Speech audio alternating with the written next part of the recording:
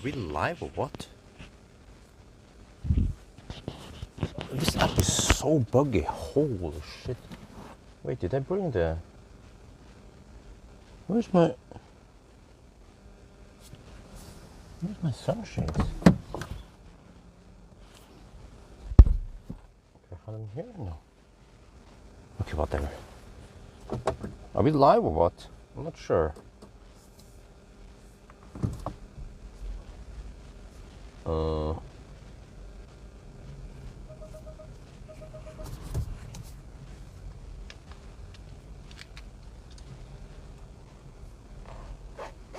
Guess we're not live. Oh, okay, it's working. Oh shit, double chat again. Wow, I come back to this shitty Buggy app. So many bugs.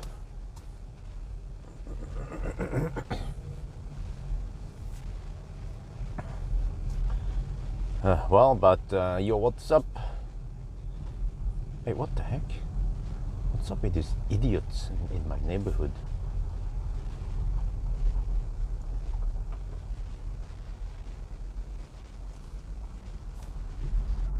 Parking their cars.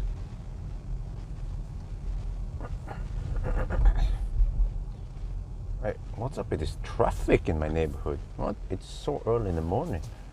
There's still so many cars here. I'm going to switch over to this one. So let's see now. I have to set up everything. I have to get over to the fast charger and maybe top up a little bit. I also checked if car scanner supports Volvo, but it doesn't need a Volvo or Polestar. So at least I checked that one. Holy crap, the windscreen is covered with camera again. Oh, I hope we don't get an unfall.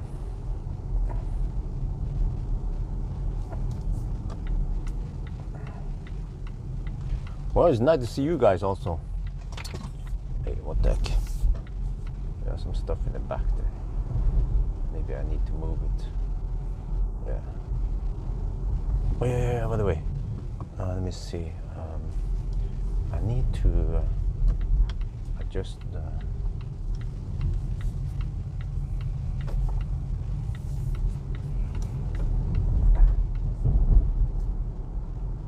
to adjust the camera. Oh, this would be perfect angle. Okay, let me see. If I may just stop for a moment. There, I see the reflection. I need to do lots of stuff. I'm actually running out of time. I thought I had enough time. Okay, let's stop over there at the bus stop. Wait, except for that it's...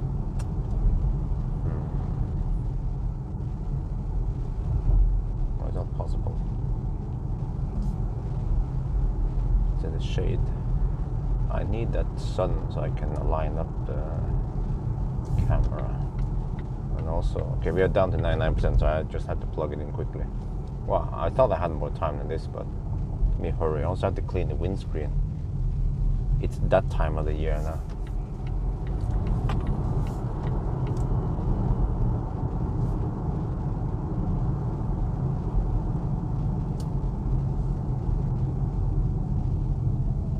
Oh, it's a quick little bugger.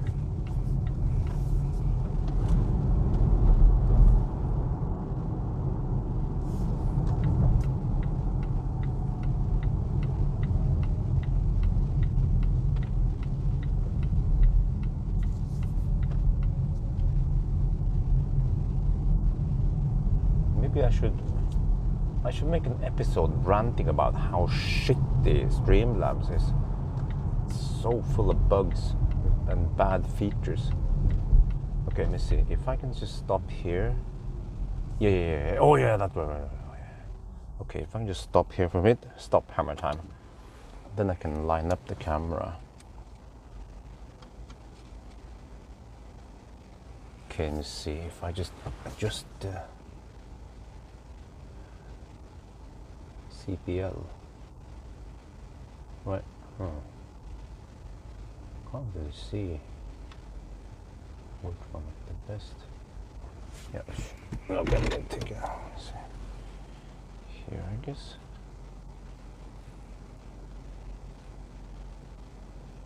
Okay, that's the reflection. Oh, plenty reflection. And then that, yeah, okay, that's better. Oh yeah, that's better. Alright, put on the...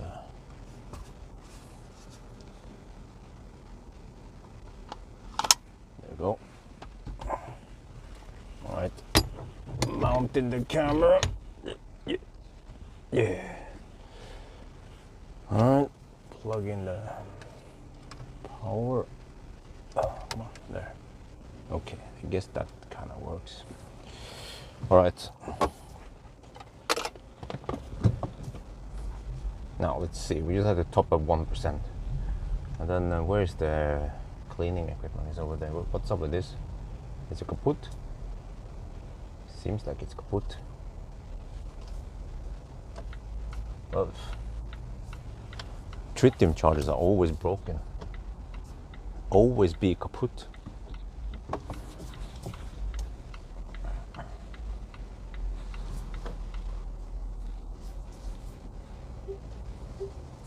But at least the charge port is on the left side is the right side, not the right side is the wrong side.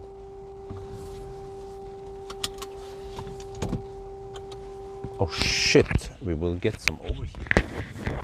Do you have anything I can use? Or anything? Well, I can move it a bit. Or it's not gonna help. Okay, whatever.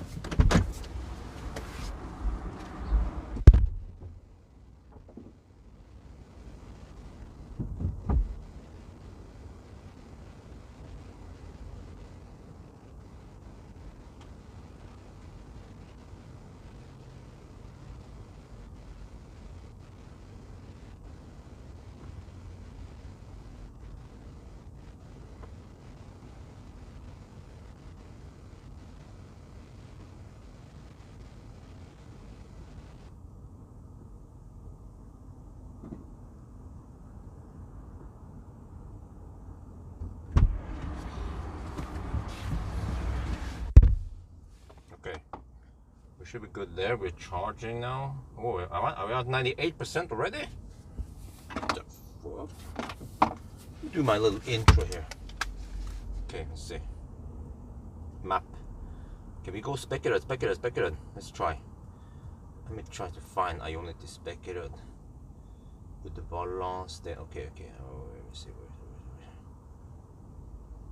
No. Huh?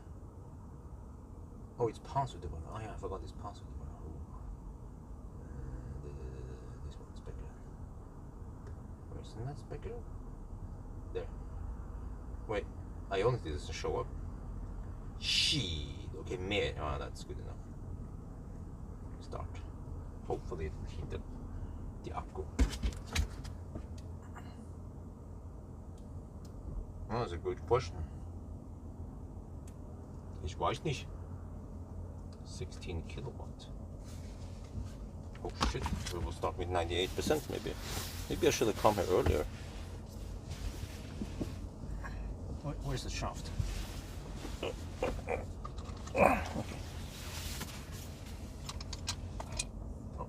Uh-oh. Charging at only 10 kilowatt. Okay, we might hit 98%, 99% at least. Okay, whatever, let's see. I don't have anything to cover. No, I can use this one maybe. Yeah, I can use this one. Okay. At least if I do something like this, I'm gonna try to cover the phone so it doesn't overheat. There, that kind of helps. Okay, and now I need to do my intro.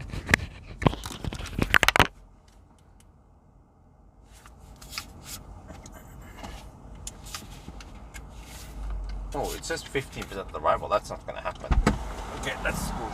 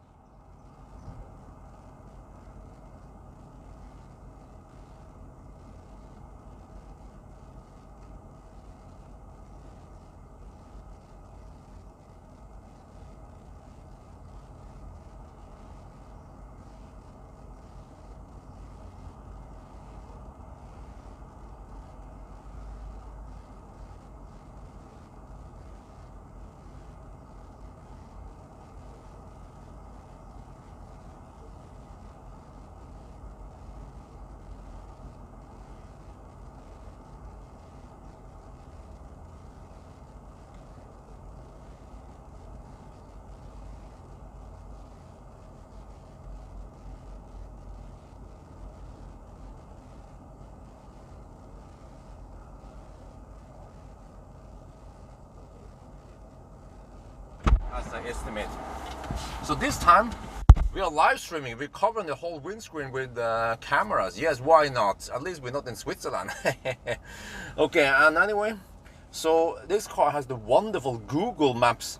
So you see, at least for now, the car estimates that we will arrive at Speculating with 15%. Most likely we have to bail out at Hobby, because normally it will do it like this.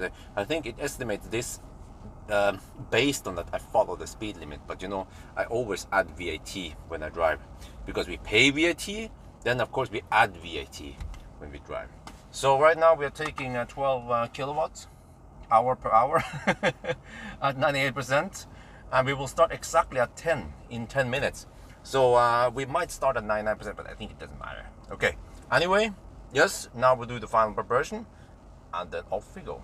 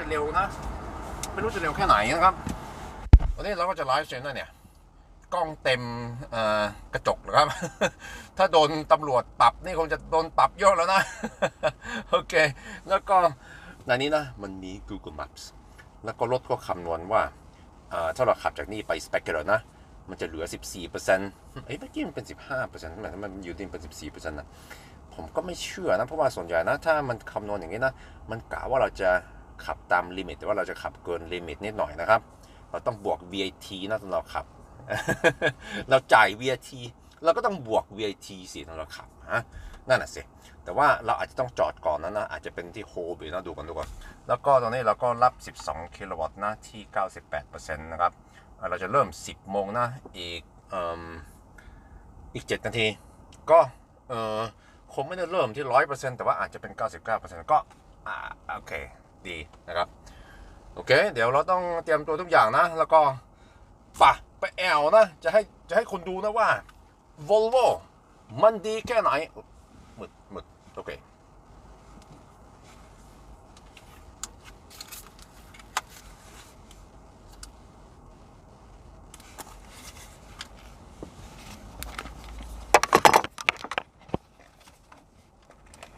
Can we clean my windscreen now?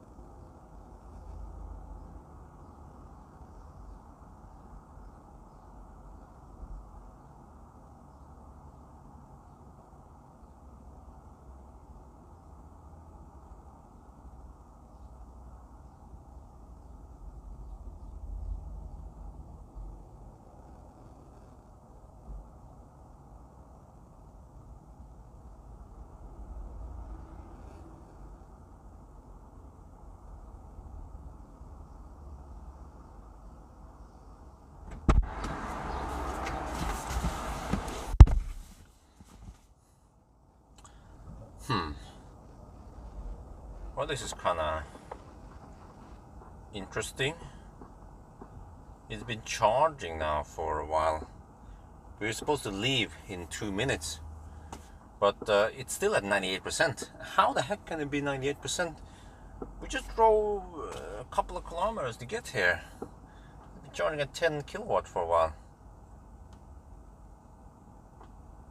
Maybe it's heating up the battery. No. Okay, but I have to unplug at 59 and get ready. It's taking 11 kilowatt now at 98%. But charging speed was 0 for the longest time. Suddenly now charging speed goes up. 15 kilometers per hour, 16. The time is running out. We have to leave.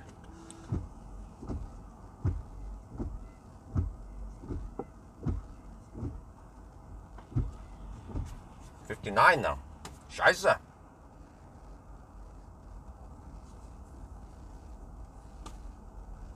Yeah, that was weird. Now suddenly we're charging. Okay, I have to unplug now and leave. We're running out of time. We're supposed to start in about 30 seconds.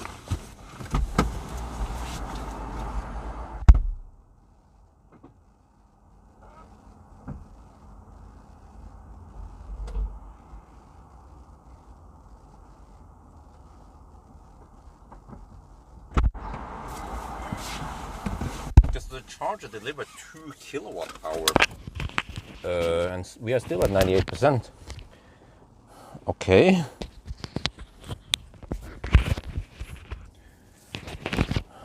Right, let me see. Wait, I have to put the car in drive, and then there, reset.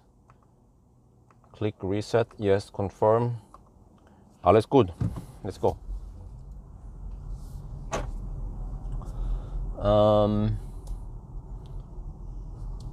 So the car estimates that we will arrive at Speculating with 15%. Okay, well, if we can arrive with 2%, that'll be okay, right? 16% now. Well, because I did the calculation. I'm not sure. Oh, that's a bit hard angle.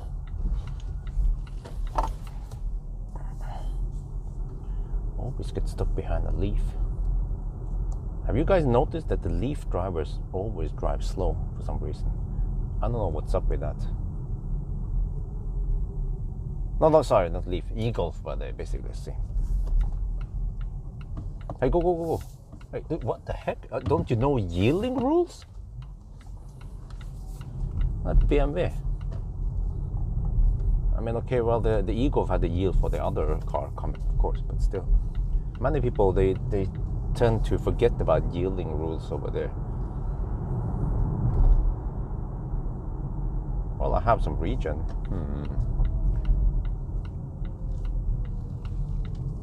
Okay, I need to line up. Okay, let me see. Now, how many Nisser do we get? Well, that's a part of the game, right? Getting stuck behind Norwegian Nisser. So this is a more realistic test anyway. Driving at night is almost unfair how smooth it goes.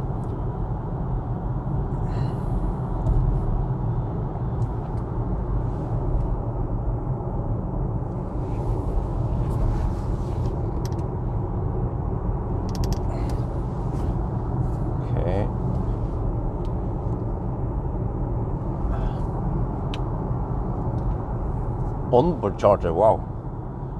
Well, that is good.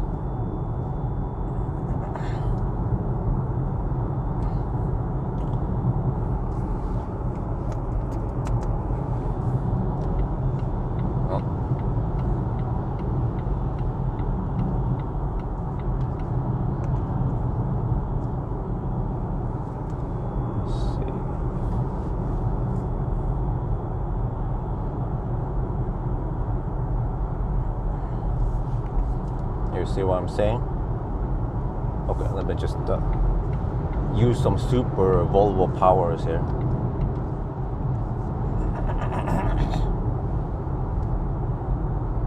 On that Norwegian Nissan, they flash at me. I don't know what's up with that. This is typical Nissan behavior. Just because I hammered them.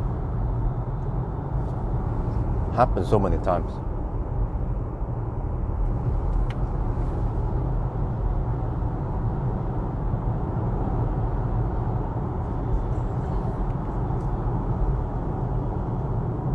Yeah, but spring is coming. It's 9 degrees Celsius here. So hopefully we won't get sky high consumption like with the XC40. Okay, Google still claims 15% on arrival. Well, that's good. For now. So yeah, do you guys remember the time? How fast did the Volvo XC40 do it? You guys remember?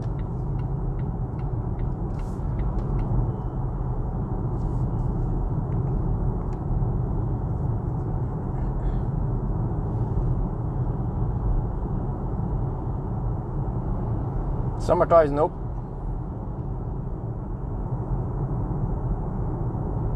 Remember, in Norway, you're supposed to keep the winter tires on until, do you guys know when? First week after Easter.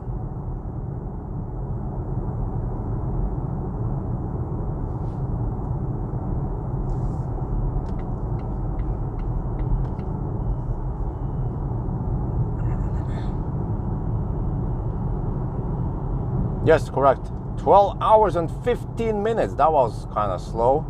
I think we had a little bit of Colgate back then, plus that the consumption was ridiculously high. So hopefully the consumption is way better now, today, and the charging speed has been slightly improved.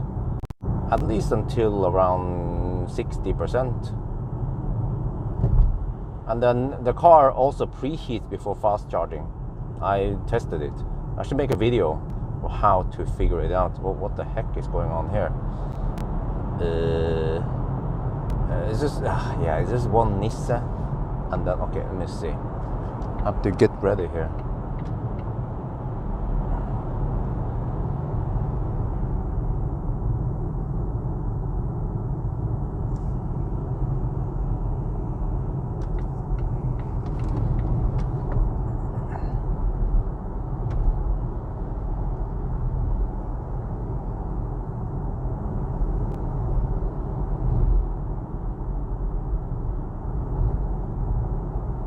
How is this intersection again? I normally don't take this bus lane. Well, I can just ninja in here, I guess.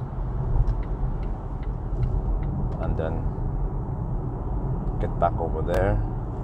Yeah, that works. Remember to utilize all lanes.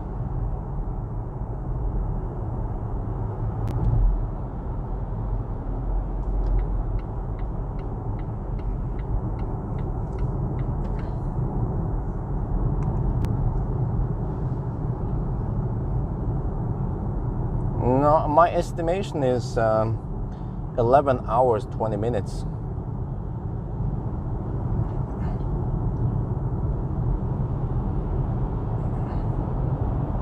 I haven't checked the wind. Maybe you guys can do it for me.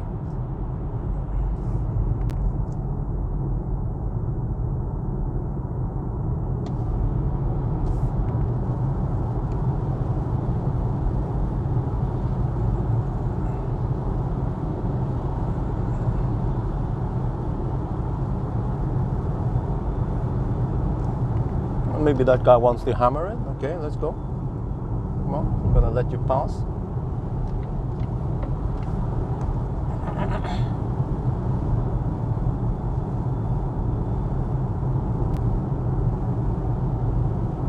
For once, we actually have some people who can hammer it.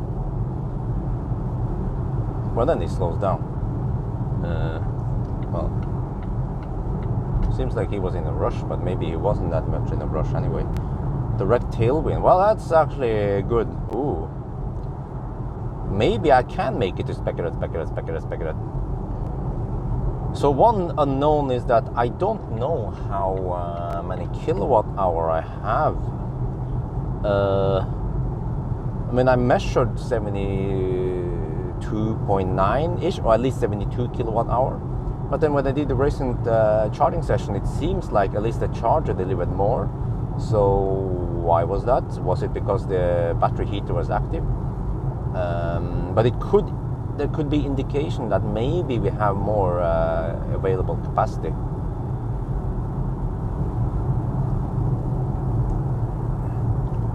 So yeah, in that case, I have to figure out my budget. Let's see here. If I estimate, whoa, what the heck is that?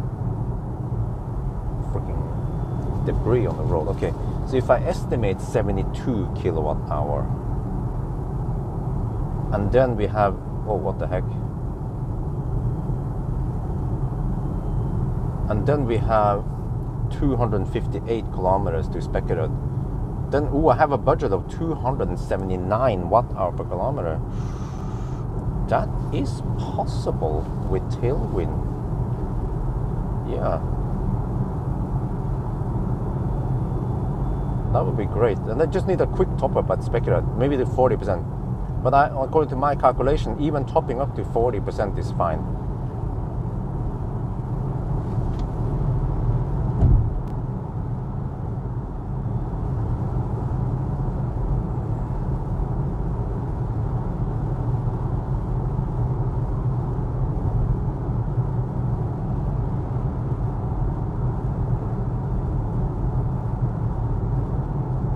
So alright, and then I saw someone comment on no live stream at night. No, I can have live stream at night. By the way, I recommend you to watch today's video if you want to find out more about live stream and stuff, or pretty much about what's going on. Lots of information in today's video that answers many questions.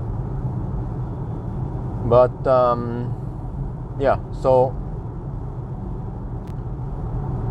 the main problem is not night or day.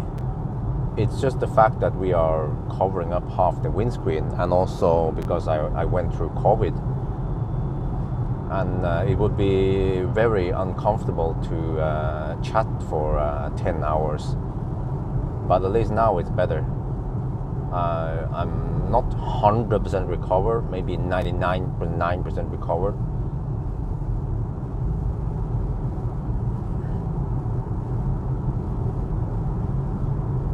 Let's hope that the phone won't overheat now. It might actually overheat. Maybe I should find some kind of USB fan or something. But why are we driving so slow here? Oh, it's a Tesla in front. Oh, shit.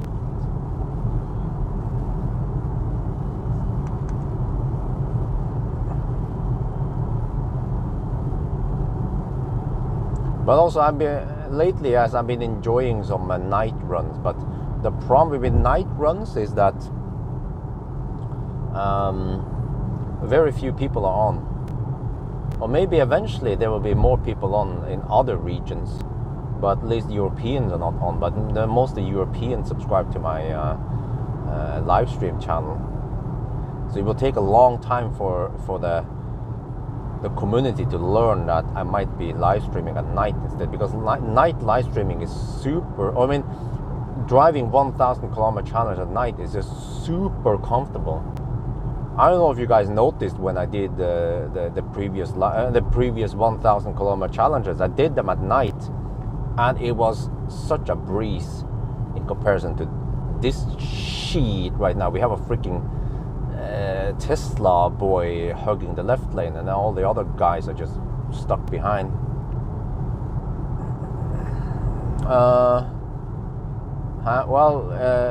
Estimated 11 hours 20 minutes. MG5, yeah, we'll see. I guess it falls under those Chinese cars that need some software update before I can borrow them. So yes, I highly recommend you to watch today's video to understand more about what's going on. Because like I said, there's lots of information in today's video. Not only about the baby, but also about press events, about upcoming cars I will test, about live stream, about what other tests I will be doing these days.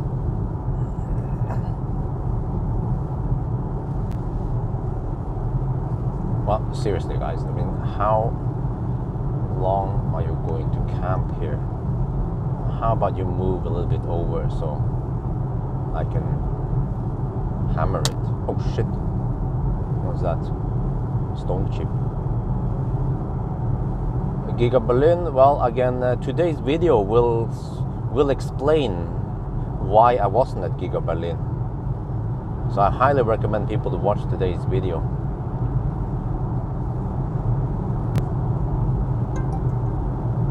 If you watch today's video, you will understand more.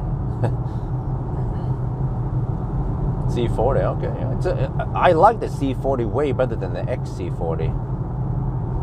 Because the C40 seems to have, according to the spec sheet, it has 4 centimeter lower ground clearance, or lower ride.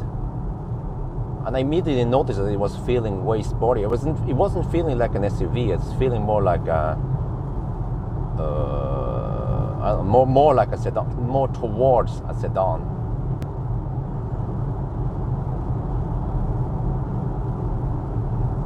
Wow, what the heck is going on there? Some kind of convoy? Shit. It's a left lane convoy. Well. Maybe it's a good thing that I'm saving energy for now, so I can hammer it in the Swedish no man's land. Well, eventually these guys need to move over. I mean, we can save a little bit of energy, but by the end of the day, we have to go schnell. Can't just be slow poking all the way to Svinesund.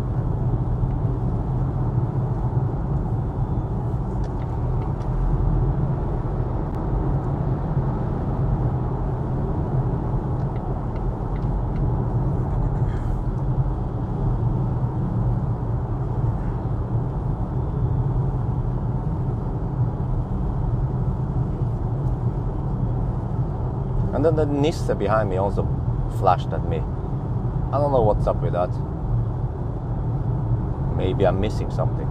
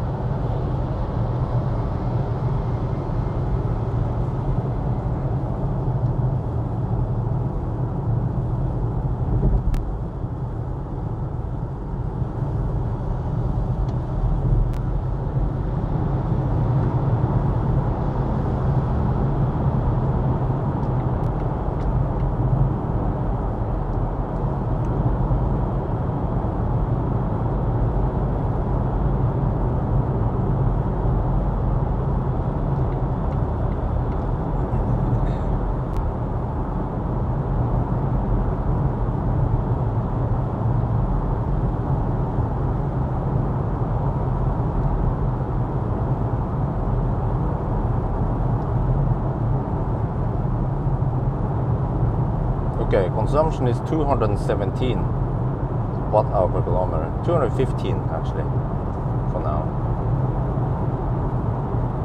So that's okay, yeah. We had a budget of 280 something, wasn't it?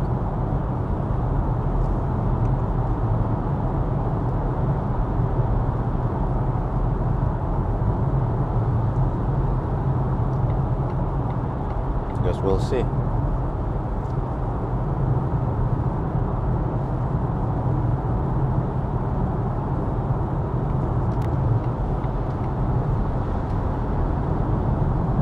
Why do these people, why don't they have tail lights?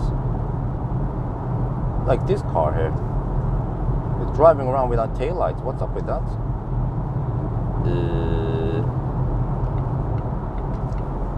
It seems to be driving with park lights also in the front.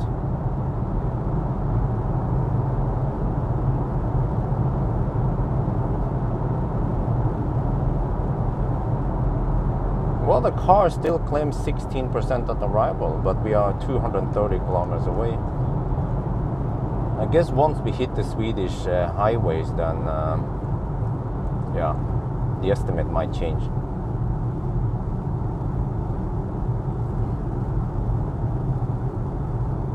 Impression video. Okay, thank you. Yes, I will do a driving impression of this car also, because I didn't do it with the Volvo XC40. And I need to point out that I love the ride on the C40. The XC40 was a bit SUV. Well, consumption is always kind of low over here, because I think we are close to sea level, but it's 213 watt-hour per kilometer, and then it's going to even out and slowly go up now.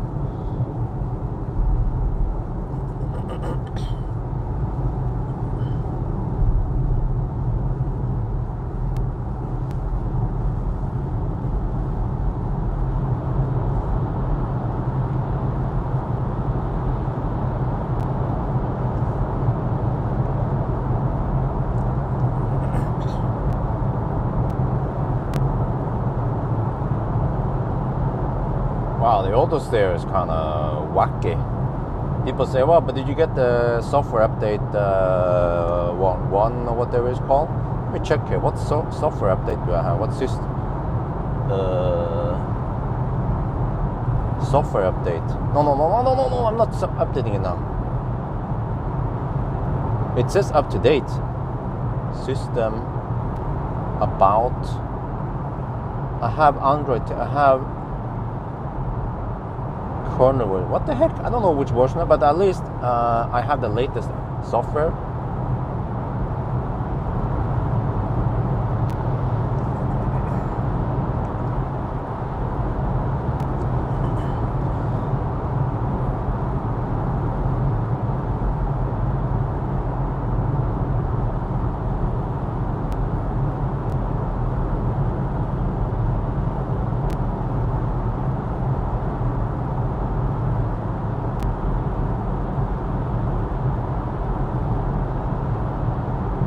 That's Neo ES8. I've been seeing more and more ES8s. Seems like Norwegians that like big cars, and I cannot lie.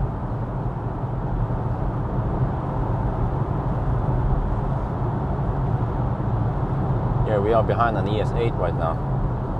What?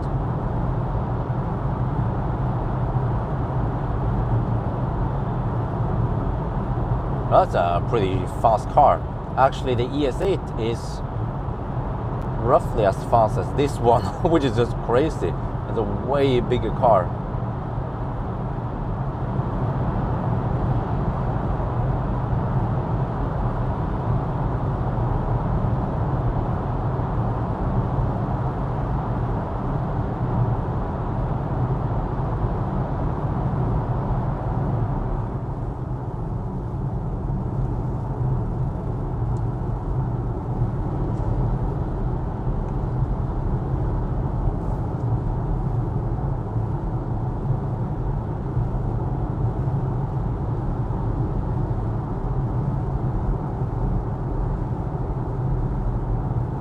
Nah, I don't know yet.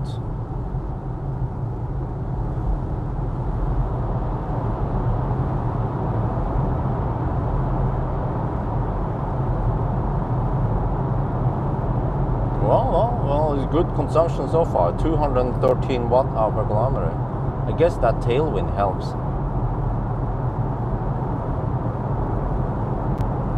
What Volkswagen? Which one is it? The ID3? How many kilowatt are you talking about?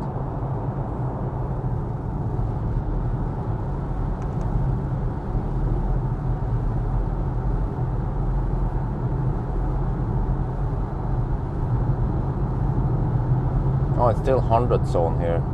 I guess after Easter they will increase it to 110.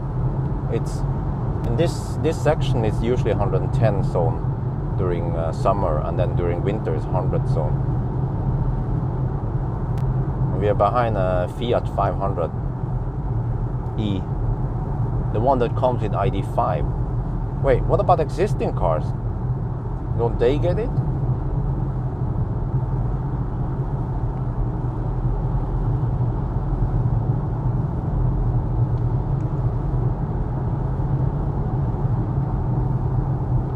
this car is kind of silly. The whole. There you go.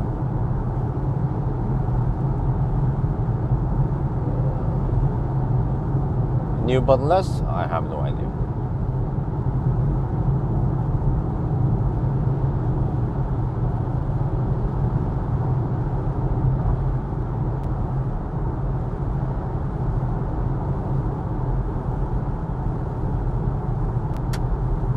Roadster? Nope. MG5? Nope.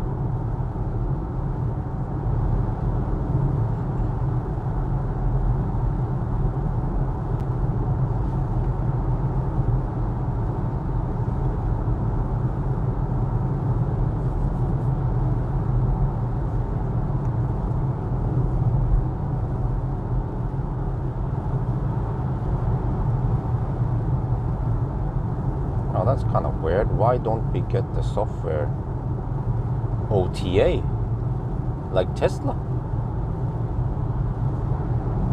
Maybe they have to plug in a TP cable to update the BMS. That could be the case.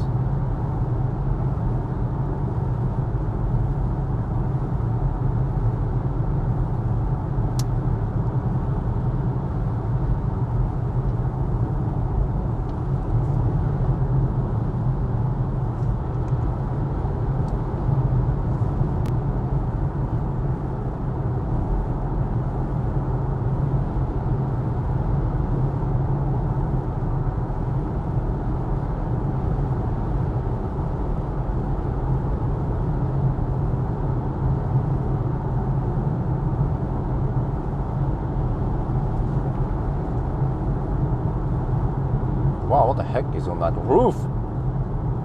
Tent?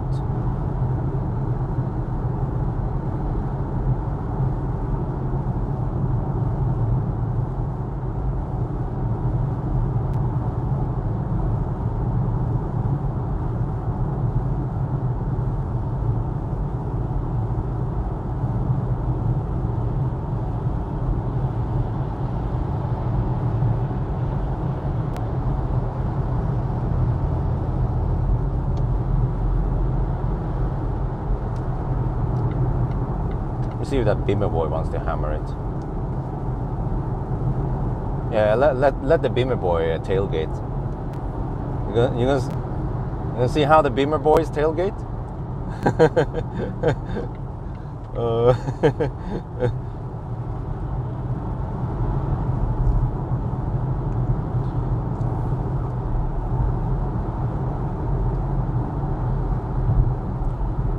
New 11-volt battery. What? Wait. Oh, he's exiting now. Okay. Version 2.5. Okay. Hey, what the heck is that rattling from the left door? Wait, it's the same rattling than when I play music? What up with these Swedish cars rattling?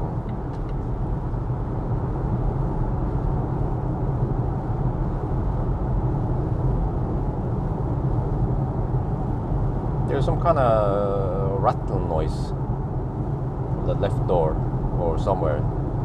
A pillar or somewhere.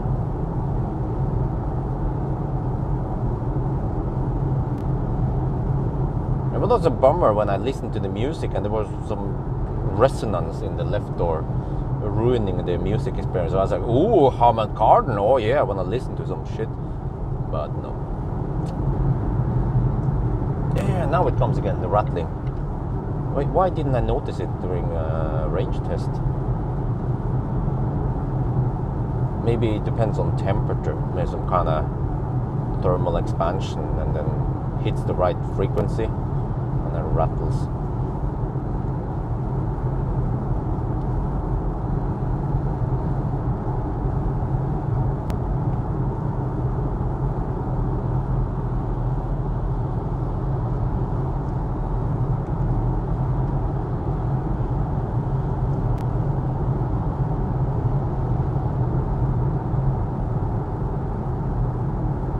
Whack it, okay.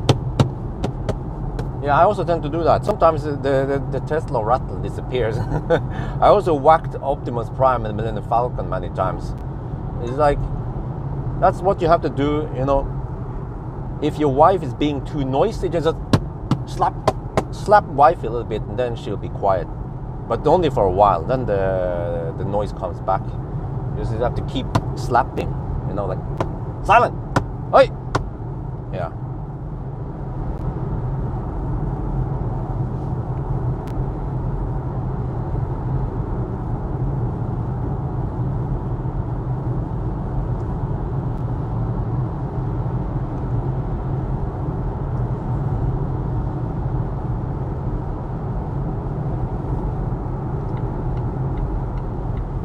Well, nice weather, 9 degrees Celsius.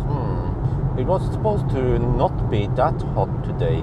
I was hoping for 15 degrees, you know, but that's, I guess, too early. We're still in the end of March only. So I guess we have to wait until May before we get the nice weather, where I can enjoy an ice cream at Varberg or Helsingborg. Oh, now the car estimates 18% at arrival. Really? Really? Okay, well, that's great. Oh, that would be great if you can reach Speculating. But then, how do we deal with Laderstau? You guys have any ideas? Should we deduct time, or should we not deduct time? See, this is the problem, because if I go on a weekday, I might not see any Laderstau, but there'll be Göteborgstau. And then if I go on weekends, then at least we don't have Göteborgstau, but we have Laderstau instead. So that's why I've been doing it at night lately.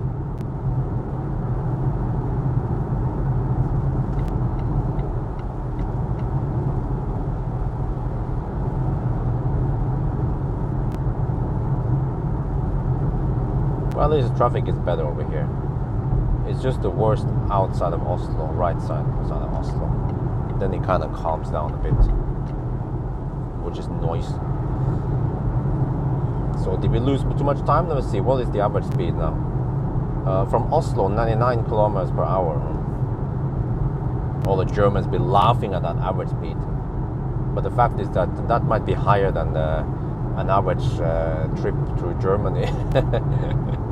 Because of Baustelle and Stau in Germany.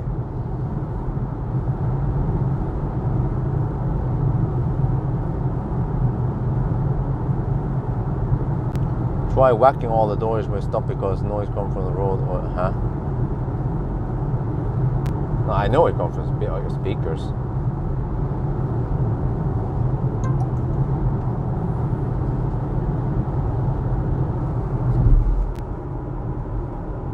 Wait, is it a bit off there? Oh shit.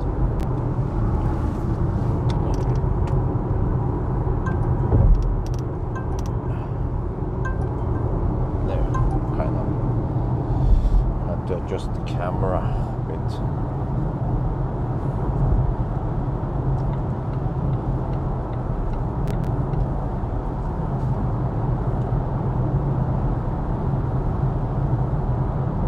Well, the car estimates 18% now. Well, we have 226 watt-hour per kilometer. So yes, it is likely that. Whoa, what the heck? The car is phantom braking here. Wait, the behavior is like a Tesla. It's phantom braking. We have rattling. What's next? One of the doors gonna fall out.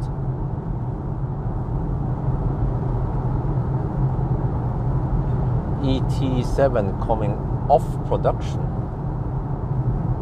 line. Well, okay, great. Just bring me one then.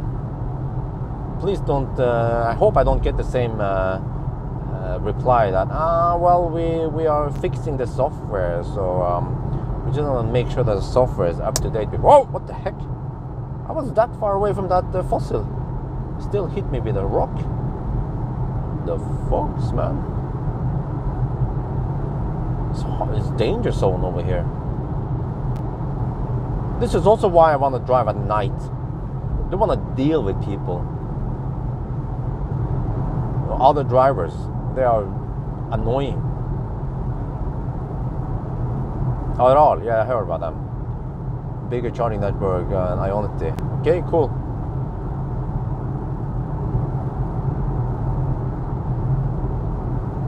You know, when it's springtime, I feel like taking a trip to Netherlands or Belgium somewhere, but I can't. I'm kind of stuck.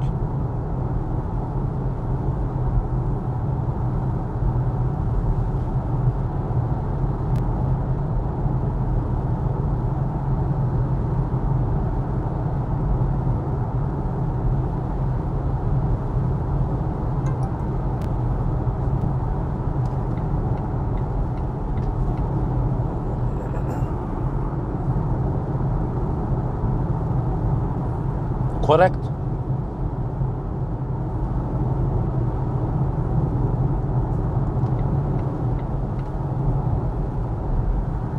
Yeah.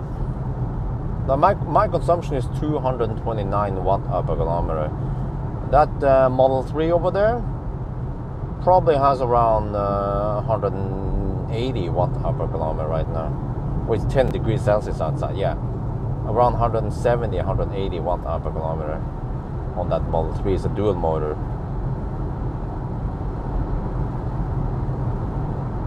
But of course this car has more space than the Model 3. But even the Model Y would be more efficient.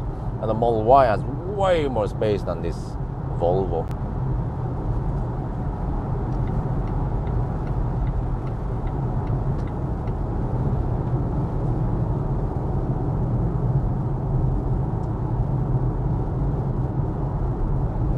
Well, but my point was to test this car, right?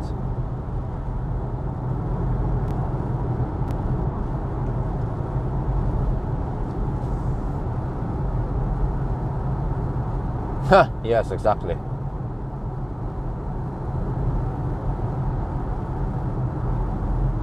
No, that's actually a fact. I just didn't want to say it in the video.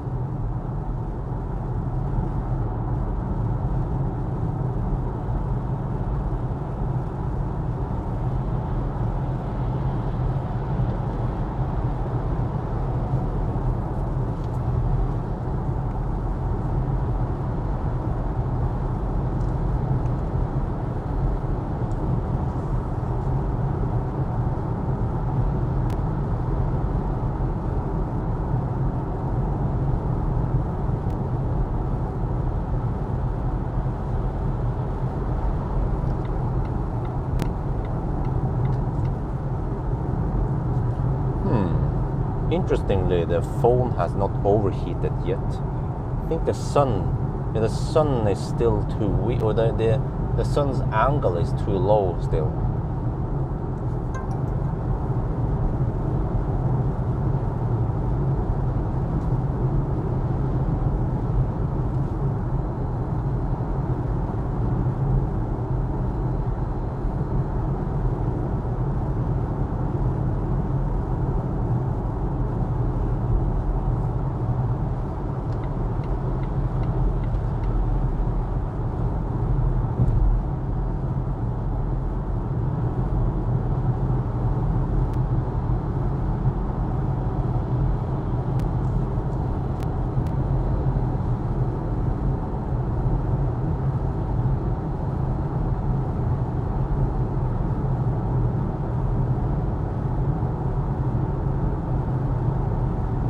Well, how many of you guys watched today's video? I said something about people being rude on the live stream and do this, go there, do that. I was like, yikes.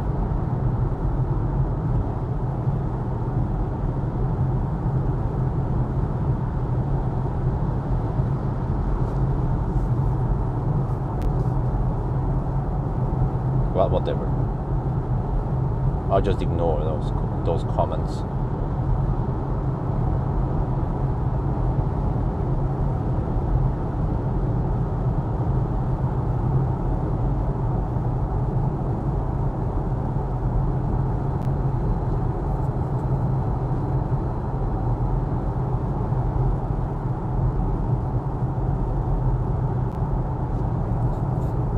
But that's probably why I won't be live streaming that often anymore.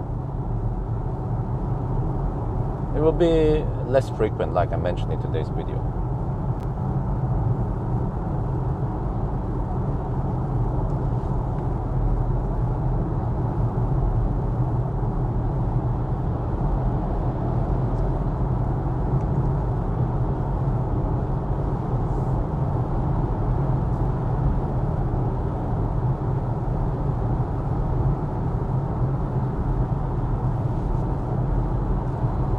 Okay, we're finally coming to 110 zone. And then ironically, we won't be driving that fast because of all the left lane huggers. Holy shit! What the heck is this?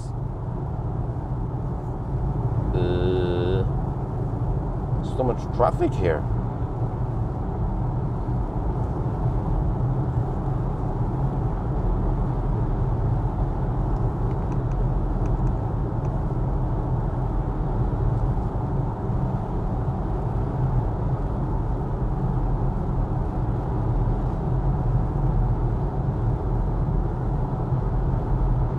Yeah, it will probably mainly be the 1,000 kilometer challenges. I will see how it goes, how many people are on. But okay, I know, I mean, obviously when I live stream at night, there will be less people on. But at least on a Saturday like now, I'll see how busy it is and all that, and how people behave, and I will figure out how often I want to do it.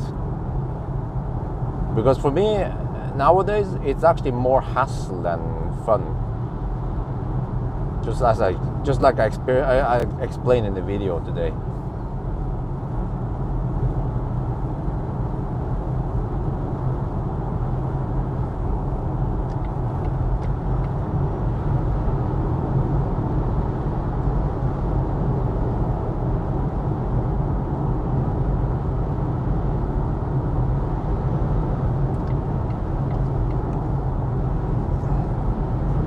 Welcome to Norway.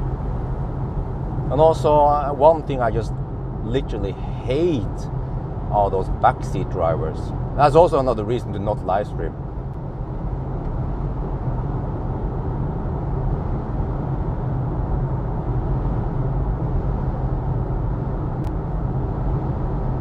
Oh, now we are overheating the phone. Okay.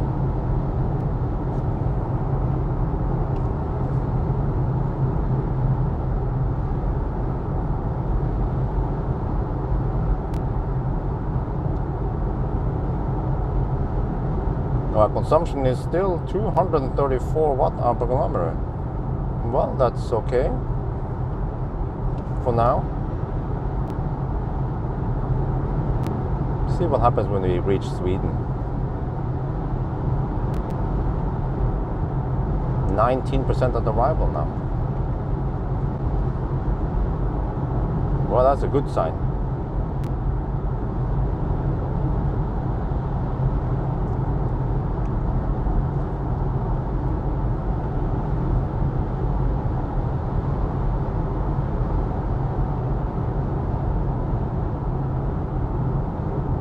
What does Chinese have anything to do with it? You know, Nissan Leaf is a Japanese car and it overheats.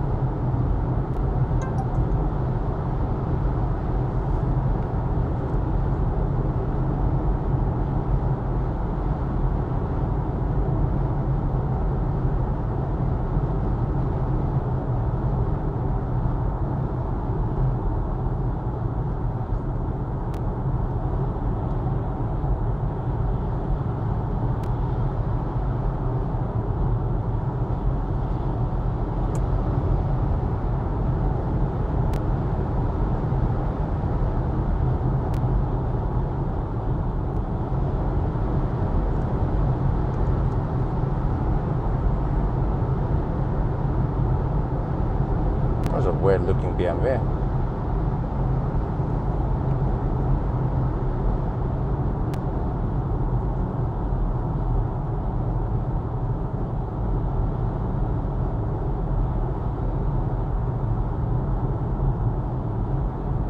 Just wonder what I'm going to do with the overheating. I guess no big deal. You have plenty of battery anyway. For now.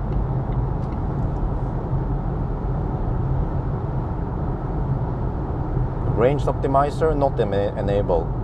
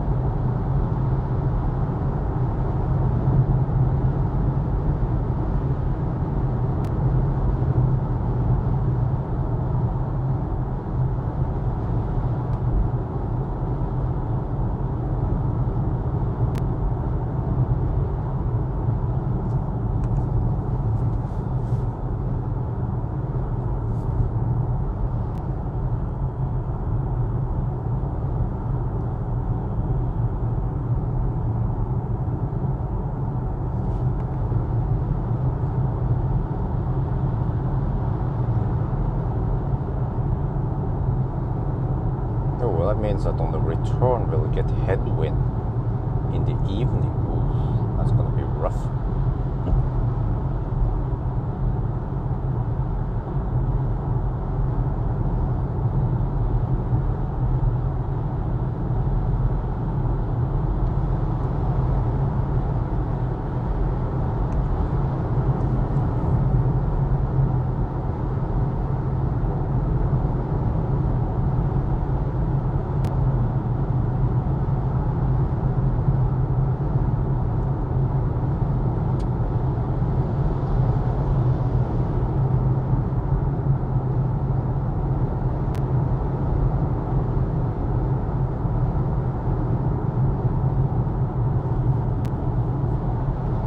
Well, 10 degrees Celsius, dry road. Well, this is great. This is nice for consumption.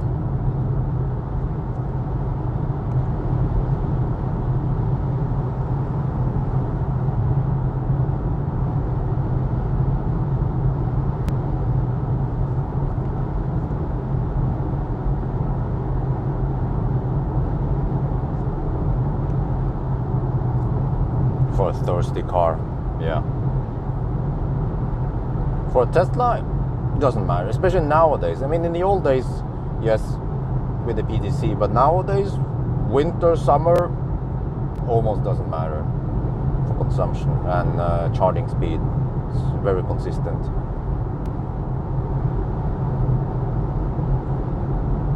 So I guess we'll see if we can get 11 hours and 20 minutes or not. But at least it won't be 12 hours, most likely not. Especially with this one, a coupe, and it's lower and it's more aerodynamic. And, well, actually I haven't checked the spec, the CD value, but it should be more efficient. At least my range test shows it anyway. Yeah, 19% at Speculating. Well, that's going to be a really short stop then. Oh, wait. The car might preheat the battery before arrival, so we might arrive with less than 19% after all. We'll see how it goes. Maybe around Håby, Uddevalla, we'll start preheating.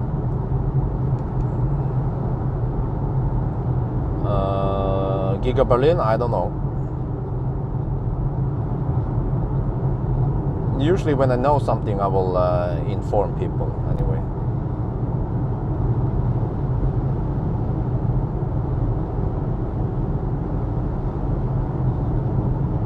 Wow, the auto steer is so annoying. Oh, it's doing the whole jerky movements. And then, I don't know, some people said, oh, but you can just get the latest version, it's gonna be better. I already have the latest version, it's still not good. Unless they think this is good. Yeah. Well, they haven't tried Tesla, that's for sure.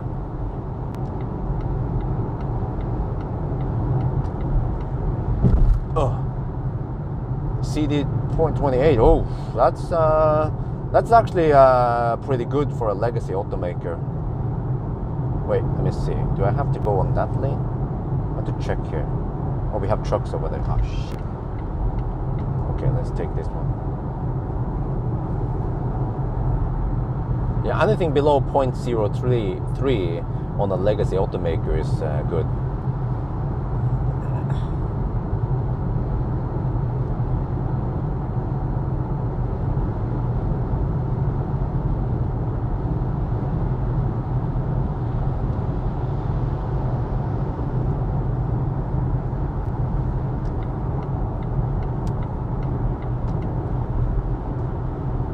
Welcome to Thailand.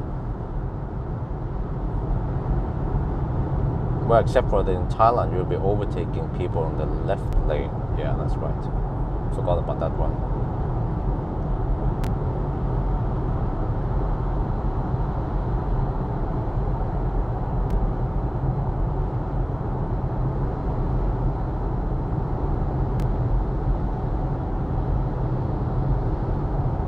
Still 19% at arrival. Okay. That's looking good. So, quick pit stop there. I don't think I have time for anything there. Food, well, but I had a quite solid breakfast because I knew that I had to hold it for a while. Maybe I can just have a banana at Speculating. Or is that a signature? EL23. Whoa, that's signature. P85 plus with a signature red. No, it's supposed to be some kind of collector's thing. Oh, the signature limited edition. But to be honest, it doesn't matter at all. It's just a beaten down old Tesla. No special. Well, actually, it had perforated seats, but they were not ventilated. So, yeah. So for me, if people say, "Oh, Bjørn, should I get the Founders Edition Model X or the Signature Model S?" Nah, just don't pay any extra for it. If you get a good car, spec-wise, price-wise, then go for it. But there is nothing special about Signature. Does Norway have TMC alert? What the heck is TMC? Tesla Motor Club.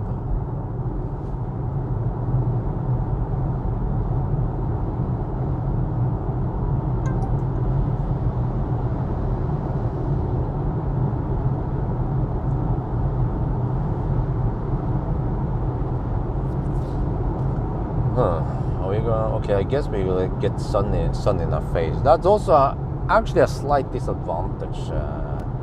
There are so many advantages of driving at night. And then I don't know how much Laderstad we will run into today. We'll see, I guess.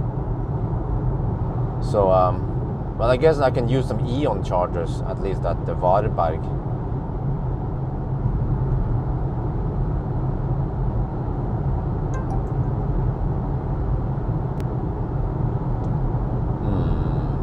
State of charge 92%. Okay, it's at least it's not charging, it's slightly discharging, but yeah.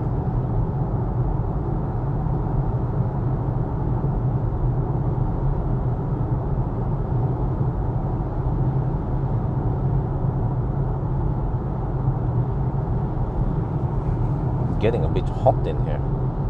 241 watt-hour per kilometer. Okay.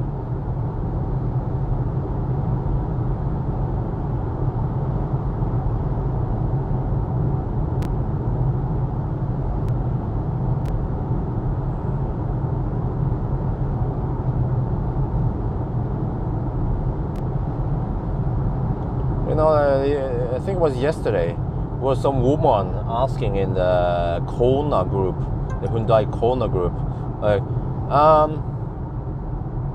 she asked, will a cooler box hooked up in the car reduce the range? Traffic message, okay, I don't know. But, so then, I tried to help her and I answered her. I had 3 versions. I said, The long version is, yes, a cooler box will typically pull 30 watts. And then when you have 30, if you're cruising at 90 kilometers per hour and you have 30 watts, then you take 30 watts divided by, okay, people understand, right? If I say 30 watts, you understand what it means, right? Or some people say, oh, but no, watt hour, watt is so complicated. We don't understand watts. Of course people understand watt, they're not that stupid. Like a light bulb, I was shopping for a light bulb yesterday, and it says in the box 40 watt, well, it's a 40 watt equivalent or the 60 watt equivalent. People, normal, intelligent, adult people understand how much 40 watt light bulb is. At least the guys who've been living for a while. Maybe the new generation, they were like, huh? 40 watt, that's a lot of power for a light, for LED bulb. Oh, yeah, it is. But okay, anyway.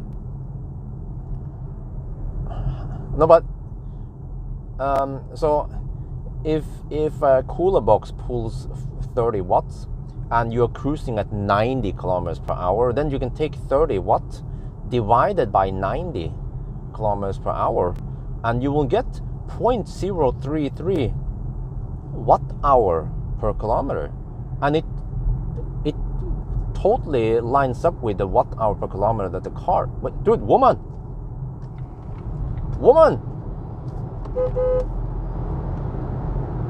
use the right lane. What's wrong with the right lane, woman? Shit, she's still in the left lane. Okay, anyway, yeah, so you see, it makes sense to use watt hour per kilometer since we are counting in watt hour. I mean, in watt anyway, or it could be kilowatt, but at least in that case.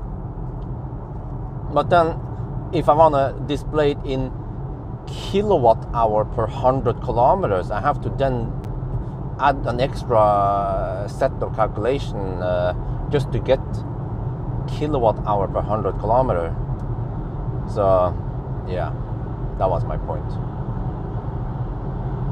Now how about this fat Ioniq just move out of the way, and the fat Tesla in front of it?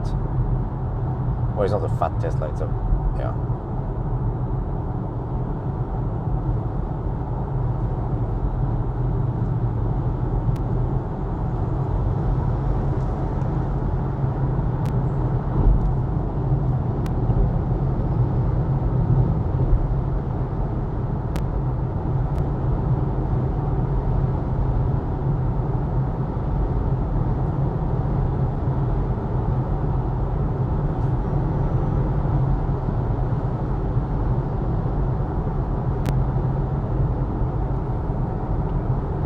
I wonder if people are going to Sweden for some shopping.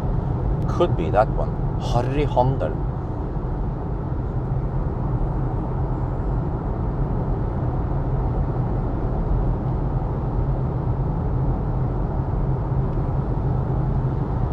No, but seriously, guys, that woman, like, was she not paying attention? Is it just me being a grumpy guy? No, the lane, you guys saw what happened. The right lane was available for a while. It was just like, I didn't give her 1 second. I gave her 10 seconds and she still didn't move.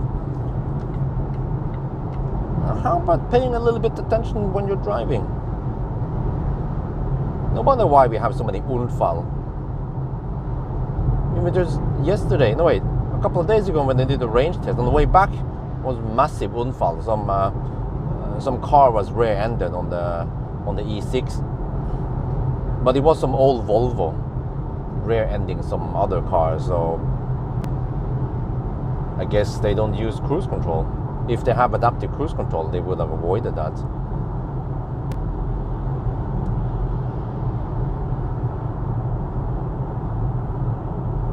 No, wireless charging, car charging, no. We just have that test project in Oslo.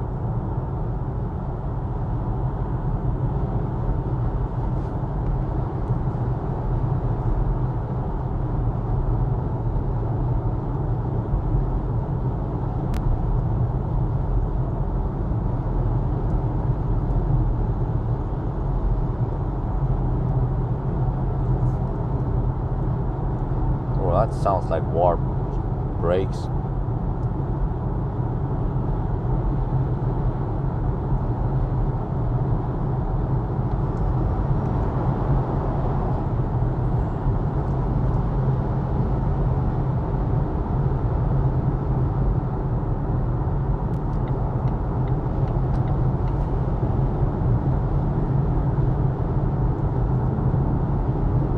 There's some cars I pass.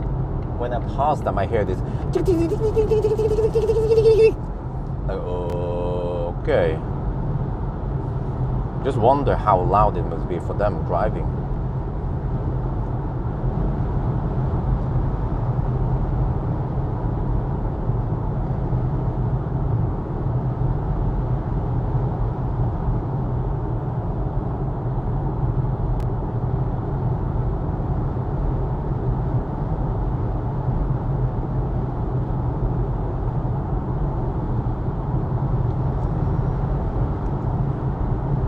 A fat Model 3 here.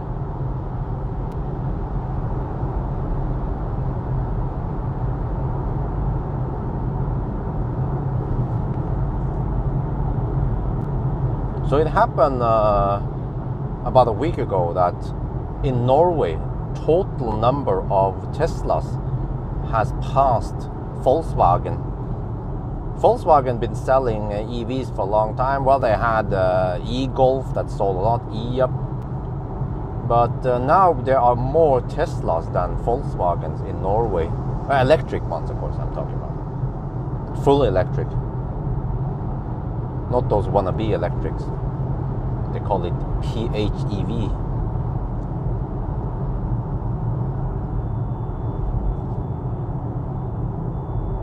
Holy macaroni.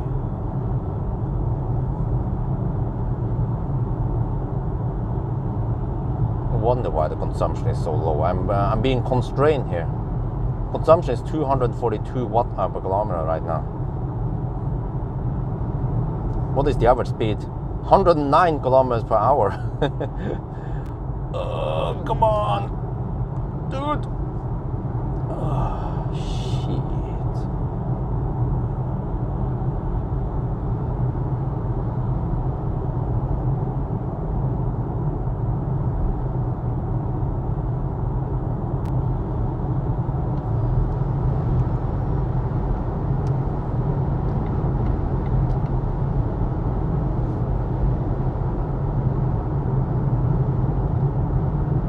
Okay, so this car underreports distance by 1.5%. So we have to go to 985 kilometers only.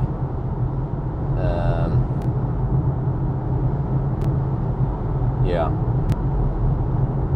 So we won't count to 909.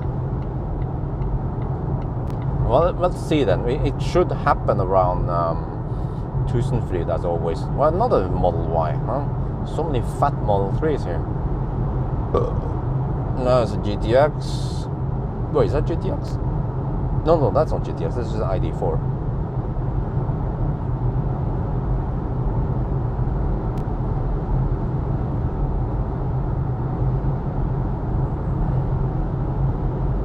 Okay, so it's supposed to be 114 kilometers.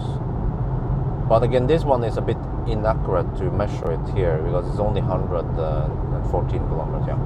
When I do the measurement in the range test, I have a longer stretch, almost twice as long, which means that the error or the measurement error is almost half then.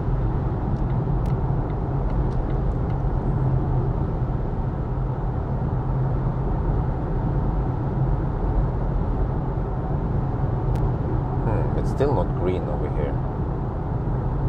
It's 18% on the right one now, okay. Well, that's good.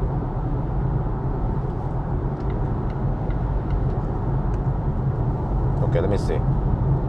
Okay, 111 kilometers. Oh, it's a bit bumpy. Yeah, so we have underreporting even on this test.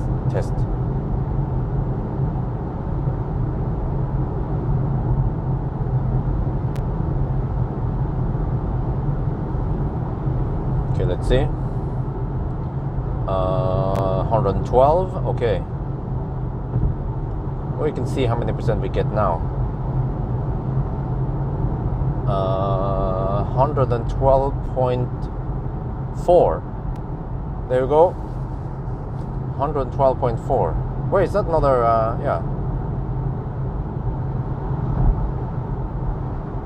Yeah, that's the same 1.5% error. That's not the C40. The C40s, they need to stick together.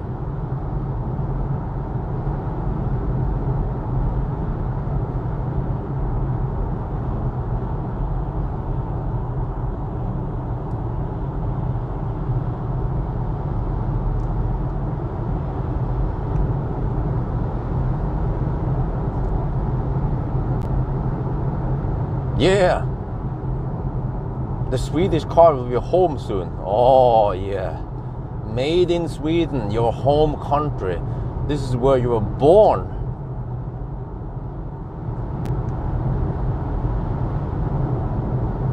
Do we have a check? No.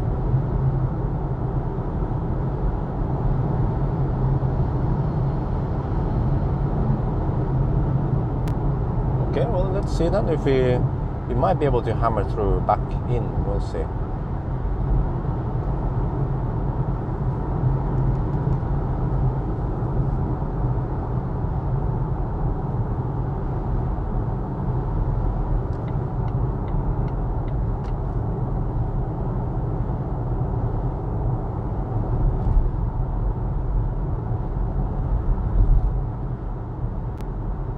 Riksgränsen 1 kilometer. Okay. Well, we're gonna have a little dropout here. Okay, I don't know what's up with people, and many people, they just need to prove that whatever car is made in whatever country. Like, yeah, the C40 is made in Belgium. It's very important to point it out in every video.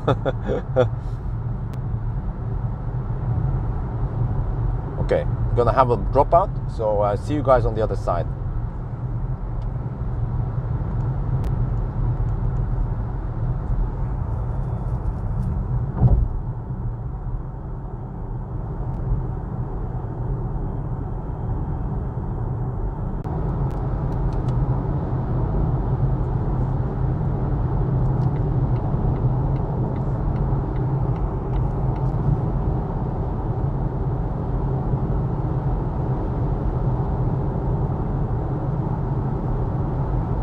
Wow, we're back already? Are we online?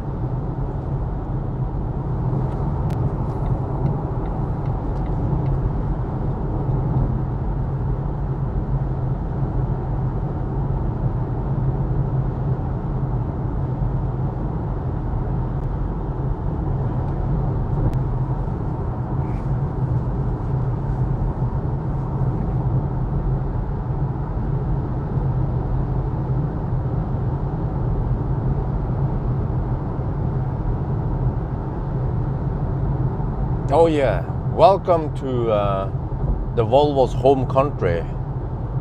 This is where this C40 was born.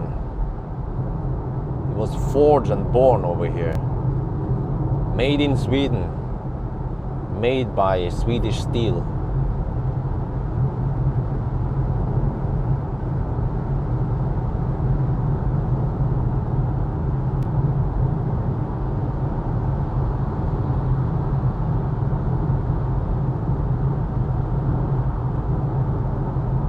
Okay, let's see now.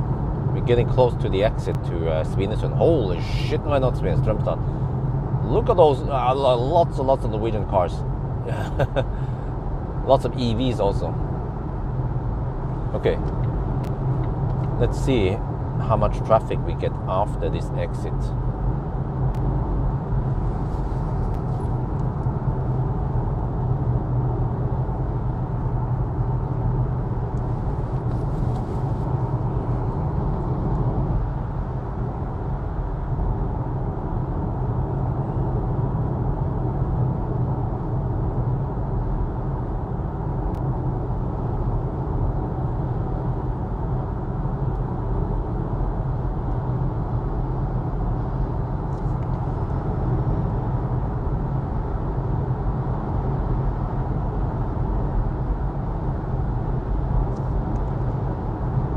Yep, they all most of them go to Strömstad now. I guess they have to go to Systembolaget. That's a very funny name. Systembolaget, which means, you translate it, means the system live team. The system living team. Yeah. What the heck is a Systembolaget? It's where it's the one and only place you're allowed to sell stronger alcohol. In Norway we call it Vinmonopolet, or people just call it Pole. Yeah. Which is the monopoly for selling stronger liquor. But of course you can sell beer in grocery stores, but for example in Norway you cannot sell beer at kiosk like 7-Eleven, you know. Unlike many other countries, you just go to 7-Eleven, grab some strong liquor, like I've seen in Thailand and back in the days when I went to Philippines. Bolag company. Yeah, but bolag, it literally means living team. If you actually translate it word by word.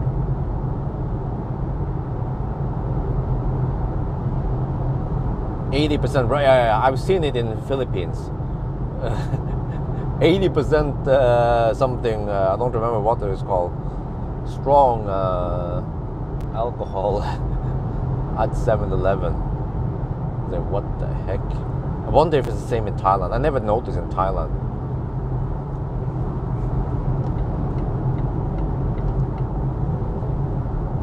In Sweden, max 3.5. Yeah. Wow, so Norway actually have higher limit. Oh, that's a bit weird, because Norway is usually super strict about everything. Speed limits, alcohol, taxes, everything is too damn strict in Norway. That's why it's so refreshing to go to Thailand. You can be caught for speeding, and then you pay 500 baht. Or even the police in the Thai police also hammers it.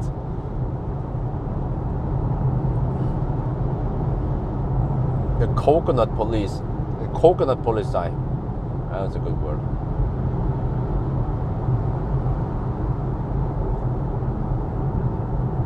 The system company, yeah, that's also a funny name. Systembolaget. Right, anyway, we're now on the Swedish highways. We can go Schnell. Consumption is rising now, 249 watt-hour per kilometer. Car still estimates 17% at arrival, so it's now highly likely that we will arrive at Speculating. Only problem is how busy is Speculating. Guess we'll find out. We are still 116 kilometers away. It will take about 1 hour to get there, and we'll see.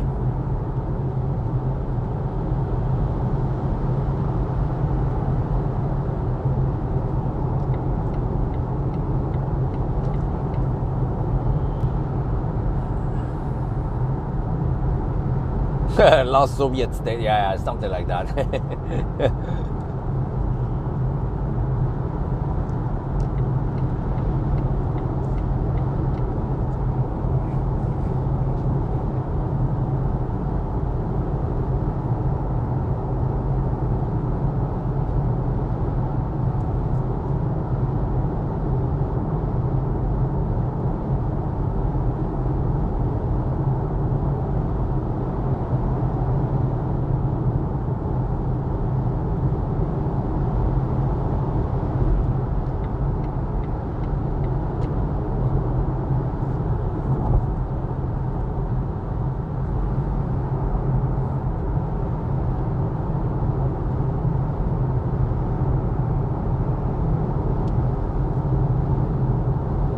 wind turbines.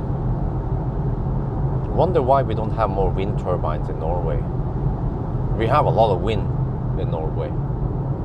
Probably because we have so much hydropower, so there's no need for wind turbines. And Norwegians, they don't like wind turbines. Well, they call it windmills, yeah. Which is the incorrect word for it. The Finnish is 5.5. But the Finns are crazy. Finns are like the redneck version of the. Well, Finland is the most redneck country in the Nordics or Scandinavia. 2 out of 4. Okay, danke schön.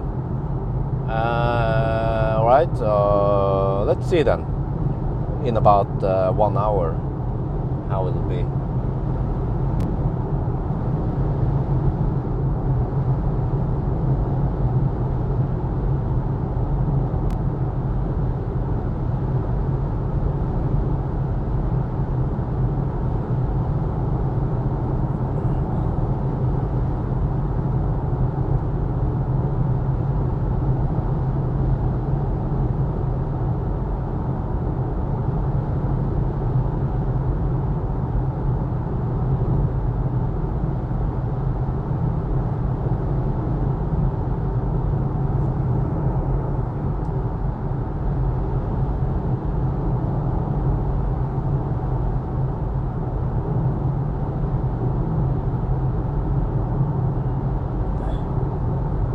Yeah, I had to hurry and do my last Yellow tests. I want to do the Yellow test with a fat e-tron. I'm going to do some Colgate test with it. But actually, what else should we test? Well, I could just do a Colgate test around town. But we might as well go for the Yellow. See what happens when we try to get back also. But the fat e-tron should do it quite well.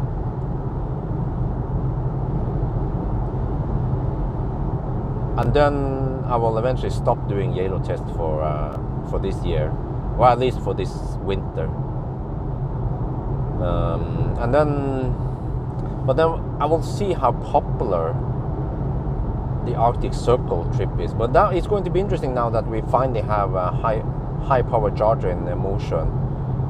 But I think people actually watch it mainly for the trip part, not because, yeah. And to be honest, I haven't had many road trips lately. I used to have lots of road trips, but I guess I can't simply just stay away from home that often, especially nowadays. I have to be more with my wife. Next week, well, I'm picking up Fat e-tron on Wednesday. Then we're gonna do some noise tests, some acceleration tests. I want to do 90 to 10% acceleration with the Fat e-tron. Let's see how that boost disappears and all that stuff. Wonder how many percent we lose the boost. Then the Fat e-tron becomes a fat and slow e-tron. And I have to do noise test, redo noise test, and see how silent is it really. Hopefully I get it with winter tires. Oh no, it's the black edition. e-tron 55, a black edition. So once you go black, you never go back. And that one should have the new capacity. It's 86.5 kilowatt hour. And I don't know what else they've done. I've heard they claim that they improved the efficiency and all that. Okay, we're gonna test it in spring, so it won't be too cold at least, and not wet on the road. So hopefully we can get close to 200 watt hour per kilometer, or I don't know, 220 maybe at the 90 test, and then hopefully less than 300 watt hour per kilometer in the high speed test. But the Fat e-tron is a very popular car in Norway. Norwegians, I guess they don't care. Well, I mean, they care about the efficiency because they drive the Fat e-tron like a priest. They drive so slow with the Fat e-tron. So they care about the efficiency. I mean, they don't care about the efficiency. Or in a way, they care about the efficiency, but it's more important for them to get the comfort. And I guess they are brand loyal. But I see, still see some Q4, but it seems like the Q4 is not as popular as the fat e-tron for some reason. You can even get the all-wheel drive version of Q4, you know, which is still more efficient than fat e-tron. Acceleration, well, that would also be interesting if we get an S. I tried to get an S a long time ago, but then they sold the press car. I'm like, oh, okay. But we're gonna try the regular one, because remember, well, it's interesting, but how relevant is it? Because the e-tron 55 is very popular. So that's why it's also relevant and also interesting. Because not many people can afford or bother buying the S, because it's a triple motor and it's even thirstier and you have shittier range. So many people consider it. I mean, they didn't even consider it. They look at the spec and they'll be like, no, I'm keeping my 55. But yeah, if I can get my hands on an S, I guess I'll try it. But I don't have to borrow it too long. I just need to do a range test. Range test needs to be done, and acceleration test. But I don't know if I will bother doing 1,000 kilometers with it.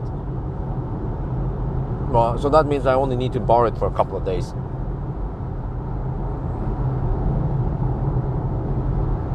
Oh, really? Well, I'll find out about the charging. I need to update the charging curve. It's ancient, that charging curve I had. How relevant is it really to still compare it to the old charging curve? Maybe Audi found out that the degradation in the fat e-tron was a little bit too high. Yeah, Q4 is much cheaper also, and it's way better tech, way more updated tech than the fat e-tron tech. But I mean, people are still allergic to the MEB cars, so they want the old traditional fossil-based platform. I'm getting a little bit hungry. I think I need something, but I don't have time for a hot dog. Maybe a banana. Yeah, and some drinks. No, but I kind of want to combine the. Yeah, I need to do it at Varberg. Double sausage penetration at Varberg. Okay. In Norway, we switched to summer tires 1 week after Easter.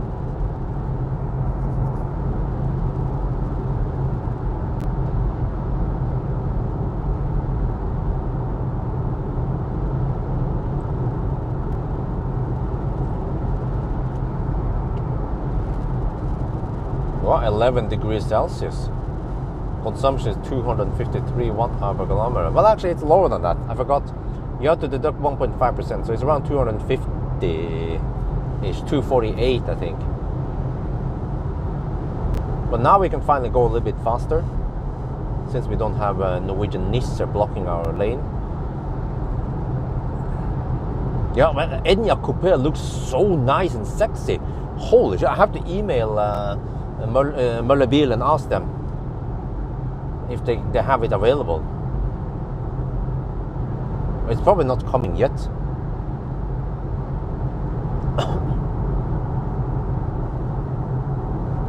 Okay, we're getting close to Tanum. Oh, EV6. Yeah, I see more and more EV6. You know, EV6 could have sold in buckets and buckets, but there was one. Wait, but they could have sold lots if they could deliver. But lots of people are upset now because the delivery time on the EV6 is so damn long. Some people have been waiting 1 year, and I think it's also been delayed. So that's a bummer. I guess that's one of the reasons why Tesla is selling like hotcakes, because they can deliver.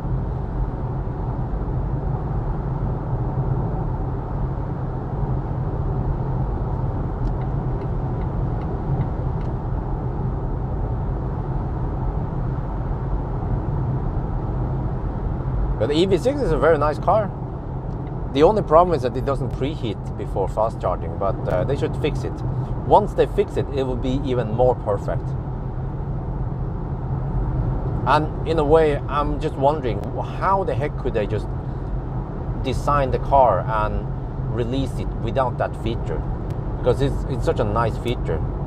It should be mandatory nowadays to have it. Like active cooling should be mandatory nowadays. EV6 is spot, yeah. That's not a Norwegian car, by the way. Wait, did he just speed up?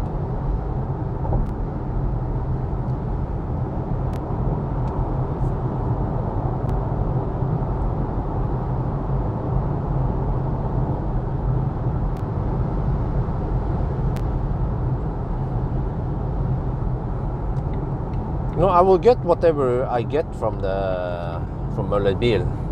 I can't specify this and that, you know. It doesn't work like that, you know. When I want to borrow a press car, they have whatever press car they have, and that's it. I might be able to choose between them, or sometimes I might not be able to choose which options to go for. But or they might even also spec them this.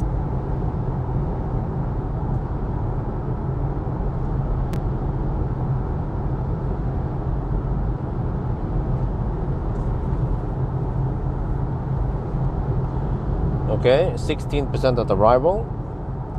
Wait.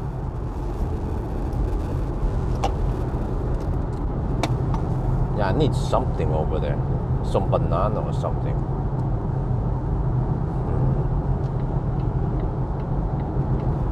Or I can starve.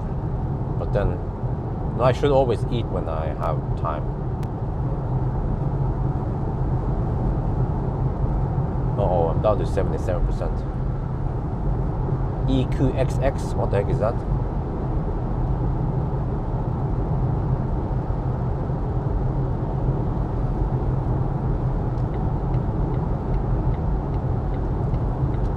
Is that some kind of new Mercedes concept?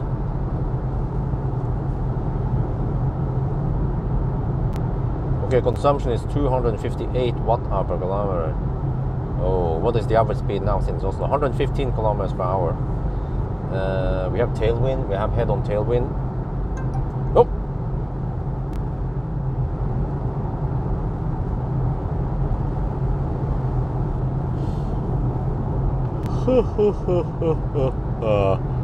Hi. Well, I'm a little bit surprised we don't have many people on today. Only 156 people. I guess we'll see tonight.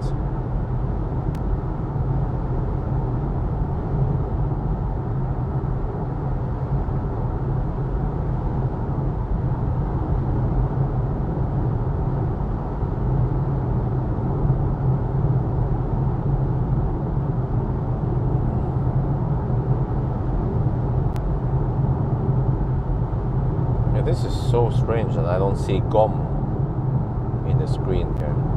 But I guess it doesn't matter. Well, or almost doesn't matter. But there is space in the screen for it. And actually, the range suddenly appears at 11% in this car. I just wonder how they can design software in the car. If I would be involved in designing software in many EVs, I would object many times on many things. Like when Kia design, or Kia Hyundai designs the EV6 Ioniq 5, I'd be like, hey, wait, you don't have preheating before fast charging? They'd be like, yeah, we don't have it. Why? Fix it. Go back to the drawing board.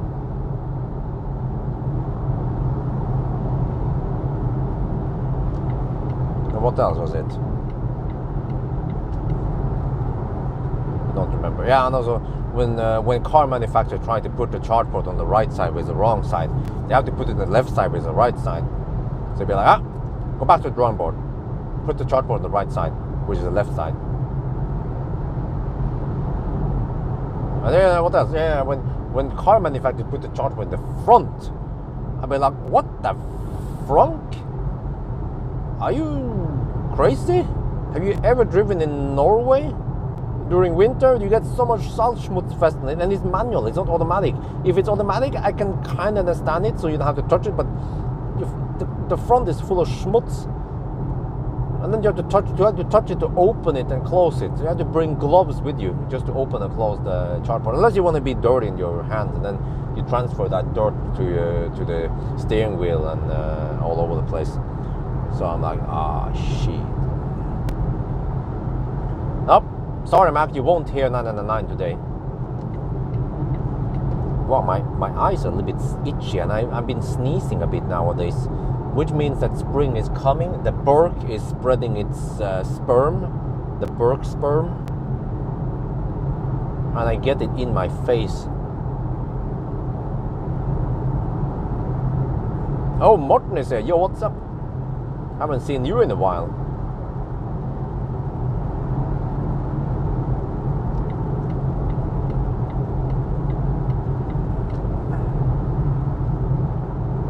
Yeah, the concept cars, man, they are so different than the production.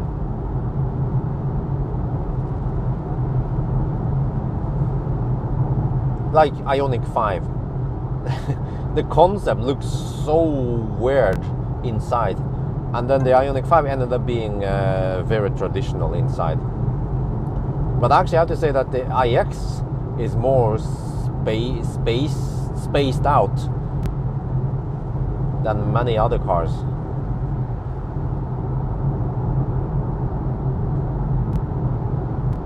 But I think Tesla, they never came with a concept, they just came up with a prototype. But that prototype was actually fairly close to the production, except for the interior looked way nicer now than the prototype.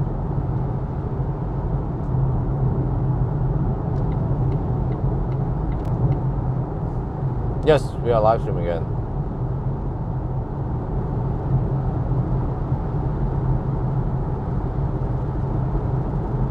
Well, what happened to the donation ticker? Man, you know, and I tried to update Streamlabs today, and then it was just saying waiting for it. I'm like, okay, and then it gave up.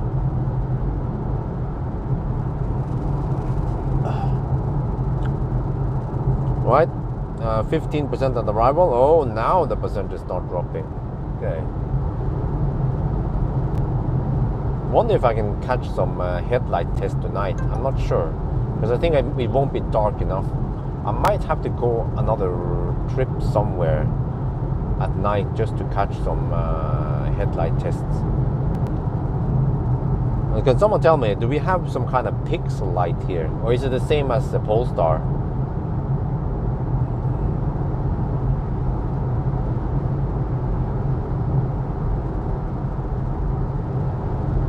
Yeah, but again, I mean, people need to understand that concept car versus reality, you know, they're two different things. You can't expect concept car to be like that.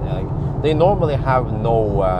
Okay, let's see now. What is common for concept cars? I see a trend here, right?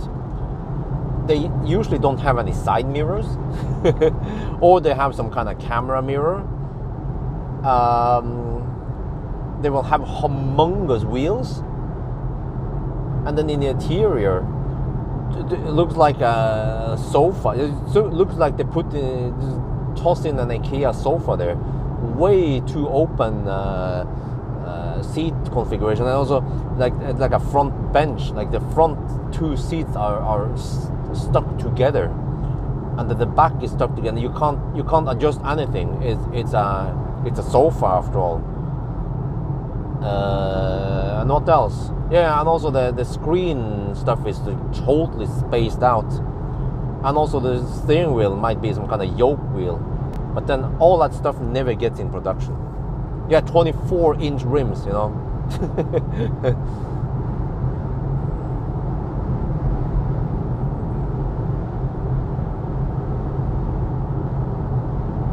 Wait, that one doesn't have any rear license plate. That's isn't that illegal? Huh. Oh, shit. I have to repump the shaft. Just wait for the IKEA EV. You have to assemble it yourself.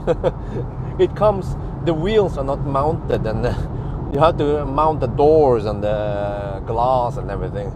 But don't worry, there will be an assembly instruction manual anyway.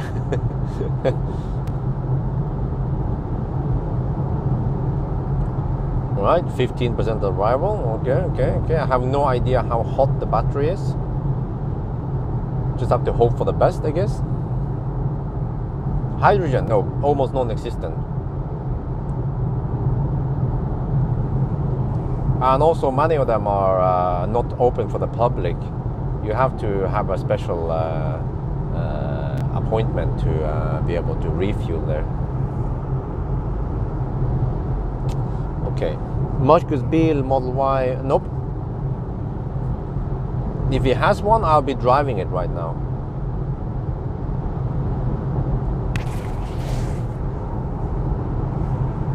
You have to plug in all the batteries. Yeah.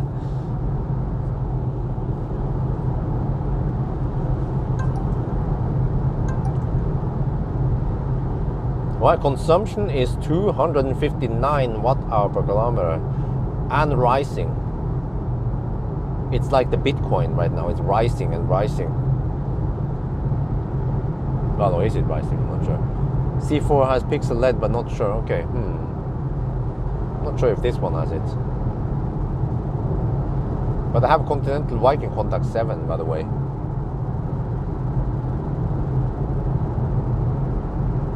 Uh-oh.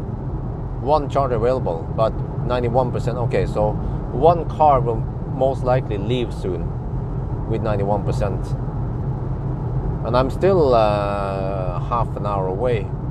So it is likely that those guys will, at least two of those cars. Yeah, actually maybe all of them should leave in half an hour. But then how many other cars will fill in there meanwhile? That's a big question. So, well, 260 watt-hour per kilometer right now. Pixel LED only top spec. Okay, I'm not sure which one I have. I didn't get any, well, actually I did. I think I did get the spec. I have to look up the spec sheets.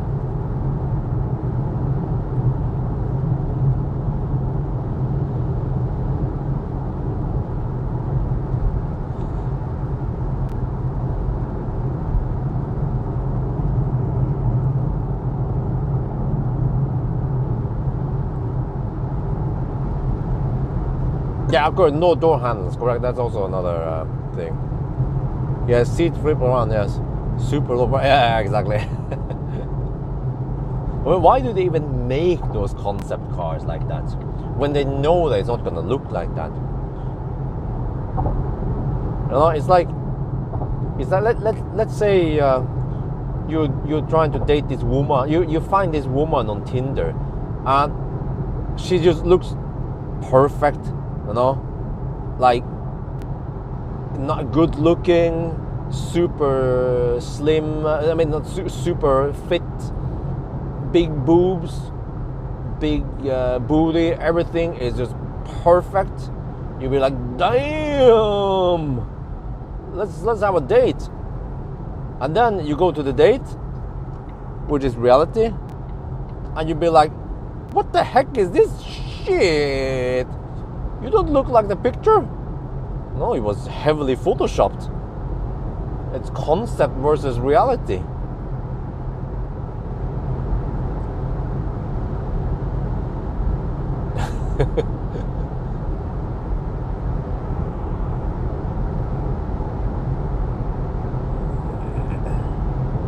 Right, still 15% of the arrival. Okay, that's good.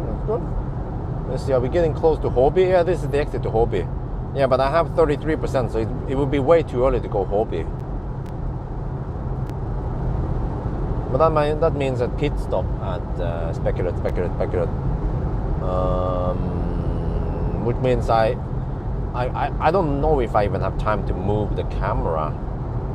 No, I have to prioritize shooting video and go to the restaurant and grab a banana. Or actually, maybe I'll starve. Yeah, how about that? I can starve until Wildbank.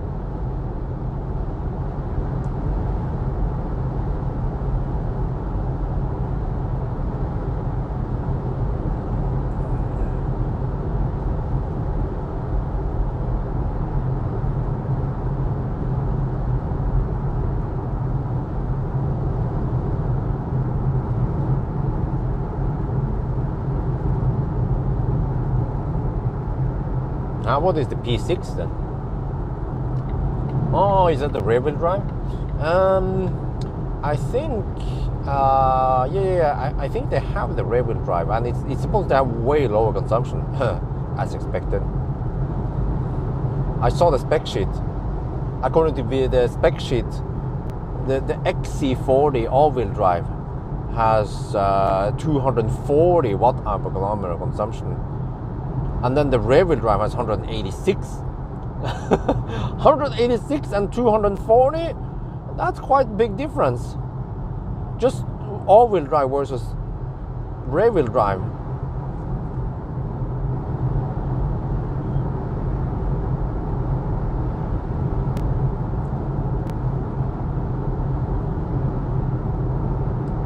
Speculating. Oh, okay. Well, do you have some kind of script, Morten? Oh, yeah, okay, so 94%, yeah. So that 94% car should leave soon. Unless it's a fat e-tron, it wants to go to 100% for no reason. Megane, nope.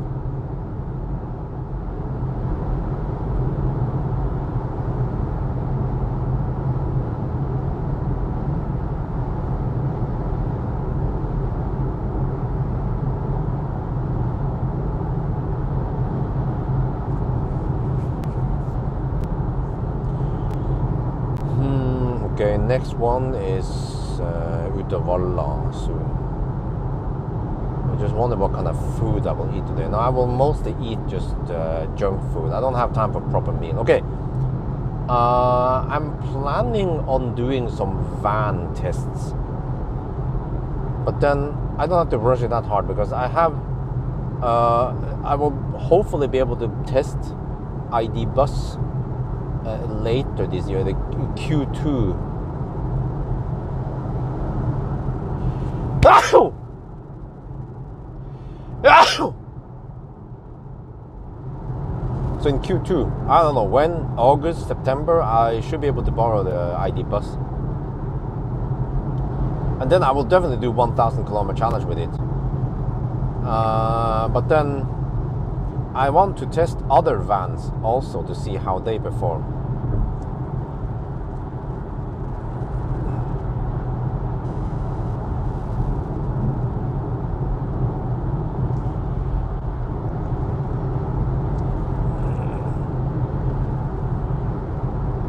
The P6 version, our 17.7. Oh, great, really?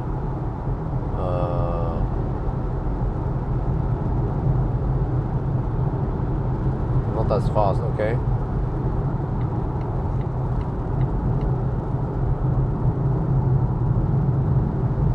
Now it's a front wheel drive. Oh, why do they keep making front wheel drive EVs nowadays? I guess it's because they're based on fossil tech. But rear wheel drive EVs would be better if you have to choose one axle only.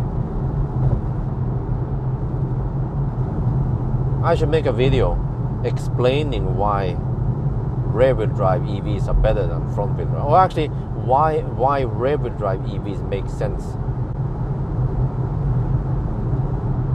And that you don't have to worry about bad traction, I think, with rear wheel drive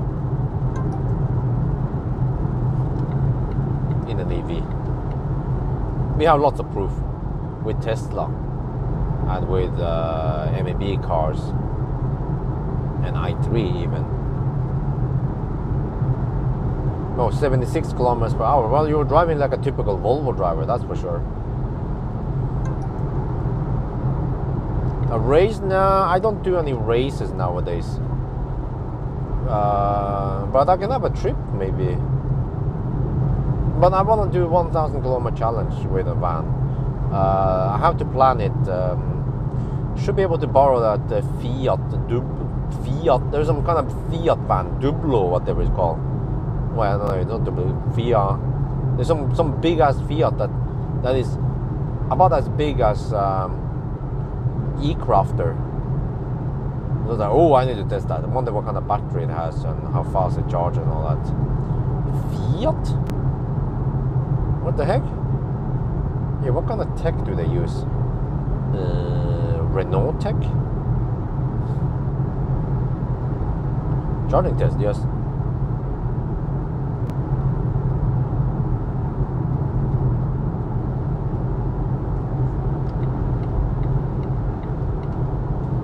Okay, there's some traffic here, but they're not in my way, which is important.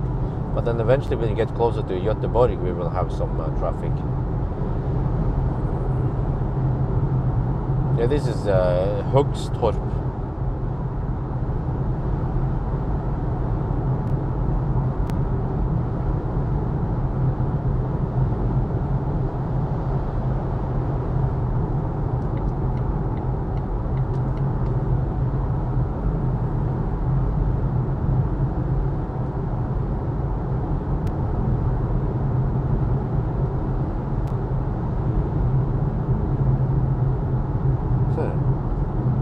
How it's going to be once Tesla opens up all the superchargers.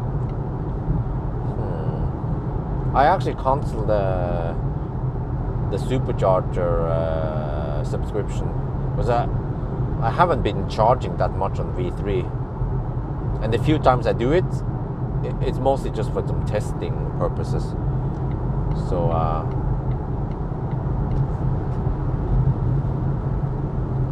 yeah.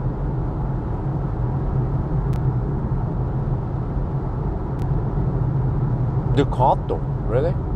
Was it Ducato? Oh yeah, Fiat Ducato. Okay.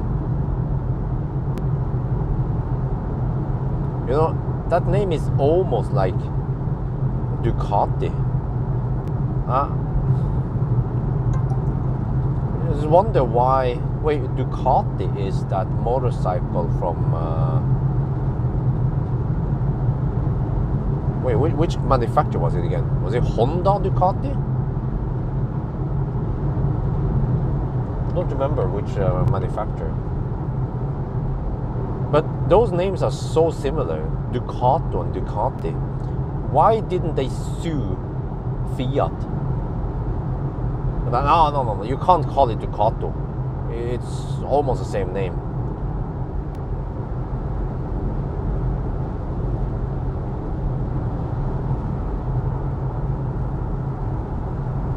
No big complaints. Only the Tesla boys are complaining a little bit, but no big complaints. No Ladestau, and they strategically open up sites with plenty of capacity anyway. Okay, Ducati is Ducati. Ah, okay. It's like me. Oh, is it Tesla? Wait, what kind of Tesla is it? Is it the Toyota Tesla? Okay, that's how it was. Ducati is just Ducati. Ah, okay. Yeah, but why didn't Ducati sue Fiat for calling it Ducato? Because Ford sued Tesla for calling it Model E. You mean, no, we're gonna make a Model E. Yeah, it's still not out yet, but we're gonna make it. We reserve that name.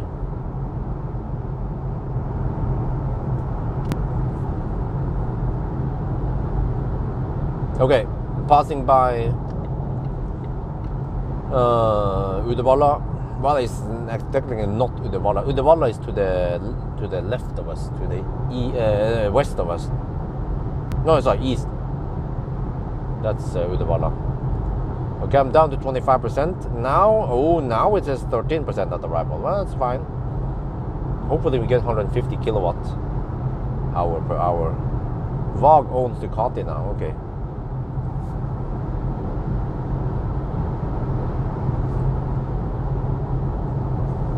There's the bridge.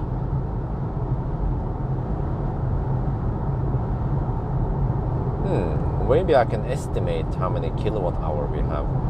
you're going semi-deep, it would be okay estimation.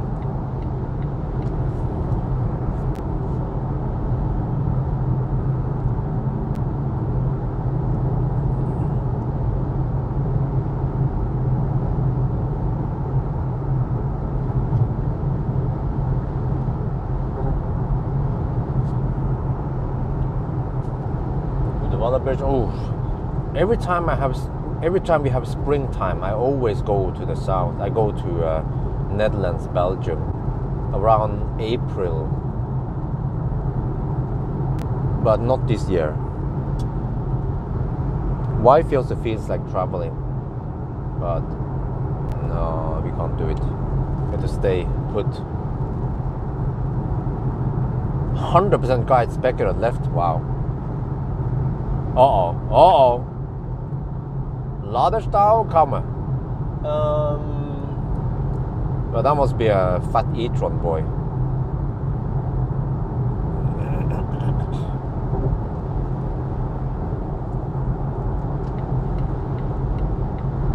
Would be cool if we can see what kind of car it is. I mean, Power can do it, you know? So why not tritium?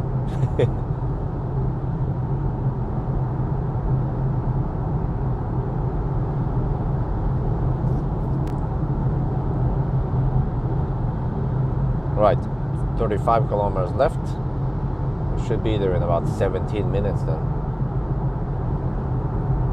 13% of arrival. Okay, there's no indication. Yeah, actually no car except for Tesla will tell you that it's heating up the battery.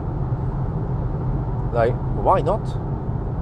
I mean, it should be a simple task to just show some kind of notification that the battery heating is active, but no, only Tesla will do it. Only Tesla will show you a message.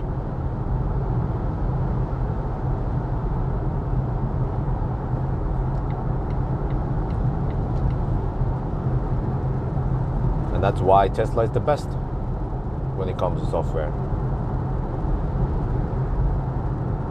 Stau kommt. Yes, I know. ABC, always be correct. Or always be correcting.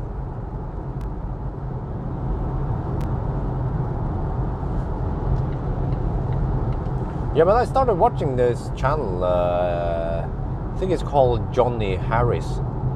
He has many interesting videos. He's good at storytelling and editing and all that. So I enjoy watching his videos. And I don't know for sure, but I think the information he delivers should be correct. But yeah, there was one video he talked about, he learned Italian in a couple of months during COVID time, and he said that the traditional approach is to learn the grammar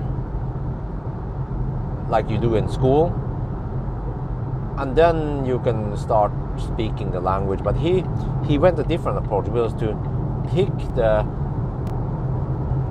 500 most important words in a language and then memorize them, and then maybe learn a little bit of basic grammar and then start speaking. And even if the grammar is not correct, then at least people understand him. And then but eventually, of course, he should improve his grammar, but then he will at least be able to have a conversation with an Italian fairly well.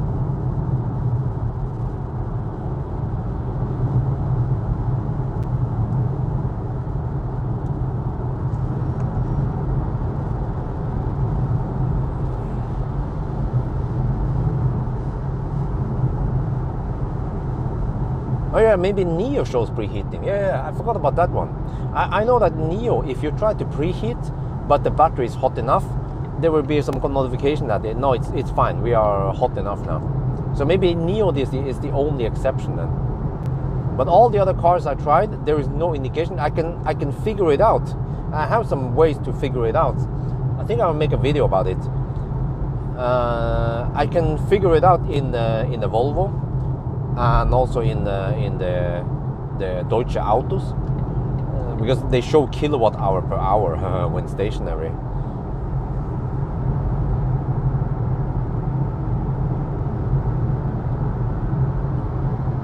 You will feel the airflow get warmer when the preheat starts. Okay, really? Yeah, but I don't use a range assistant. Why should I use a range assistant? What does it do?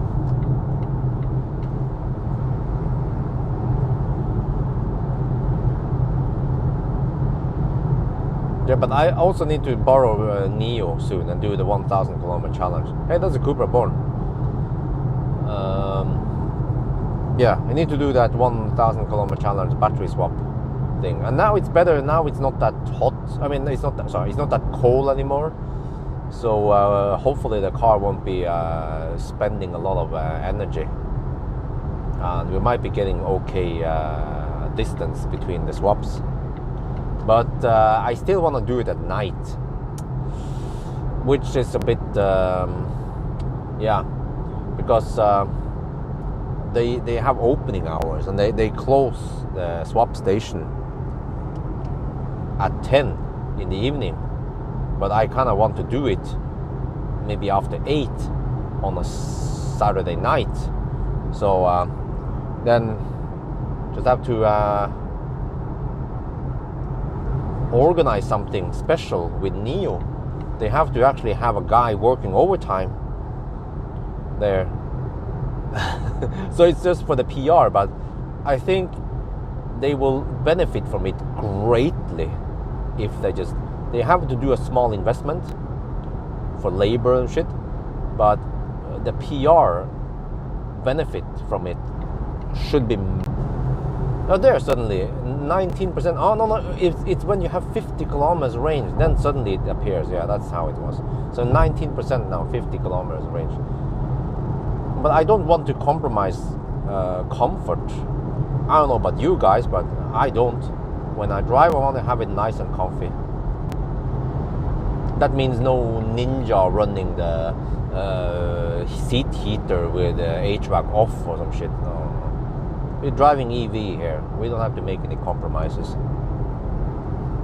Uh-oh, all charges are taken. Uh-oh.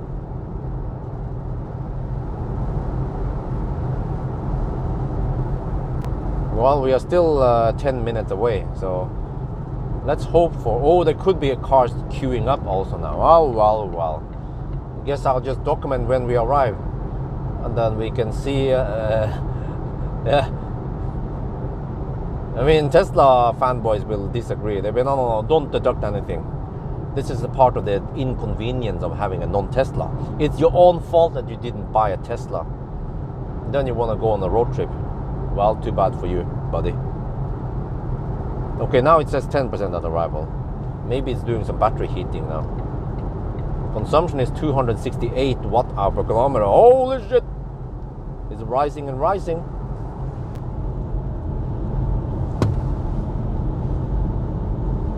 But the longest I waited was around, was it 5 minutes or 10 minutes? I wonder if it was around 5 minutes only. So it's not that big of a deal. Maybe I should also queue up at Varberg, just to, yeah, maybe I should do that this time. Just to show people how long you have to wait. But then, yeah, for example, if you have Ionity deal, then you don't want to go to Eon. You want to charge at Ionity to get the lowest price, right?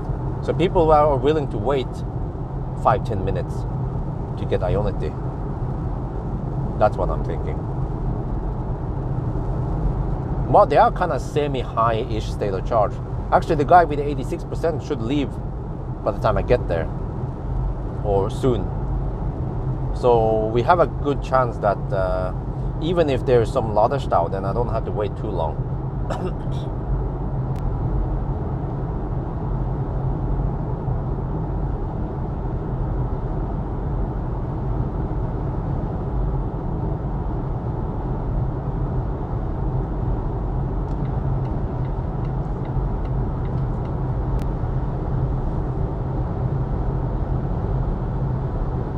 Well, it's a nice feature that you can see state of charge at Ionity charger at least. But can you see that on Eon? Is it only Ionity feature only? Laderstad? No, I don't want that spreadsheet to be too complicated.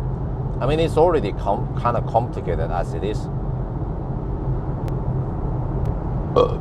Like Chris has some spreadsheet, and he has lots of columns in his spreadsheet, and I don't want to make it too overwhelming.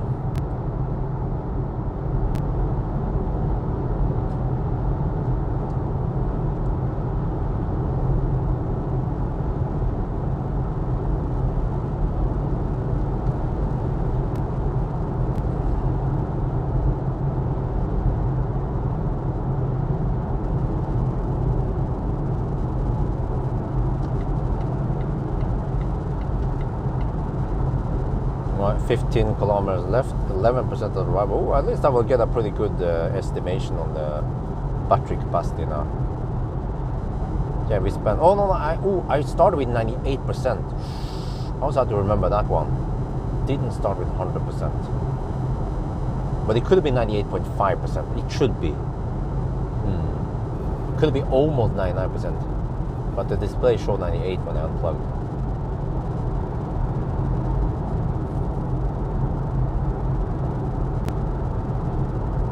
So I guess I'll try to estimate battery capacity.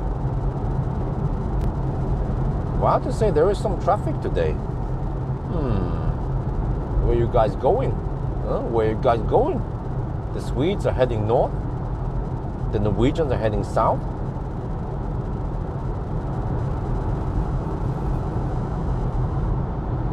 Right. There's a lot of shoulda, woulda, coulda. But do people give a shit? No. Okay, one charter free, right? But it could just be, you know, we don't see the live feed of the video over there. It could be one guy who blocks the stall, and then he's trying to figure out how to charge. That I've seen many times. We have Laderstad, and then the next guy pulls up some fat e-tron or something, and then he's just kind of jerking around there for 10 minutes before he can start charging, and all the other guys are just waiting, and it makes the queue longer than necessary. Just think about the downtime, or the time where the charger could have delivered something but it didn't. That's why Tesla kicks ass, because they share the capacity, and that's why Kempower kicks ass for the Lord, because they distribute the power and they have more stalls. Okay, Eon. Okay, no stuff in Eon. Okay.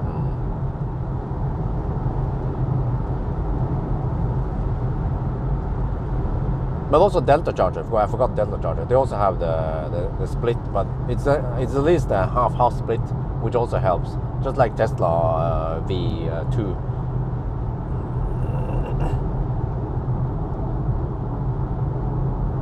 Yeah, but you don't have to do the 100% charge at a fast charger while we have Laderstad. You can just do the 100% charge at home instead. That would be way nicer if you want to be considerate, but I guess always be considerate is not something that Western people know much about. Unlike Japanese people. Japanese people, man, they are super nice. 2 available now. Oh, nice. Well, that would be great, so I don't have to sit around and wait and explain that, I need to deduct some time here. Okay, we are about 8 kilometers away. That would be less than 5 minutes, about 4 minutes left. Or there could be, there could be 2 guys on each stall trying to find out how to charge, and they're just hogging the stall for no reason. That could also be the case. We don't know. I wish there was a webcam over there.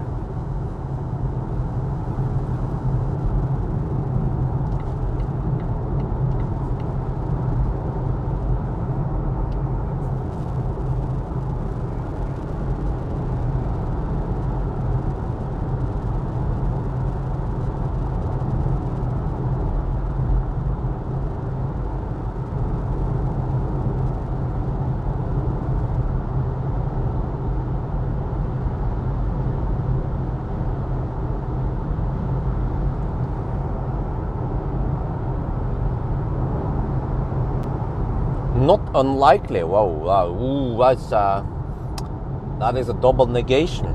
You know how you can improve your English? Remove double negation. So instead of saying not unlikely, you will say, yes, that is actually likely. It would be way better, way more pleasing to read and listen to.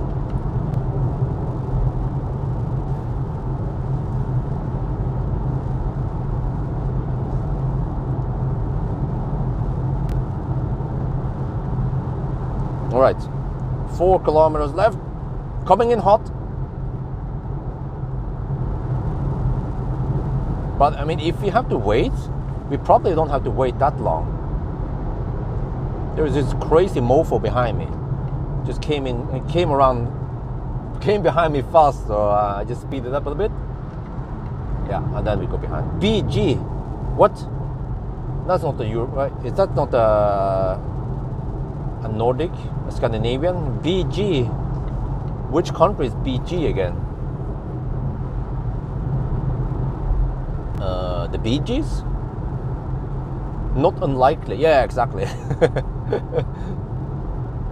Many people like to say it's not uncommon that. No. Just say it's common instead. Makes your English way better. Bulgaria. Well, I guess they don't care too much about speed limits in Bulgaria. No, 12% now. Okay. I will take a little screenshot here, and then we'll see.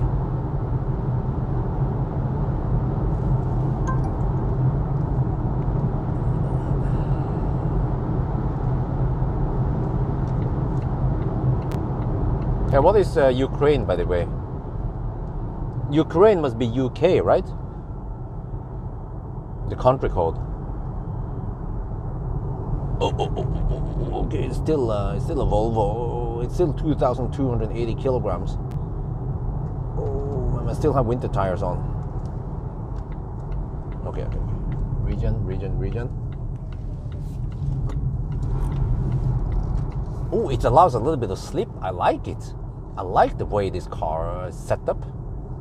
Some cars that tend to just limit all the power if it detects a little bit slip.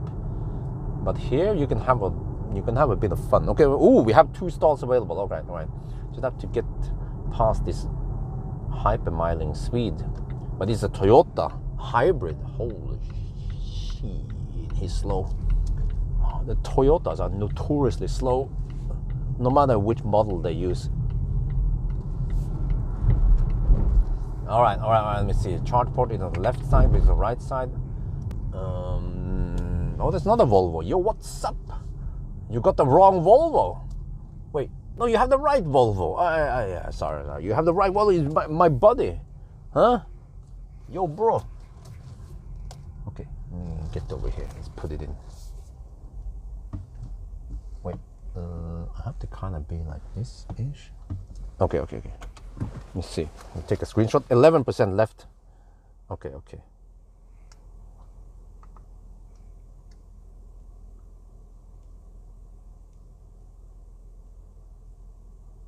Zup.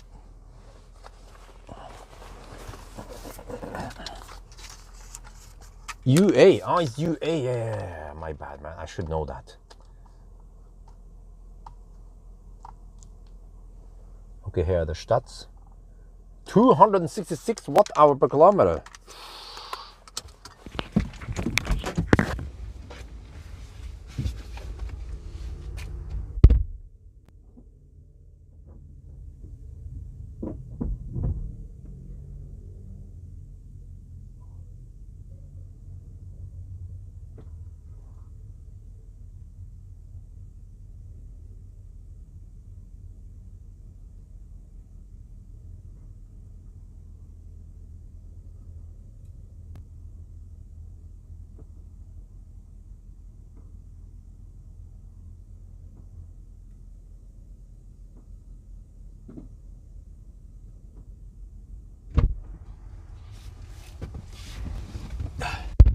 Okay, let me see. Do you guys see anything? What about if I do this? If I take this one out,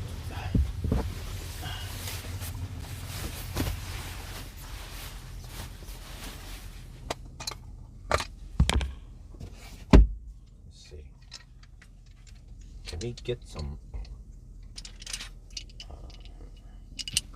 This one back there, somewhere there. Okay, let's see. See if I can.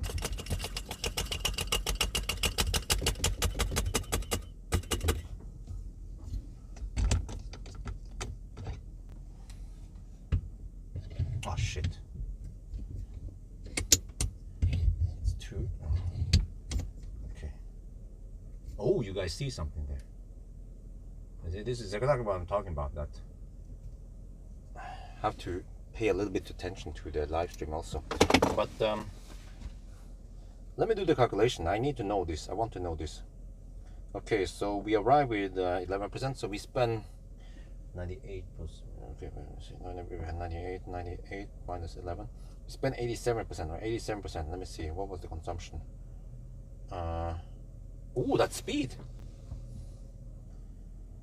266 times 252.8. Okay, divided by 0.87. Huh? 77 kilowatt hour. What? Do I really have 77 kilowatt hour? Oh, I need to do a battery capacity test in Oslo. Yeah. Just I want to know. But okay, anyway, I need to shoot a little video here.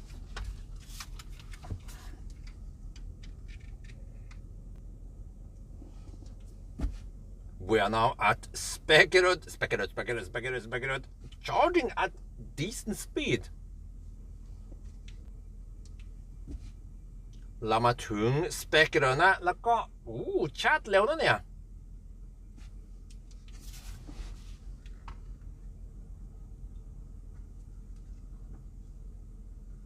Look at this, 152 kilowatts.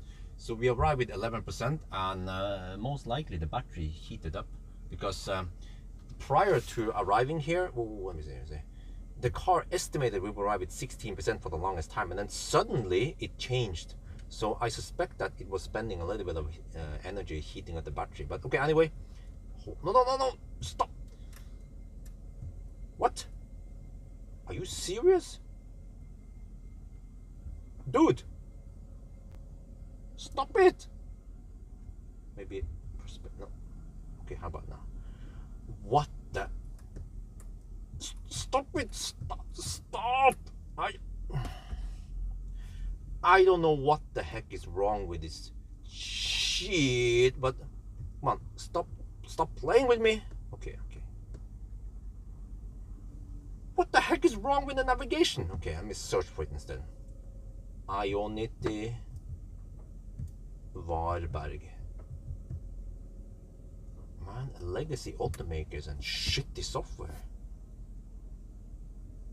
Okay.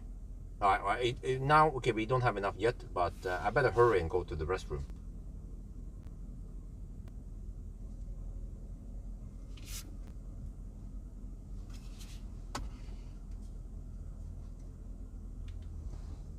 โอ้153 กิโลวัตต์แต่ว่าอันนี้มันมาจากชาร์จนะครับมันคงจะมีส่วนหนึ่งที่ไปหาแบตเตอรี่ฮีทแต่ว่าเมื่อกี้เรามี11%ตอนเรามาถึงที่นี่ก็ชาร์จเร็วนะเนี่ย ชาร์จเร็วกว่าเดิมนะเร็วกว่าเมื่อก่อนตอนมี XC40 นะแล้วก็ในตอนนี้นะเราก็จะเดินทางไปวาร์ไบค์นะที่นี่แล้วเป็นไรเดี๋ยวผมได้เพิ่งจะเซิร์ชนะเซิร์ชอะไรเนี่ยไอออนติโอเควาร์ไบค์แล้วก็มันก็จะคำนวณแต่ว่าตอนนี้มันยังไม่มีพอนะมันก็บอกว่าเป็น 0% นะแล้วเดี๋ยวเราก็กลับมาก็ได้มันจะคำนวณให้เราเลยว่าเราต้องการกี่เปอร์เซ็นต์นะผมว่าดีมากแล้วนะคันนี้โอเคยัง 0% อยู่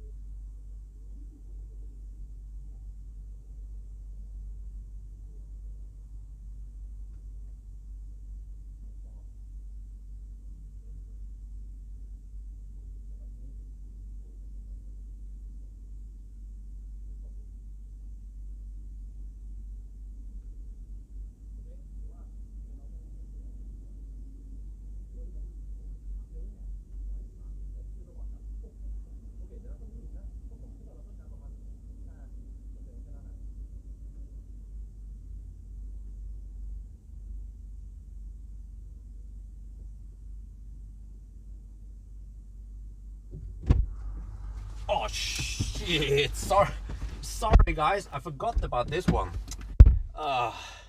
Wait, what? Don't tell me that. Don't tell me that I didn't record any audio here. Double check my clip.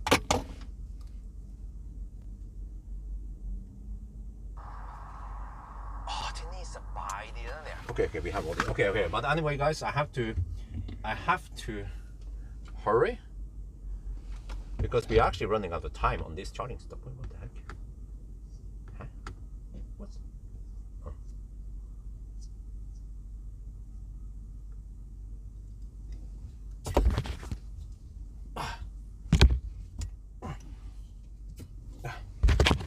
Oh. Wait, can we update it? It doesn't update. Holy macaroni. Why doesn't it update? Now it says 7% of the arrival. Okay. Oh shit, I better hurry. I just need to pee and then come back and then off we go.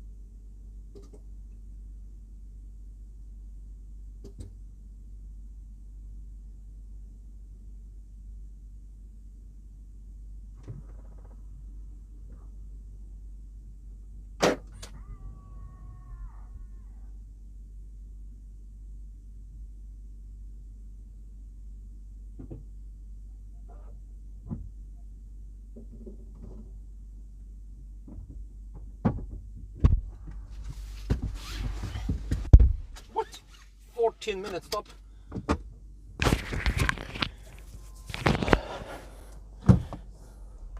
%. Okay, I'm gonna do a little chat when we leave. Wait, actually, maybe I should do it this way instead. What is better? Yeah, okay, let's do it. Oh shit, I should have gone in front of that woman. Oh, there's so many Volvos here. We're in Volvo land. I think she's playing with her, she's using her phone, that's why she's so slow.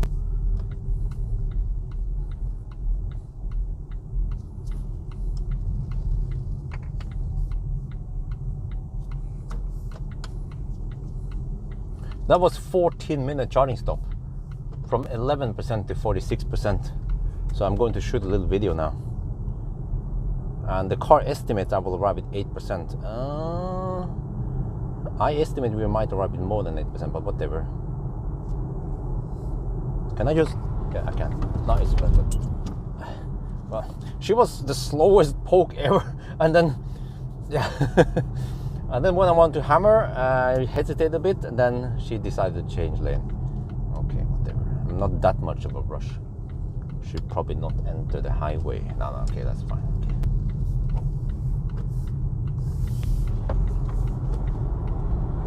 But wow, I was averaging probably over 140 kilowatt, or I don't know.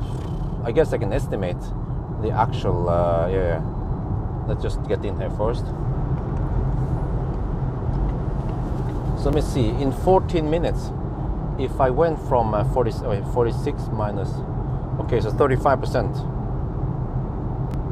And then if I estimate 75 kilowatt hour, I don't know for sure, divided by 14 minutes times 60, what, 112 kilowatt only? The fuck?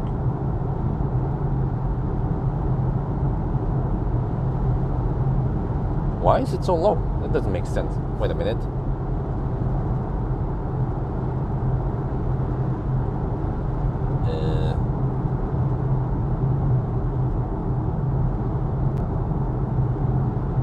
Yeah, 112 kilowatt average for some reason.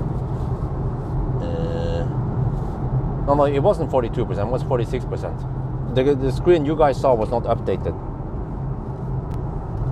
Okay, anywho, let me get my camcorder ready.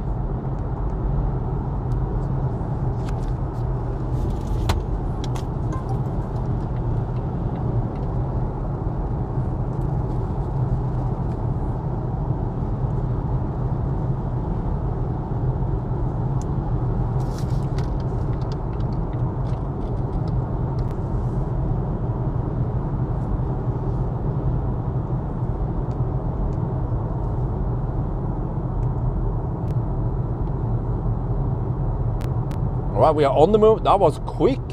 We charged for 14 minutes and we topped up until 46%. So you see, right now the car is estimating that we will arrive with 13%. Well, okay, that's exactly right on par with my estimation. Now, one small problem with this car is that you only have the trip manual and you have the trip automatic, which is just automatically reset or some weird shit. But I cannot get another trip meter since last charge, for example. So that would be great, but I don't have it. So I don't know now my part consumption on other legs other than the one from Oslo. Yeah, so that's a bummer, but okay, whatever. Let's not that ruin our driving spirit. Now we're gonna hammer it towards Göteborg.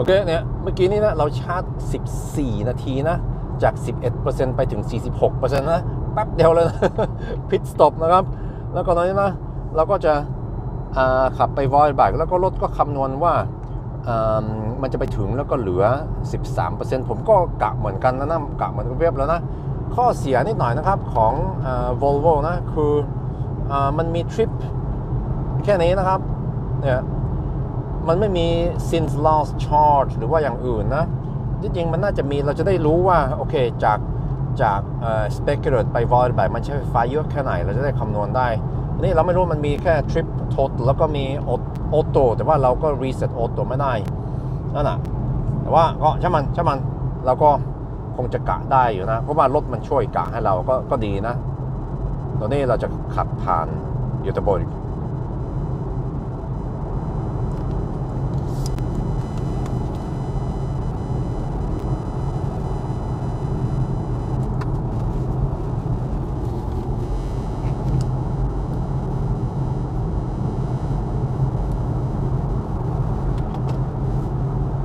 Nope, I haven't tried it yet.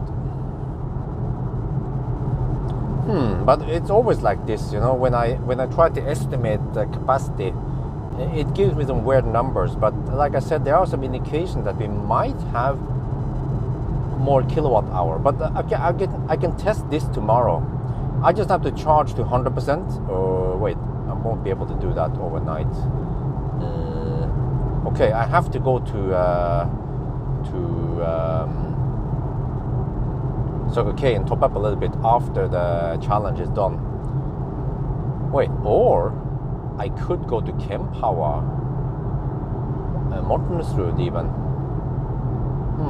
Because then I don't have to do that convenient charge. Wait, but can I get 150 kilowatt hour per hour over there?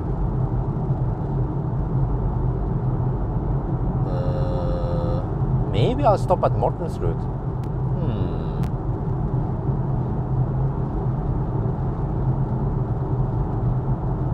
Yeah, but from what I remember, Polestar does not have a linear scale.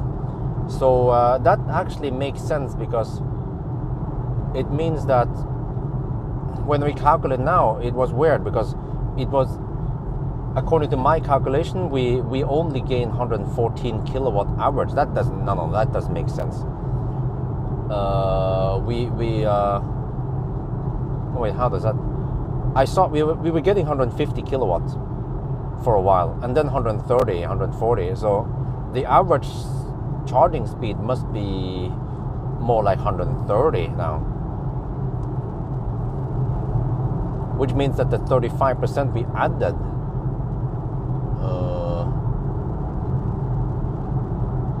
wait, how the heck? I'm a little bit confused right now.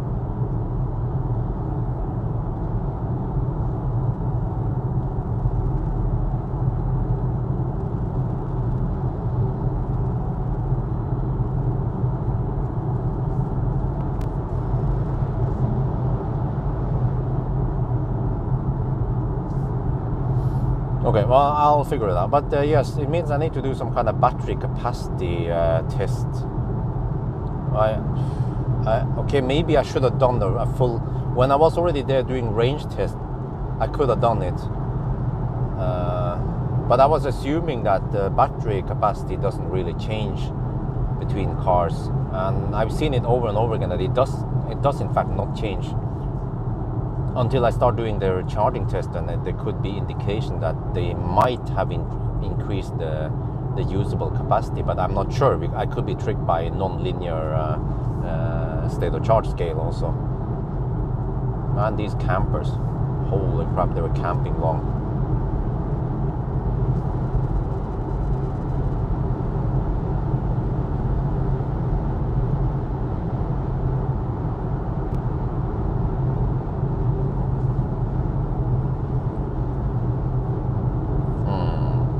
I haven't eaten anything.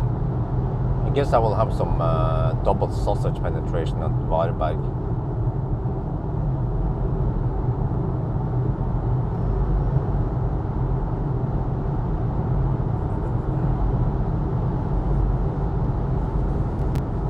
Okay, car estimates 13%. Yeah.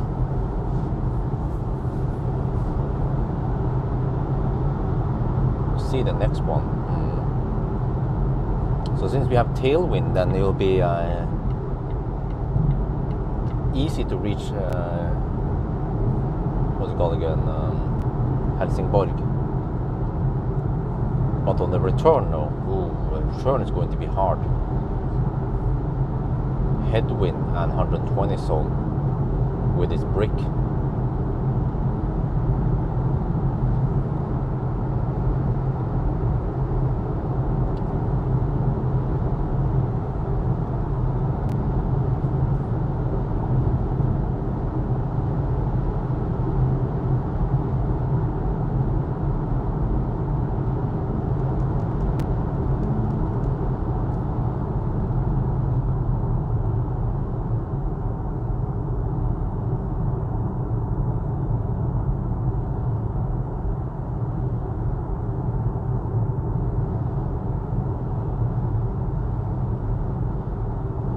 Wind is supposed to calm down. Well, that is actually a very good advantage.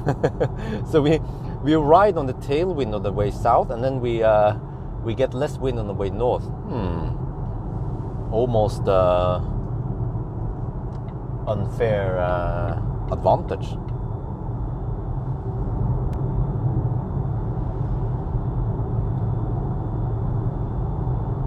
This is Kungalf. I have to Always remember the difference between Kongalv and Kongsbakka. Kongahalla, as this place called. The King River and the King Hill. It's all about the king over here. Hail to the king, Swedish king.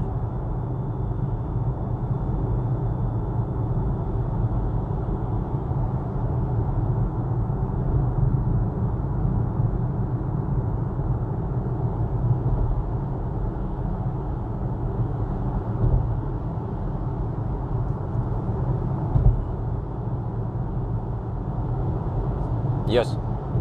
Oh, this is where it narrows down a little bit, and people tend to not move over.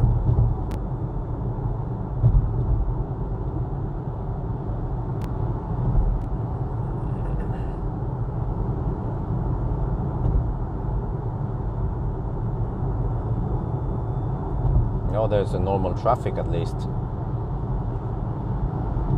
The normal Göteborg traffic.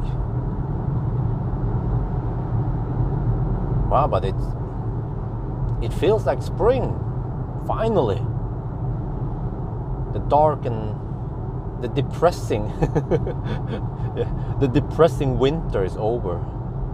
Wait, is that gonna be?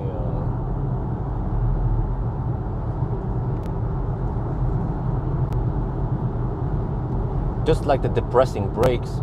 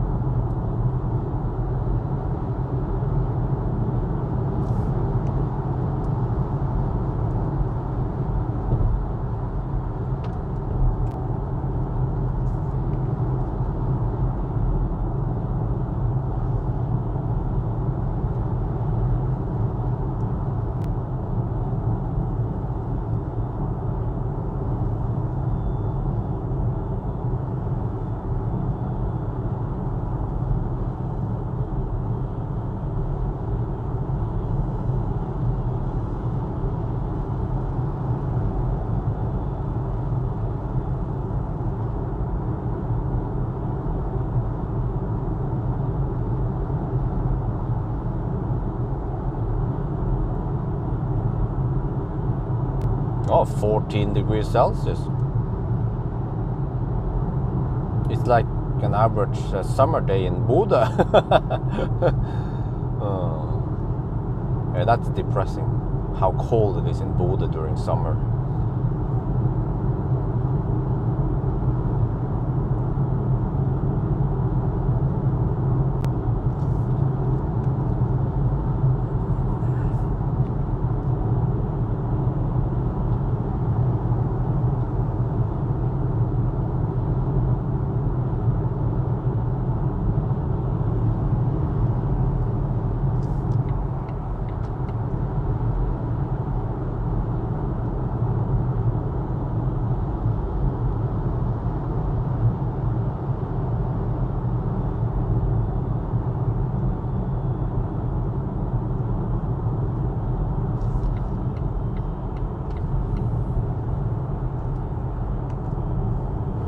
Well, I guess Norwegian Nisse and Swedish Nisse, they're not much alike, and they're not much different.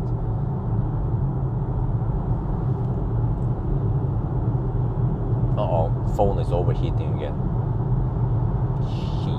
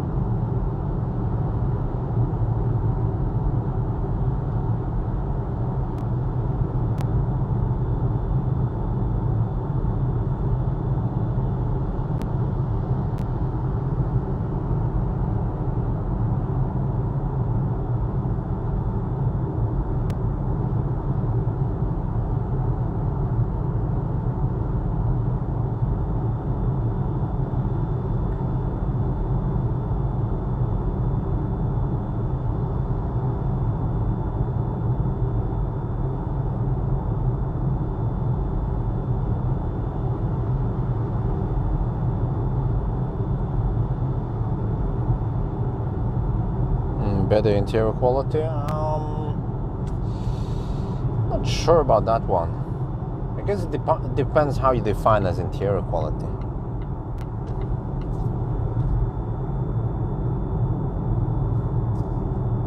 More luxurious. I don't think any of these cars are luxurious.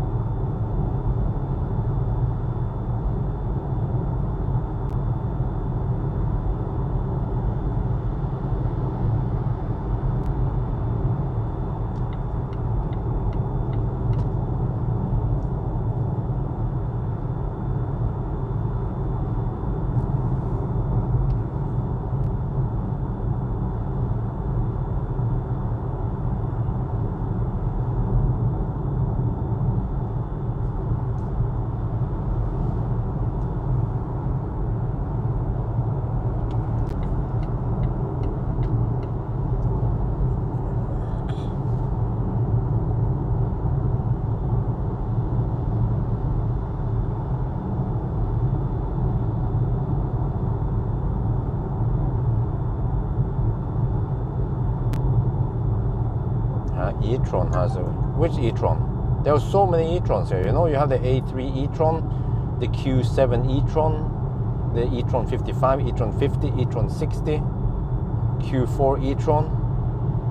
There's so many e-trons. The Audi, they really screwed up on the e-tron name. They used the e-tron name in so many different, completely different models.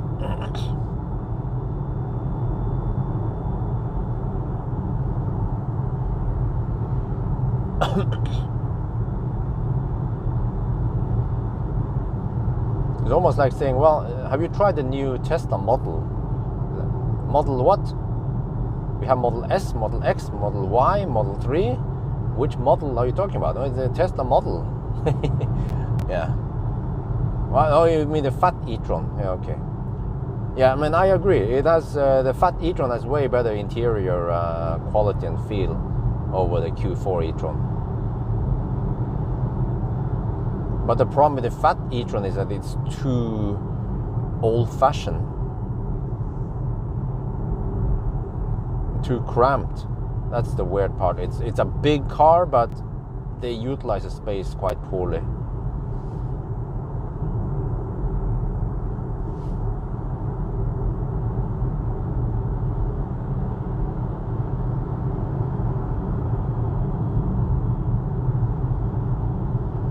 But I guess it seems like when people talk about interior quality, space is not one part of that. So it could be really cramped, like in a Taycan or in a can, pretty much. But they don't care because it's nice interior quality. But I actually consider spaciousness one part of it. I don't like too cramped cars.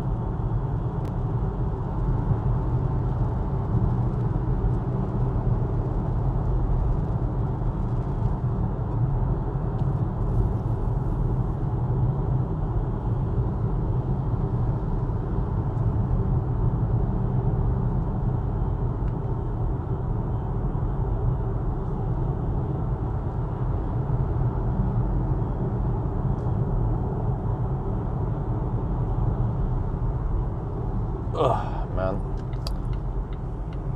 Just trying to squeeze in there, but then these guys are just some last minute changes. Now we're stuck behind this guy.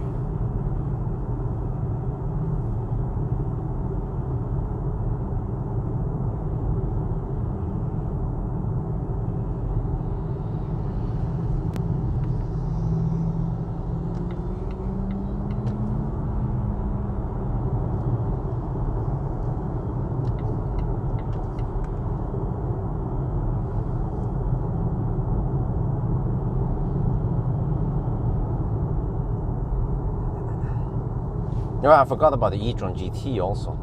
They're all called e-tron. No, MG ZSEV, a Swedish one. Funky. I see that Swedes, they also like British cars.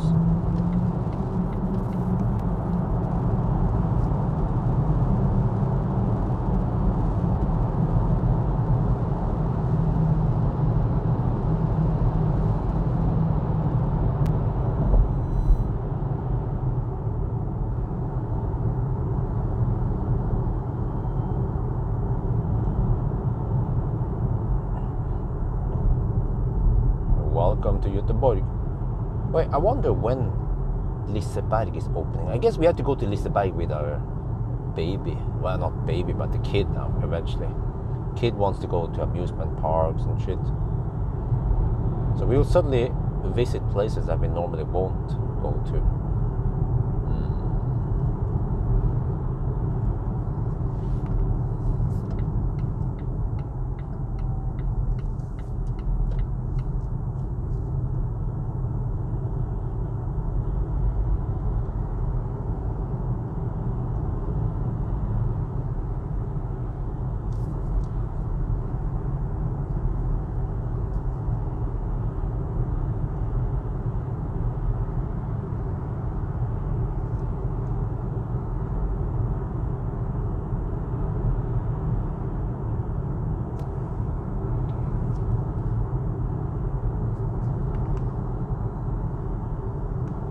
Moped. Ooh. Formula One? Nope.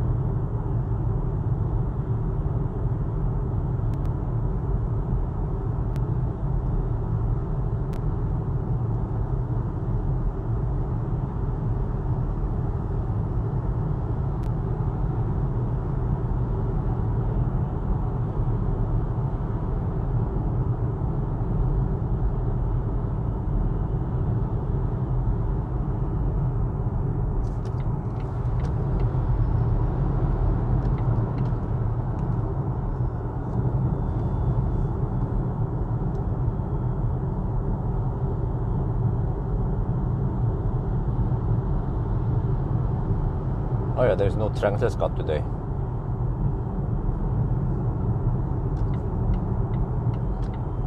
Because it's Saturday or weekend.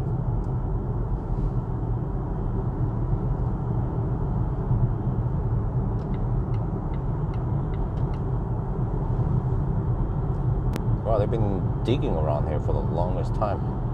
This must be a quite complex construction.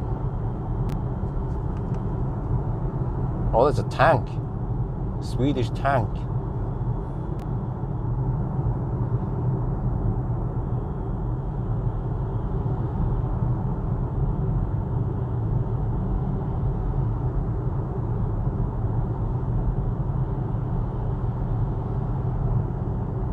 Malmö. Well, I haven't been in Malmö for the longest time now. Because I always stop at Löddeköping, at Helsingborg. Yeah, I used to go to Löddeköping, but I guess they don't have enough charges over there to make it a good turn. It's actually too far anyway. Yeah, what the heck did I do back in the days again? I went all the way to Löddeköping, and then I would do 999 way before Oslo. And then I had to drive quite a significant route before. So actually, it would be better in a way if I can find a turnaround point right before Helsingborg. But Then my 999 needs to be near Rynkrysset or somewhere. Yeah. I guess it works for now. So it's around 30 kilometers extra I have to drive to go back home. So then, ideally, I need to have a turnaround point around 10 kilometers before. No, wait, not 10. 10. About 10 kilometers before Helsingborg. I don't think there is anything there. Well, or that Circle K, but it's not that much different, is it? There was supposed to be at Circle K. Oh no, maybe that was further down, further south. Mölndal Center, there we go. And where is the AstraZeneca office again? Wait, did we pause it now?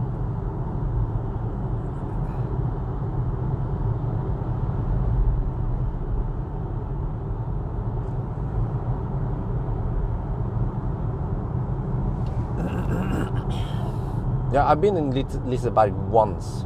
It was during winter, or between Christmas and New Year. So it was the winter experience part of it. But it would be cool to go there in summer when it's nice and warm here. Well, here is AstraZeneca. Yeah. I heard that Johnson & Johnson is the best shit. Johnson & Johnson COVID vaccine is supposed to be even better than Pfizer. Because you don't have to freeze it down and do all that shit. And you only need one shot.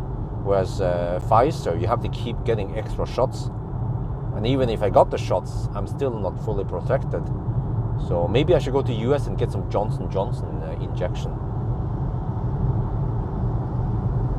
But it's too late now. Baby's coming, wife is pregnant. Very pregnant.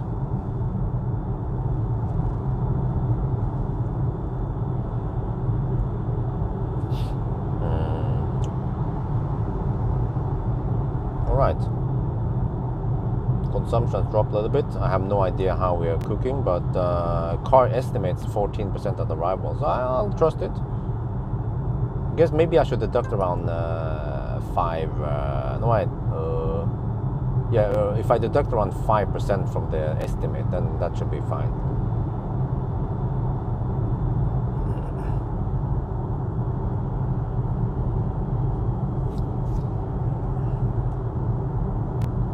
Buy it on eBay. What? Vaccine?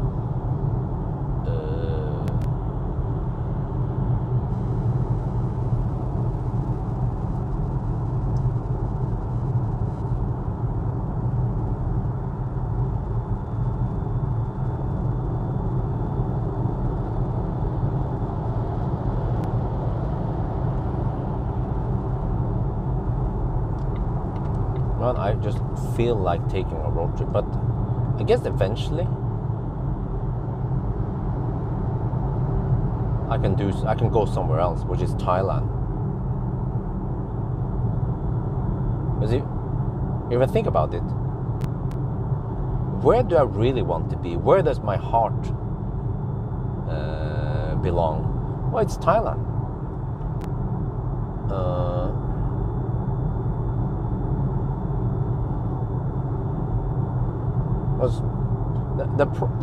Always the problem is that if I go on a trip, then view count seems to tend to plummet, and then my income also plummets. But it also happens in Thailand. But at least in Thailand, I can then build my Thai audience. But I always go on a Europe road trip in summer, pretty much every year. So, but this year might not be. Why did they cover the IKEA signs here? What? Is that not IKEA anymore? They cover up all the IKEA signs. Whoa, what the heck is going on here? Some slow poke. Oh, there's a horse trail. Oh, there's a horse boy.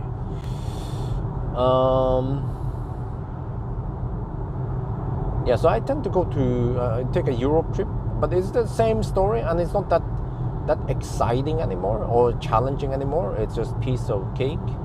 And then who wants to watch it anyway, right? Okay, like the Model Y road trip I had. Yeah, how many people actually watched the Model Y road trip to Slovenia? But I would like to go back to Bled. Oh yeah, wifey also loves Bled. Just go there and chill with the baby. That'd be awesome. But maybe we will not stay at Villa Bled. We'll see. But Villa Bled is kind of expensive. And it's actually more convenient to stay in the Bled city downtown. But yeah, what we could do is we can bring an interesting car, because I think that's the reason why so many people watched that trip, was because many people were hyped up about Model Y. If I just brought a Model 3, they wouldn't care. US road trip, oh yeah, we also want to do that one day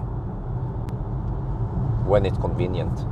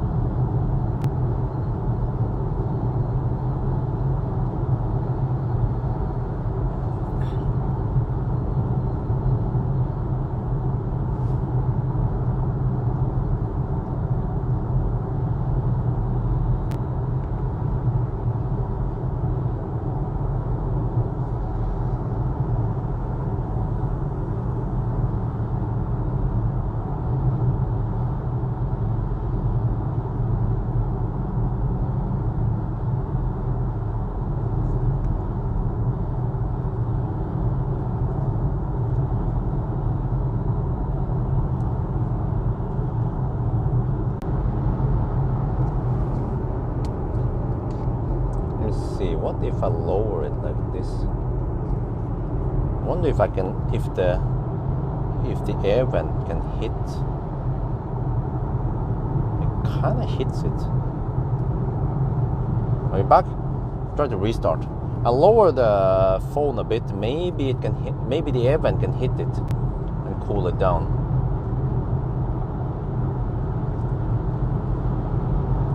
%15% at arrival. I guess not too bad. It might be 10% by the time we get there. But hopefully we get 150 kilowatts again.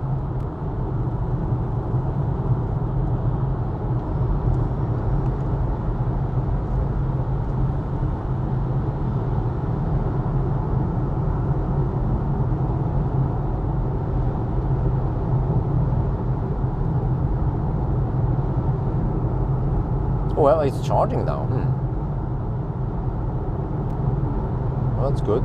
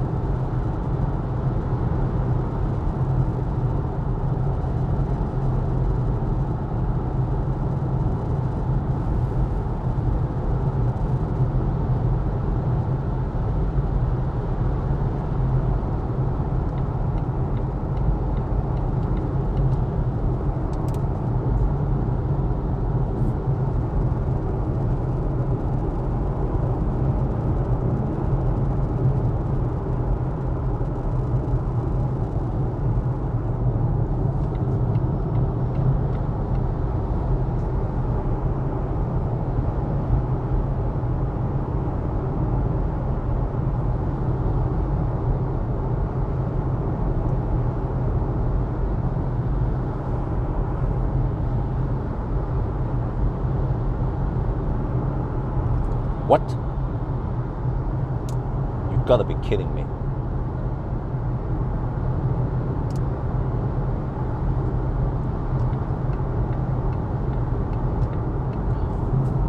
Holy macaroni. Let me see if I can fix this.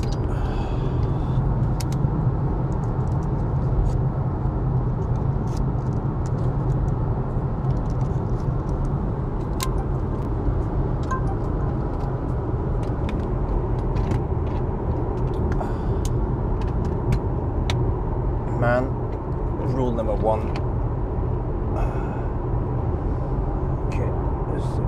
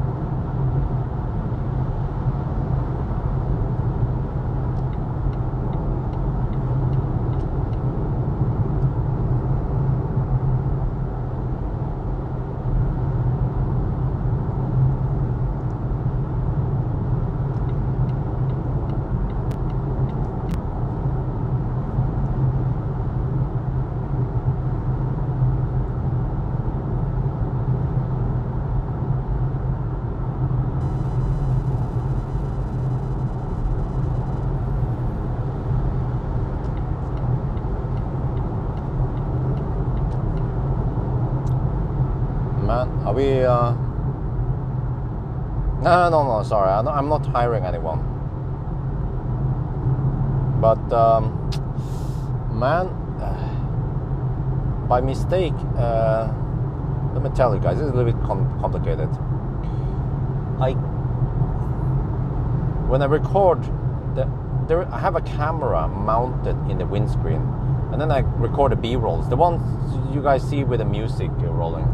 So I recorded a little bit too long. I think it was recording way too long. Usually I record around 10-20 seconds, and then I might have left it on for several minutes. I think, okay, well, maybe just delete that clip. It's not that's not that important.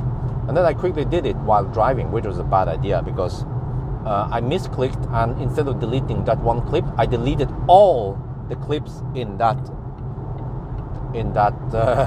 camera. So then I quickly switched memory cards. So I now have another memory card I put in there, so that I will not touch that the first memory card. And hopefully, if it's just sitting there doing nothing, then it shouldn't. Wait, maybe I should, just to be 100% sure, I should actually take out this memory card.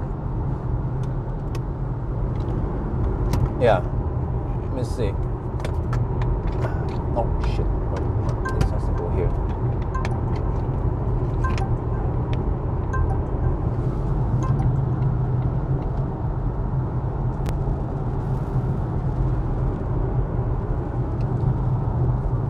So, because as long as you don't, I mean, you know how file system works, right, and so on. So. As long as you don't what the heck? As long as you don't write new data to the memory card, then the deleted file should be in good shape.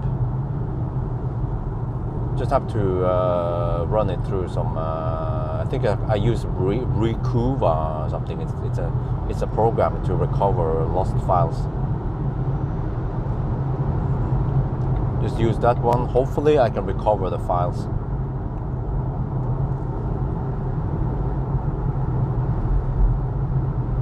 Whoa, we had the first donation for the day. Mishka donated $5.37. Hello, and a review of E500E 24 kilowatt hour would be... Huh? What? A review? I already reviewed that one, didn't I? No, wait, 24 kilowatt hour? Which one is that? Yes, I know. Like I said, I use I think the app is called Recuva. I've been using it before with good success. As long as you don't touch anything there after deleting it, then it should, unless the camera does some weird shit. Yeah. But that's lots of gigabyte in there that I recorded B-roll. so I don't want to just lose it.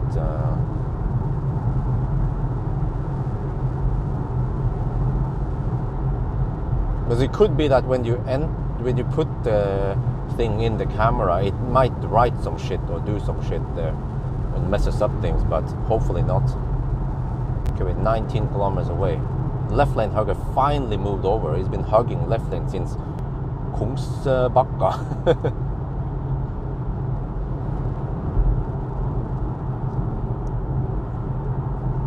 I had donation before. Let me check. Check here. Oh, really? Oh, 3 hours ago I had donation. I didn't see it. Achtung Polizei donated $25. Gute Fahrt. Well, thank you very much. Now let me just hammer past this guy. Just heating up the battery.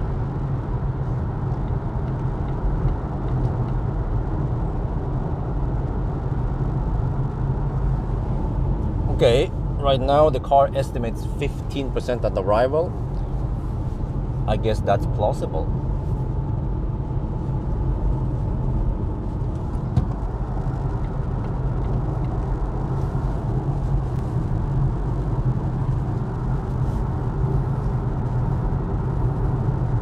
Oh, so the one I tested was the 40 something kilowatt hour.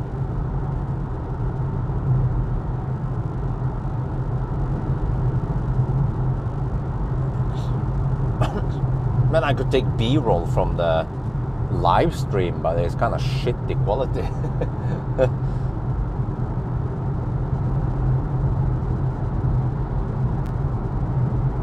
In case I don't, if I'm not able to recover the files.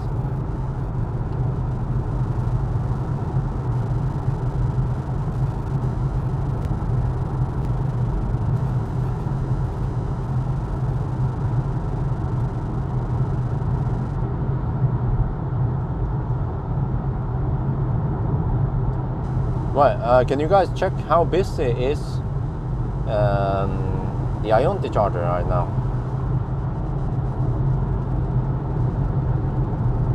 Getting close.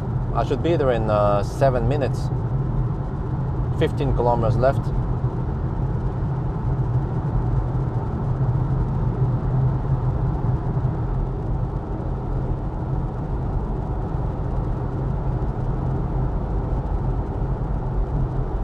Okay, so the entry level Fiat.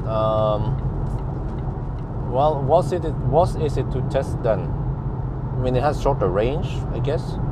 I have to look at the view count on the Fiat if it got any okay views. Yeah, I tested on the open roof.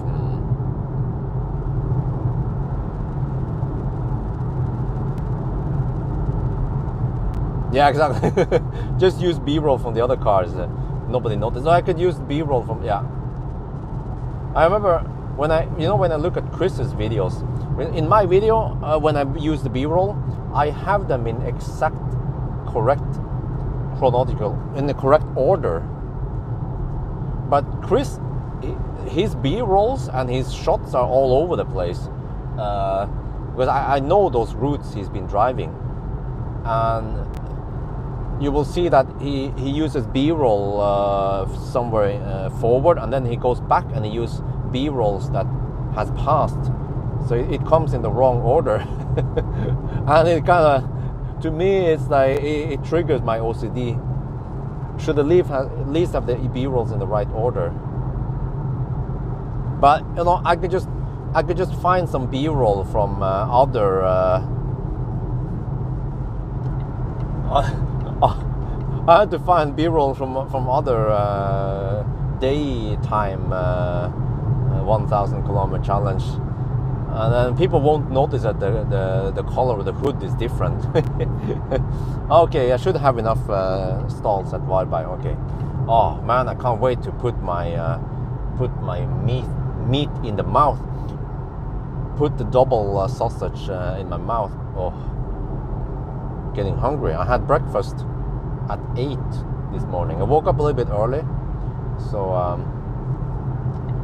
But we only lost the B-rolls from Oslo to Speculating. And I have at least some B-rolls here. So I guess it would be kind of awkward. Suddenly the next clip I'll be at Speculating. But then I think most people won't notice.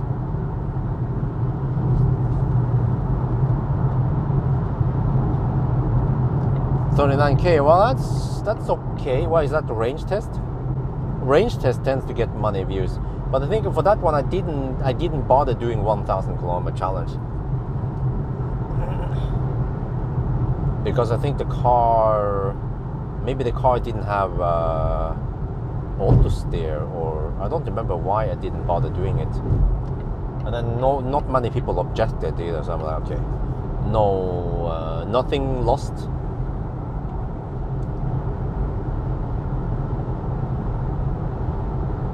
Sausage party, oh yeah.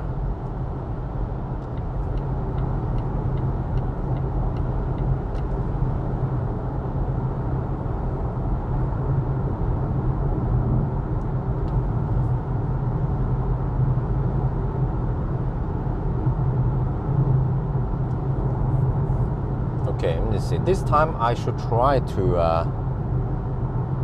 somehow film the Ionity screen, or the charging screen, or the charger screen, not the charging screen. Oh, I need to clean the windscreen also, because you can't trust the car's screen to be on. Well, actually it won't be on, and I need to do a sausage penetration. So I guess maybe I could just put you guys in the back seat. Wait, does that work? Or somewhere. Compared to Enyaq, I don't remember Enyaq, but right now we have 260 watt-hour per kilometer since Oslo.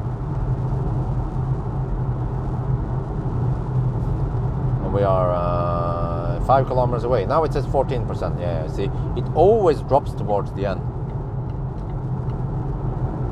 Status update. Well, Nitter, we have 1.5% under-reporting. Status is 253 kilometers and 260 watt-hour per kilometer. So you have to apply the 1.5% correction on those two things. And no deduction yet, fortunately.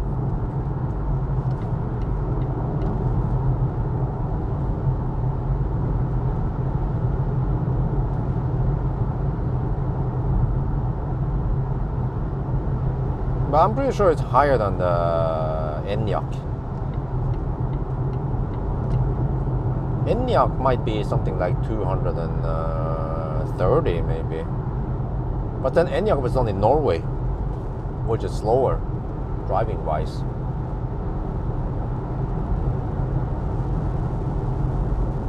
Well, at least the advantage of doing this at day is that we will have access to the gas station at Helsingborg. At night, there's nothing there at Helsingborg.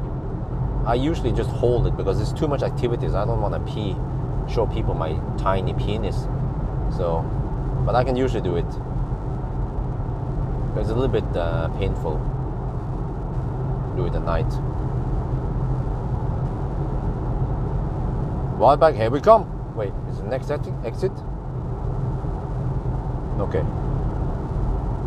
Alright. 14% now. Oh, this is always funny. We have 14% on the display, and then the car estimates we will arrive at 15%. Well, do you think we're going to regen that much?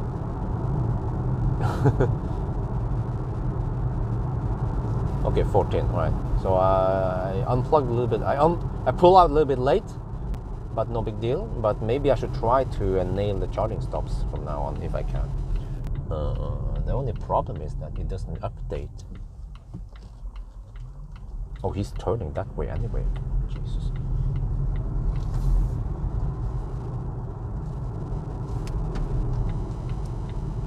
Wow, expensive fuel. 26 kroner per liter. Holy shit. Rip fossil. I'm gonna get some cheap premium electricity now. Wait, there's some guys over there. Okay. Oh, 2 of them are taken. All right, I'll ninja the remaining ones. Okay, let's see. Wait, why are two guys plugged into that one? Okay, let's take. Yeah, I should take this one here. Hopefully it works. It's been kaput, but it should work. Okay, let's see. Let me get some distance. Yeah, I should get some distance to the charger. Like this ish. Oh wait, I had to go a little bit back. The charge. I'm right in the middle. Okay, let me go a little bit. There is no way I can see the screen there. All right. Oh, sorry. 357.5 now. 357.5 and 259 consumption. Let me quickly do the. This is Valbag. Okay.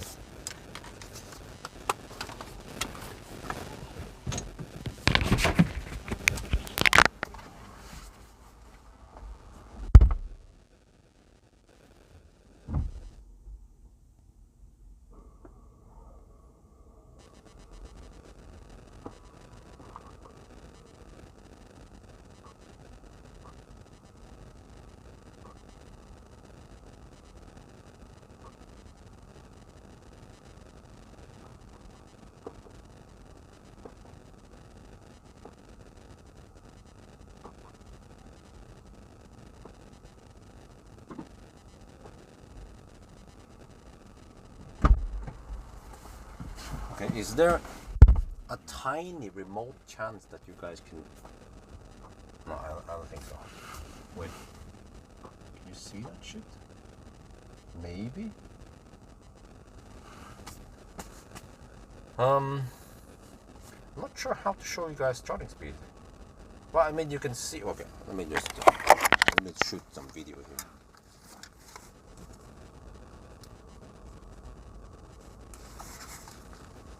How do we keep this damn car on? Huh? You guys tell me? Would like to know. Can I put it here? No. Can I? No.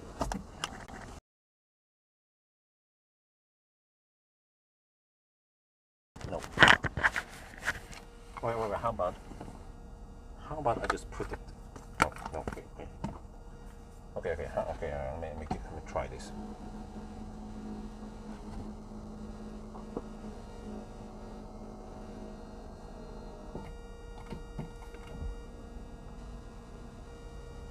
Whoa, I can't do that.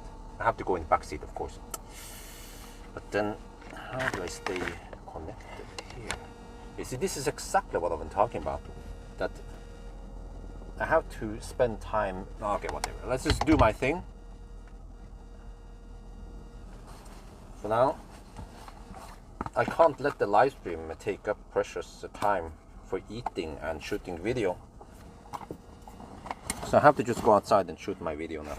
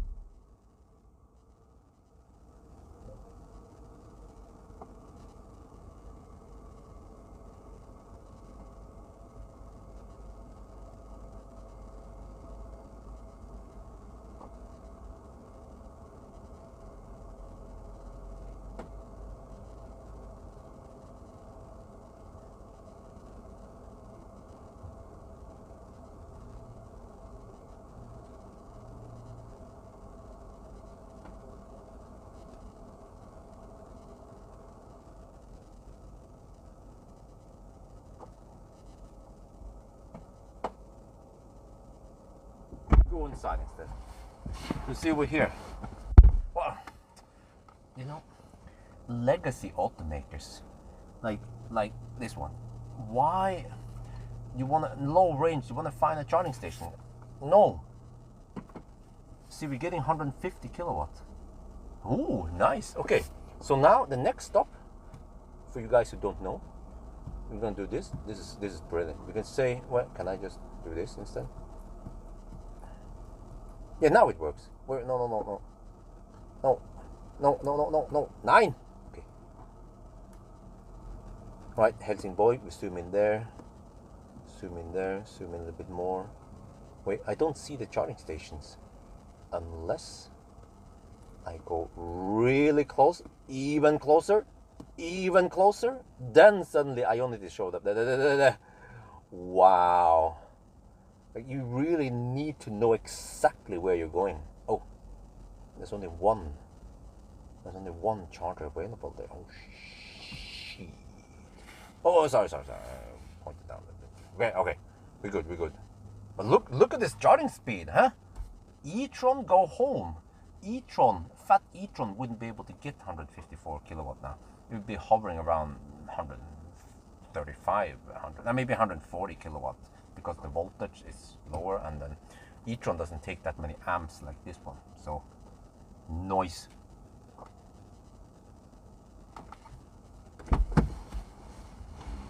What's wrong with the screen?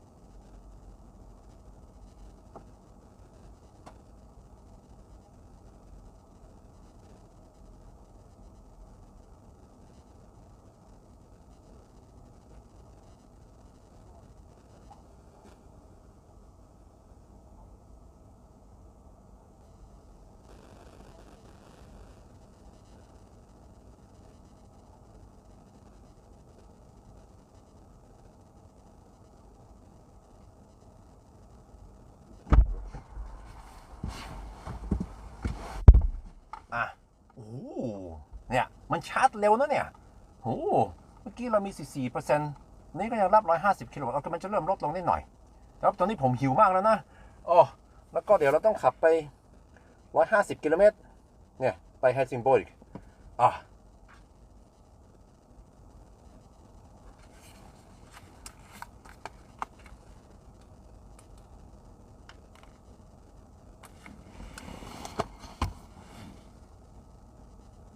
โอเค I'll be back.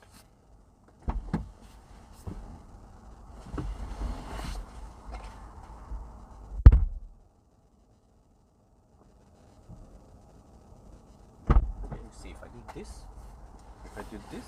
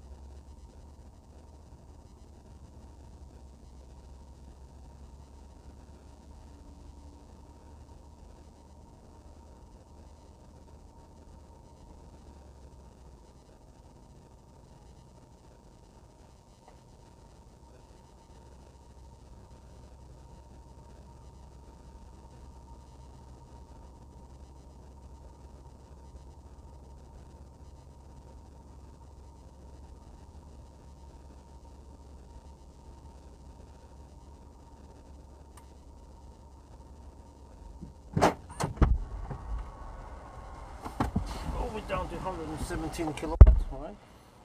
Let's see.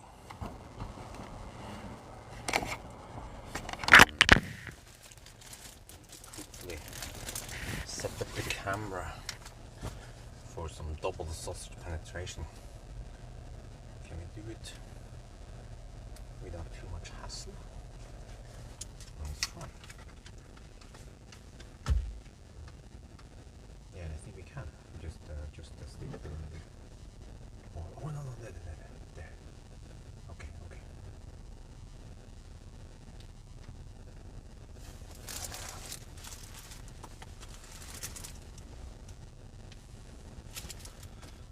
And no 1,000 kilometer challenge is complete unless we do double sausage penetration.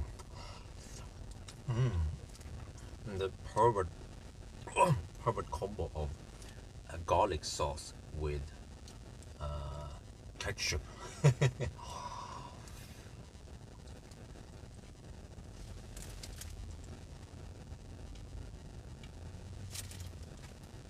แล้วก็ 1,000 kilometer challenge มันก็จะครบถ้าเรากินไส้กรอกนะ double sausage penetration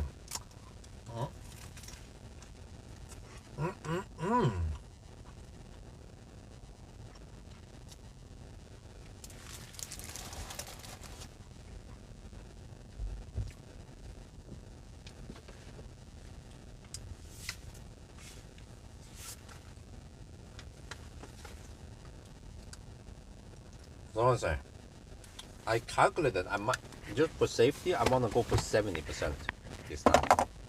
Alright, well, we can do this. 70%. I'm at 49% now, so I better hurry.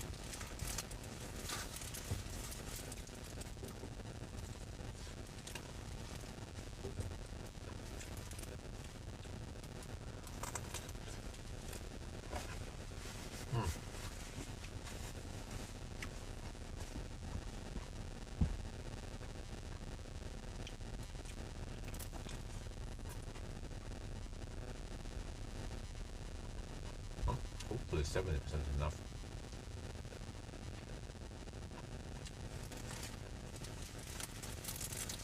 Wow, yes, campfire is growing big.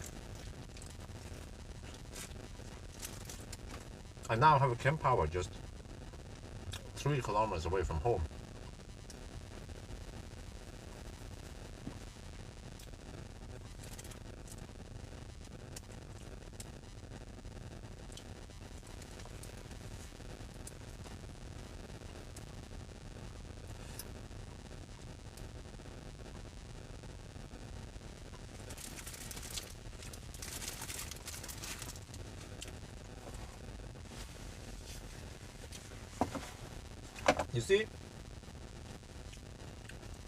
You see what I mean about rude people? Because if we were just sitting in the same room, then frankly speaking, dude, he wouldn't dare to say that looks horrible. He would just like, oh, he would just shut his mouth. But because we are behind internet wall, then he would just say something like that. That's one of the reasons why I don't live stream that much anymore. Or we could just, you know what? Or why do I need to? Why should we care, right? We could just permaban them. Problem solved.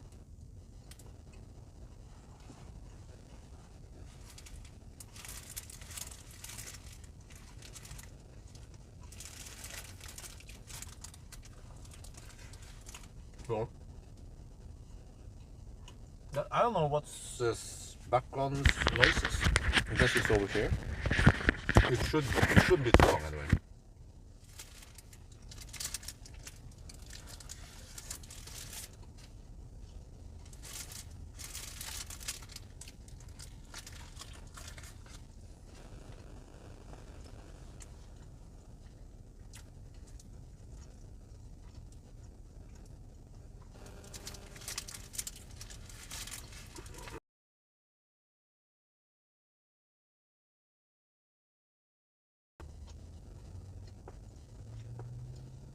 I went on a previous. I went on on a press event for Kia in Frankfurt recently. I mean, and then we were a group of Norwegians, around 5-6 people, and we went to some restaurant. I don't know. So some people, they ordered something, and I ordered something, and I didn't just tell the guys, but damn, whatever you ordered, that looks nasty, looks horrible. You know?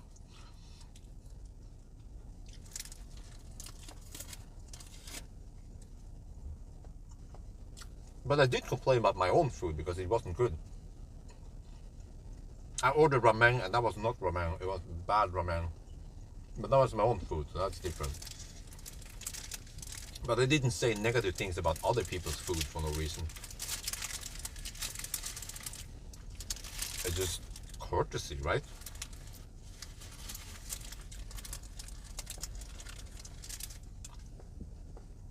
What the heck happened to the camera here?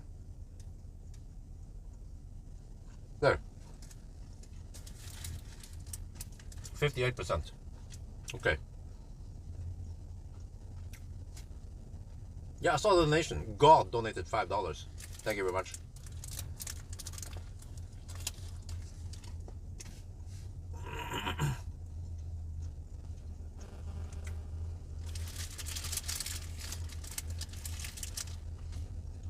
How many kilometers done?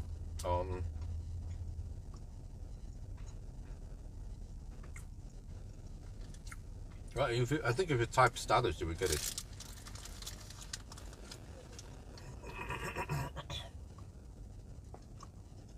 Well, according to display, but status should have a more corrected. Just type status.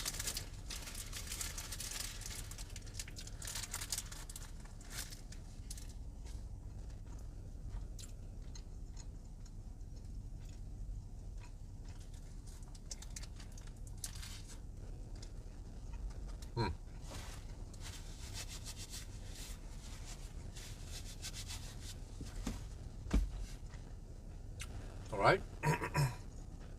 My next guess is we have a follower. My next guess is yeah, how many watt-hour per kilometer will we spend on the next leg? On the way here we have 260.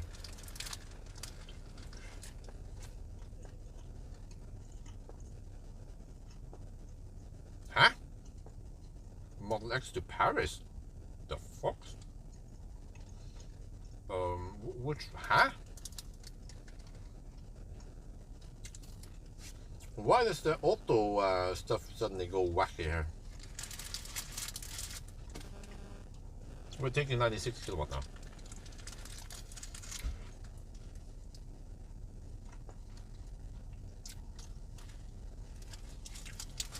When did I go to Paris? I think it must have been 2017.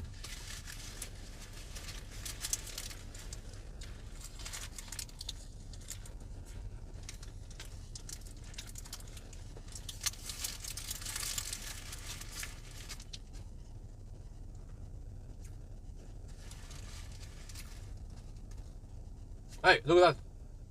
The new ZS EV. It's already out in Sweden.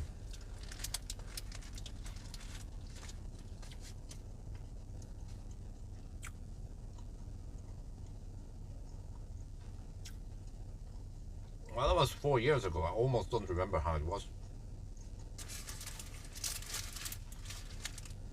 No, they're bad. Auto steer is sucky. It goes like this.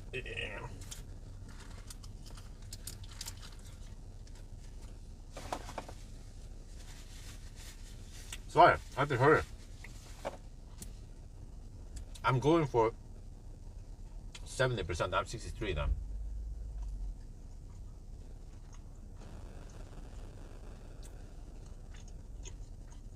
This one has the latest software.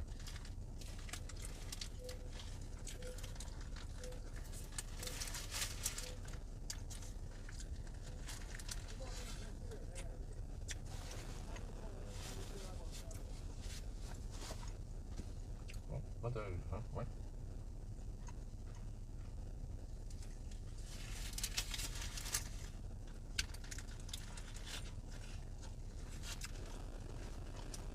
One pedal driving? Yes.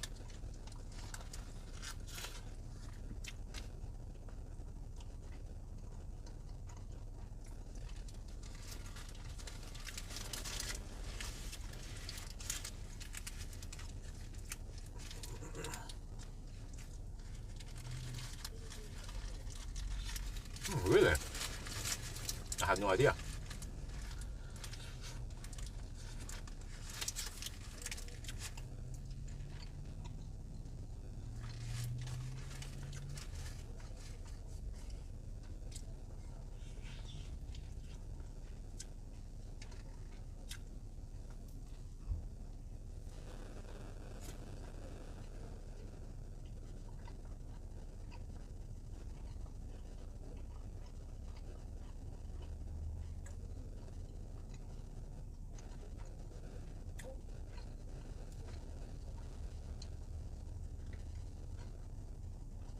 Oh, Dejan. Okay.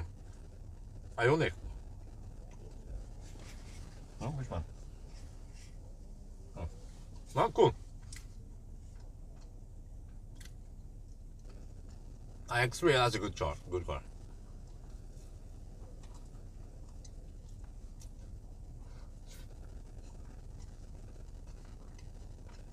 Sorry guys, have to hurry. 66%. We're going for 70%.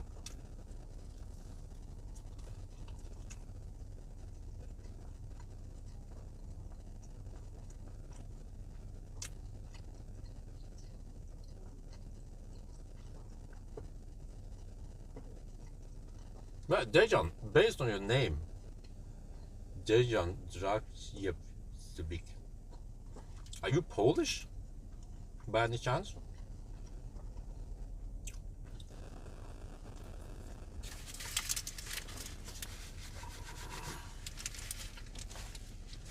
I think many people will disagree with you.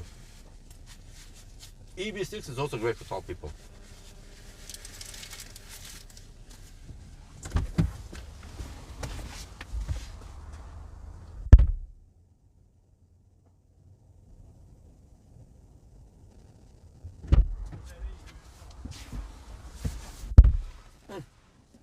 You have to get ready.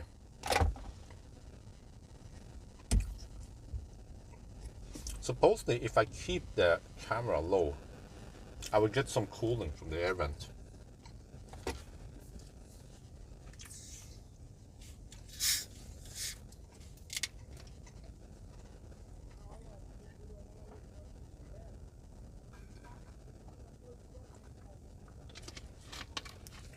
What are those Swedes doing back there?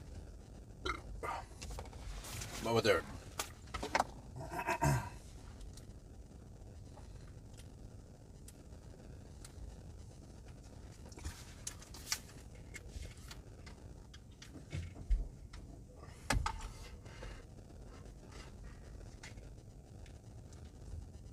We've been charged for 26 minutes. We are good to go at 69%. Okay, I will leave at 70%. So the plan now, yeah. Okay, the car estimates 20% at arrival. Let's see once we get there. According to my calculations, we will arrive at 10%.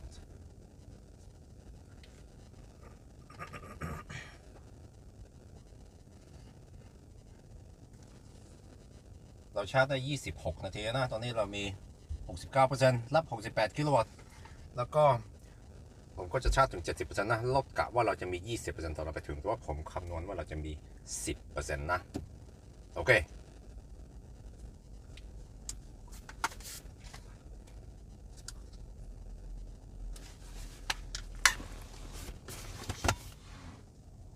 almost 70%, 70, let's go.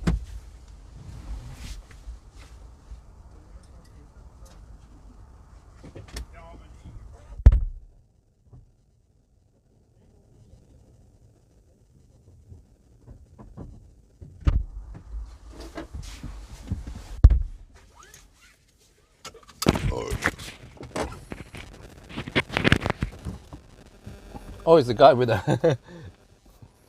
That's the guy with the Caravan again. He left a little bit before me, and the last, like now he came right after I unplugged. But then where is his caravan? He must have put it somewhere. He actually unhooked the caravan, which is probably nice. That's nice of him. He is also a follower. He waved at me and then flashed at me to recognize me. Okay, so we have tailwind, and my guess is 300 watt-hour per kilometer on the next leg. Is that guy gonna give a shit? No, no, what? Like, dude. Hello? Yielding rules? Do you know how to yield in a roundabout, boy? Shit. Where did that guy buy his driver's license from? Was it Claes Olsson? Or was it Biltema? That is the question.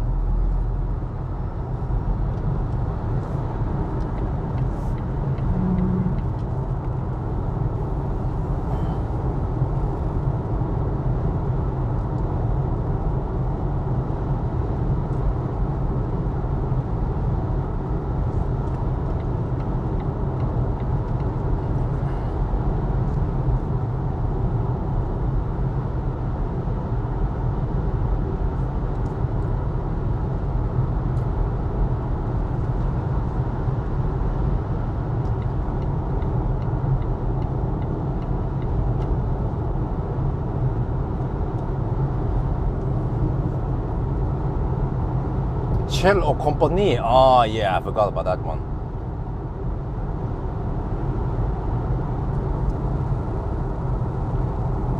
Hey, no shouting there.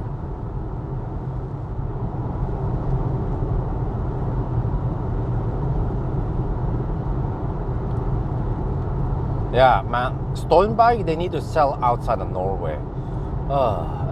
Can they at least ship to Europe, EU?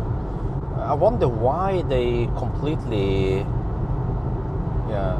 Whoa. Oh, wait a minute.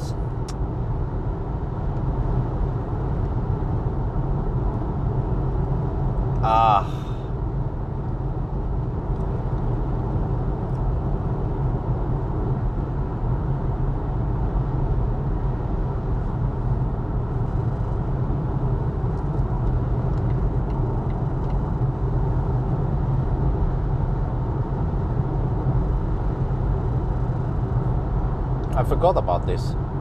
Wait. Oh no, it was never a problem. Oh, it was with Polestar also.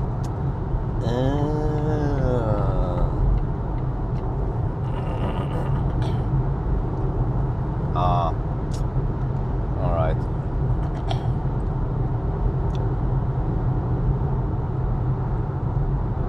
And we hear the concrete wall, or the concrete road. I mean, sorry. In January. Oh, nice. Verdict on the drive. Oh, you know, I like the drive comfort. It's really good. I like it better than the XC40.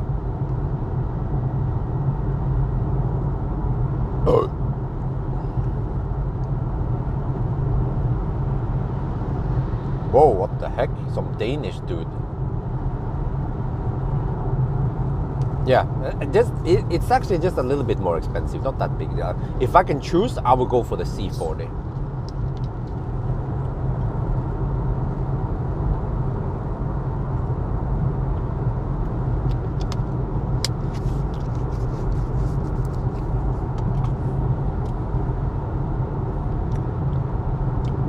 But it's a sad story that Stormberg only sells in Norway. They were selling in Sweden and Finland before, but not anymore, which is a bummer.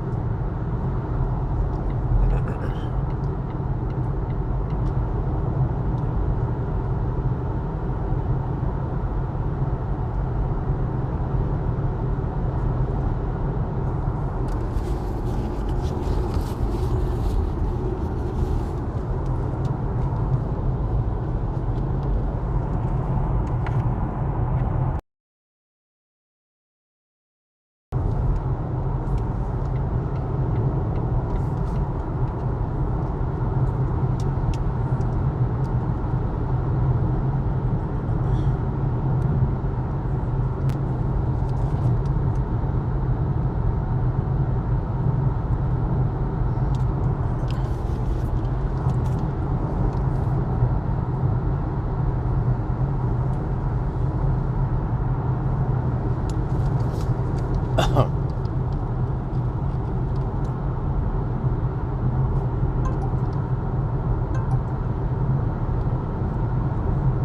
are on the move again. This is the high-speed stretch, the 120 zone between Varberg and Ängelholm. That's where at least the 120 stretch ends. So not too much traffic. We have a tailwind. You can see it on the wind turbines over there. Remember, these are wind turbines. These are not windmills. Windmills is for grinding shit. Here we make electricity. So yes, I charged to exactly 70%. Now we have 60. Oh, shit. Let me redo that one.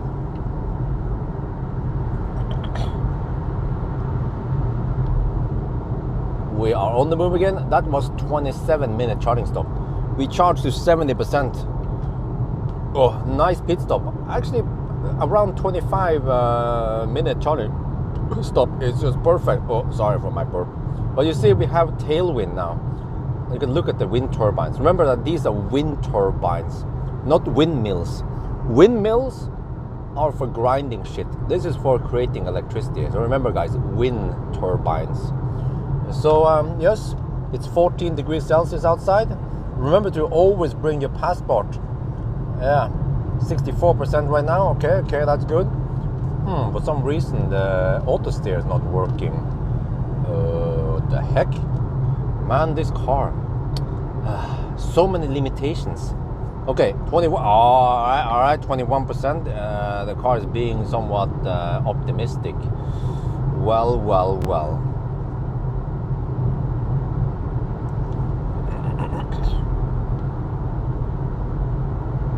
โอเคเราชาร์จคราวนี้เราชาร์จ27นาทีนะถึง 70% แล้วก็เนี่ยตอนนี้เรามีลมส่งนะครับก็ดีผมก็ว่า27นาทีนี่มันก็จอดแบบพอดีนะเรามีเวลาเข้าน้ำอะไรกินข้าวอะไรนิดหน่อยแล้วก็ขับไปอีกถ้าเราจะชาร์จแบบ45นาทีนี่ก็เริ่มเซ็งนิดหน่อยนะครับแล้วก็ตอนนี้นะก็ต้องอย่าลืมนะว่าเราต้องเอาพาสปอร์ตไปด้วยทุกครั้งนะครับแต่ว่าไม่รู้ทำไมตอนนี้ออโต้สเตปมันไม่เวิร์กอ่ะ63%โอเคแล้วก็รถมันก็กะว่าเราจะไปถึงแล้วก็มี 21%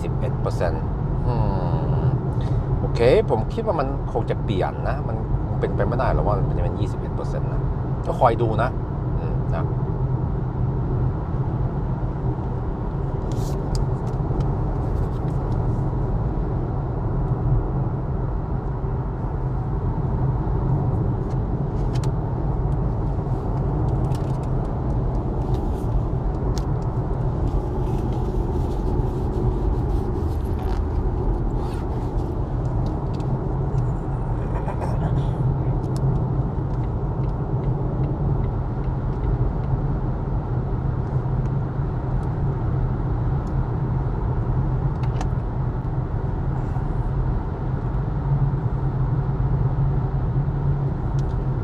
Now I'll take the C40 any day over the XC40.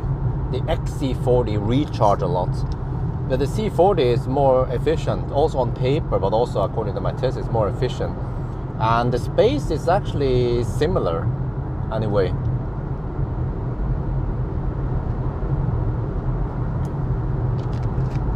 Okay, you lose a little bit of space if you want to fill it all the way up. But I like that. I like the fact that the ride is 4 centimeters lower, so you don't feel like you're driving an SUV. You feel like closer to a sedan. So I like it. I like it. I didn't praise the XC40 a lot. I was like thirsty, and then okay, it had the expected SUV feeling, which was nothing I could do about it. But then once I drove this car, it's like, oh, this is more my car. But again, some people want to drive an SUV. They want to drive a boat. They want to float above the tarmac, way above the tarmac, like a freaking truck. So for them, XC40, I guess. But for me, C40.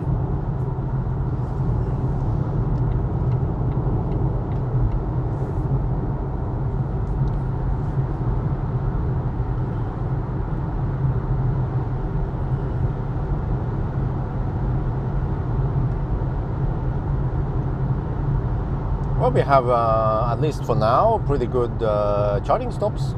27-minute and 14-minute stop, plus the overhead, of course. So we're getting consistently good charging speed, and the charging curve has been improved since last time I tested it. It was wacky up and down and some weird shit. Now it's more even and also slightly faster. So as long as you charge to around 50%, then it goes fairly fast. But according to my measurement, going to 75% is actually the same. Oh, here we go. I'm gonna do a little report here also.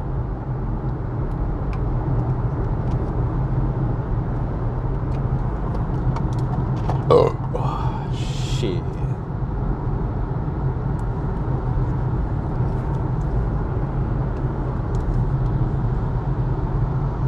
We are now on the concrete surface and still in the 120 zone, and okay, we have Continental Viking Contact 7 winter tires. They are quite quiet, but how is the noise level? Okay, not EQS level, but I'd say acceptable. Well, okay, except for we have tailwind right now, so of course very little wind noise, but at least on this stretch I'm more listening to the rumble from below, and it's good. I like it. Yeah. Now, how would it be if we would have noisy summer tires on? That would be a different story.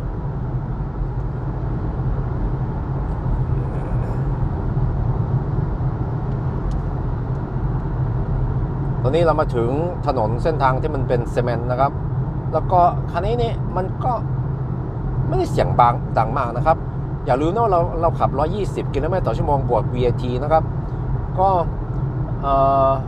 ถ้าสำหรับคนไทยเหรออันนี้ถนนซีเมนต์อย่างนี้มันจะมีหลายที่ในเมืองไทยนะครับผมก็ว่าโอเคมันไม่ได้เงียบเหมือน EQS หรือว่า iX3 แต่ว่าผมว่ามันก็ใช้ได้นะครับไม่ได้แย่ไม่ได้อะไรหรอกคุณก็อาจจะได้ยินจากวิดีโอแล้วนะผมก็ว่ามันโอเคแล้วก็ผมชอบช่วงล่างนะครับมันจะลอยไปนิดหน่อยเนี่ยถ้าเป็นสมมติว่าเป็น Tesla หรือว่าโดยเฉพาะ Tesla นะครับ ถ้าเป็น Model 3 Model Y นะมันจะสั่นสั่นมากกว่านี้นะอันนี้นี่ก็สบายดีนะโดยเฉพาะคนไทยที่เมืองไทยแล้วนะถนนมันแย่ต้องการอย่างนี้ช่วงล่างที่มันนุ่มนิดหน่อยนี่นะเหมาะขนาดนะครับ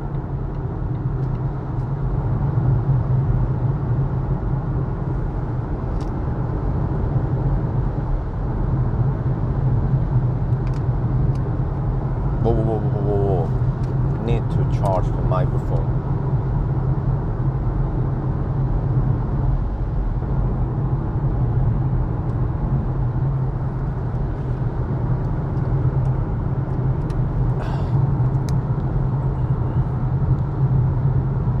One week after Easter, we changed tires. Hey, can someone check for me, please? Maybe the moderator or someone. Do we have high power chargers now at Falkenberg? Let me check over there. I'm gonna poke over there and check. There was supposed to be some HPC or some shit. Wait, maybe not. I used to stop at Falkenberg a lot with Teslas back in the days.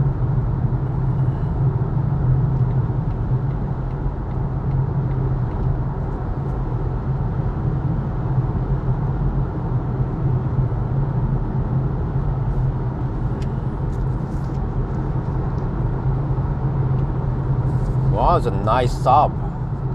Made in Sweden. Made in Trollhättan. Good old Saab.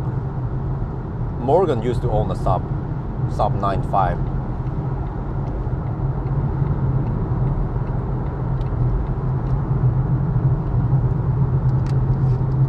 No HPC. Okay. Take it.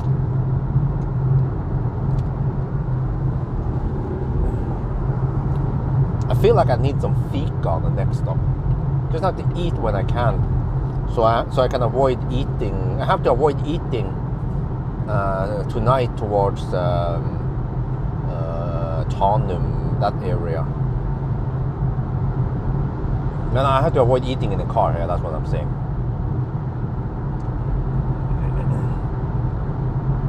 Wow, nice weather.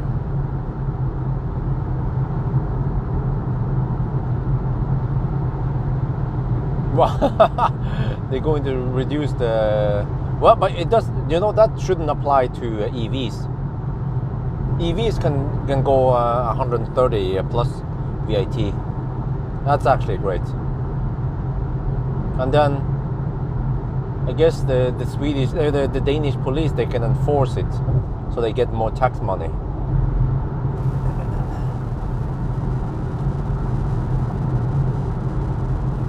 Well, we already have that in Austria, right? When it says IGL, you have a speed limit. Let's say it's 110 speed limit on the Austrian autobahn, but then EVs, they can go 130 legally.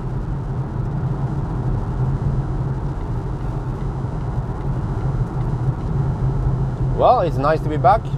Actually, if you guys actually listen closer today, one of the main reasons why I didn't live stream was mainly because I was still recovering from COVID.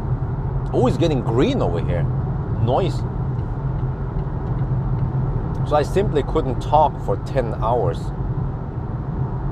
But now I feel like I can. I'm back, at least for that part. But again, I probably won't live stream a range test. And also range tests nowadays, they tend to be somewhat short because I'm retesting cars where I know the battery size already.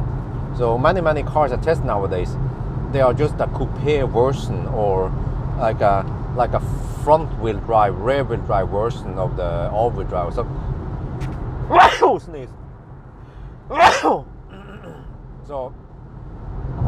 So I don't have to do the full range test, which takes a long time. What else? Yeah, so my range test tends to be only maybe 5-6 hours long, and then I don't feel like having a live stream. But at least, and also road range tests, they tend to be done in weekdays, but 1,000 kilometer challenge will be done in weekends primarily.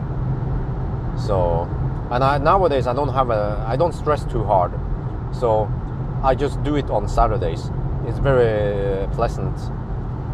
Days are getting long and all that,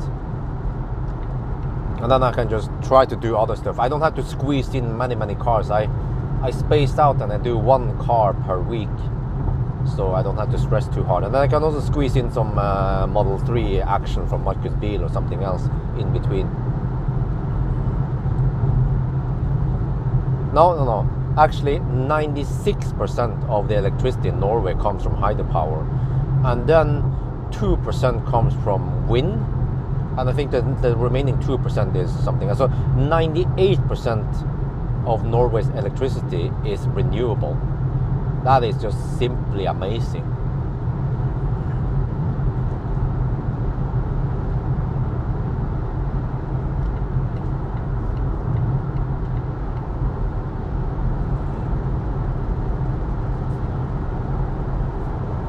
Okay, now we don't get the sun right in the face anymore, which is good.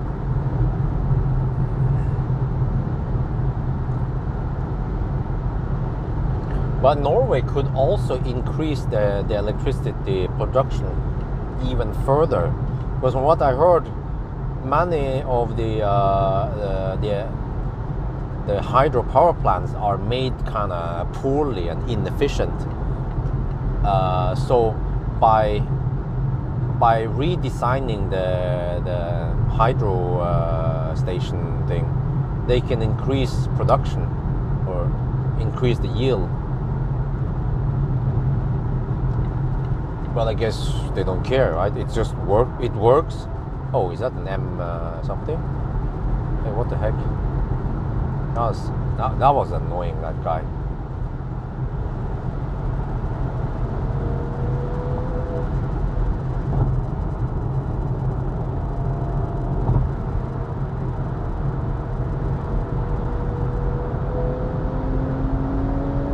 That is a proper BMW M.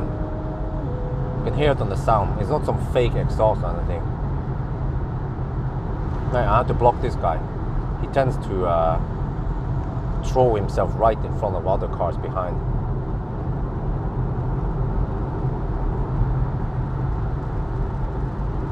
Just got a big ass bug splat, so I need to clean the windscreen at Helsingborg also.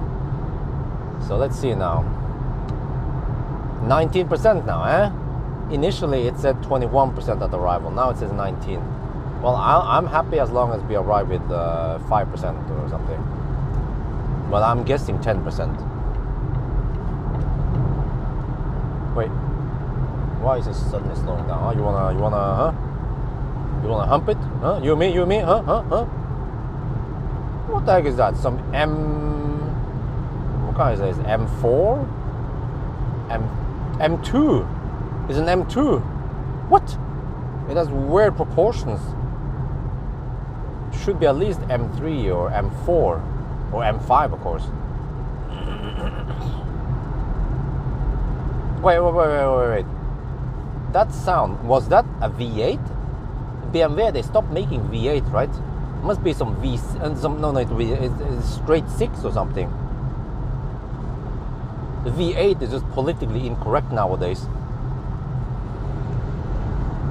I wonder if I can keep up with him. Probably not. I need something with a bigger caliber, like a Model 3 Performance, yeah, or a Taycan. Model S Plaid would be.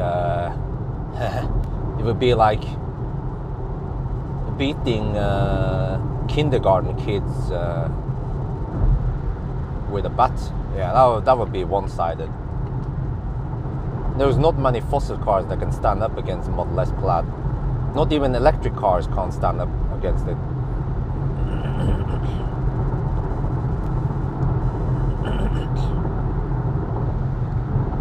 Straight 6, yeah, okay. Yeah, that sounds about right. Well, at least if they made some electric drivetrain in there, put in a battery and some shit, they could have made it way faster.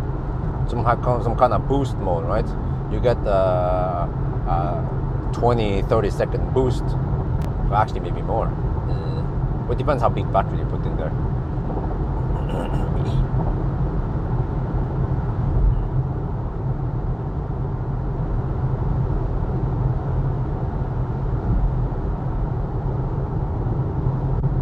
Three out of 6, okay. But Helsingborg has some kaput chargers. At least it was like that long time. I mean, just a couple of weeks ago. The two other chargers are possibly kaput. Oh man, the further south I go, the greener it gets, and I just have an urge to drive on the autobahn. Like, oh yeah, for helvete. Oh. Yeah. No, I need to release the pressure. Oh.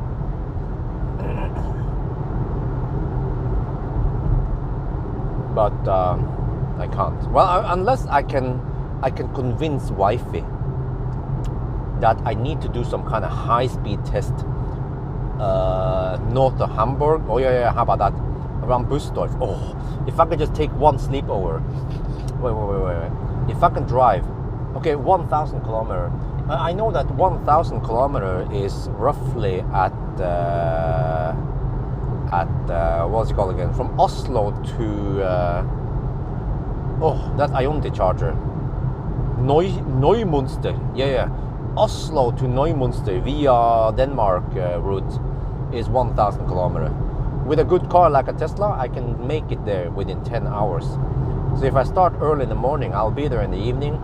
And then I can conduct my tests, and then I can head back. Sounds like a plan. Oh, they are all working. Okay, that's great. But I need a couple of hours, at least a couple of hours. I'm not sure what I'm supposed to test. Acceleration from 0 to 260 maybe. And I better get some good tires. But then I need one sleepover. and then I could be back in the evening on the same day. So I will be gone for 2 days. Just need wifey's approval somehow. I need to bribe her with some, makeup or something. There's always some kind of cosmetic or something that she needs that is expensive.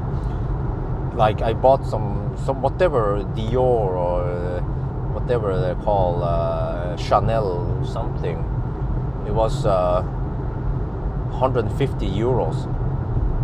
I was like, okay, that's how you maintain marriage.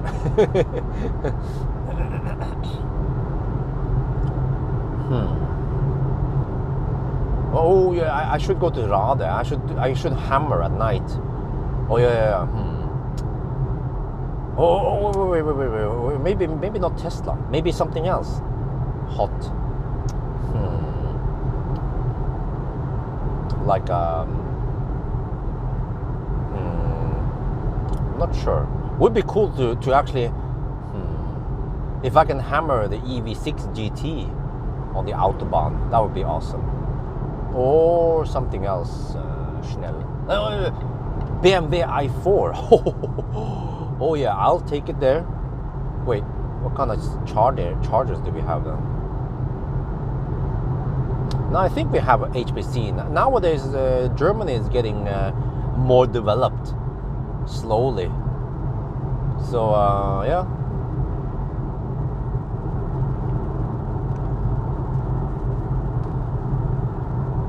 No, but it's I'm buying points in the goodwill quota, so that when I have to go on a trip, wife will be like, okay, I can wait until May comes, because May will come in May, and then it should be easier for me to travel somewhere. Wait, are you gonna camp? Are you? Yep.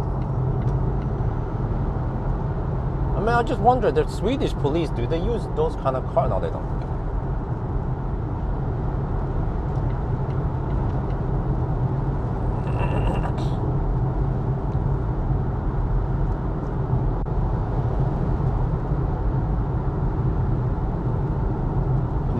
Mach E GT is not good. Oh, that would be interesting to try, but if it's bad, then it's kind of yikes. Yeah, I heard about it. I think it's also thirsty. Chris has tried it. It's on my bucket list. I think I need to write a long list of cars I need to test. Many cars nowadays, they tend to be a variant of an existing battery drivetrain, like e-tron GT, like Mach E GT or something, usually the same battery or the same drivetrain, even just a different shape, coupe or something. So I guess nowadays it's somewhat rare that I get a completely new car with a drivetrain and battery I never tested before. But I guess it's also interesting and also important to do those tests, because people want to know how good is the all-wheel drive version, how good is the coupe version.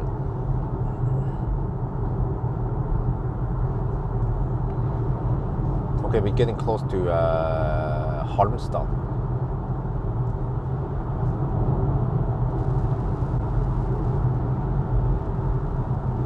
No, okay, not yet. It's Mellbystrand first. Oh, wait. Or is it? I don't remember. I always mix them up.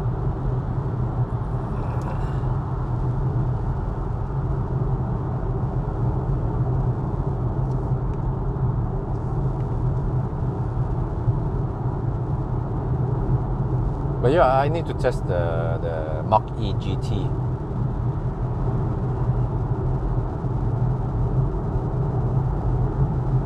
Oh, now we have to wait for the Toyota to overtake. Oh, okay, no, take it.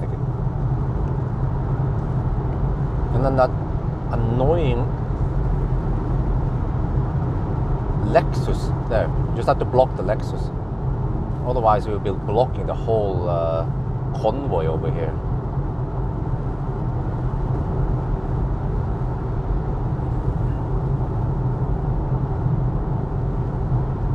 Okay.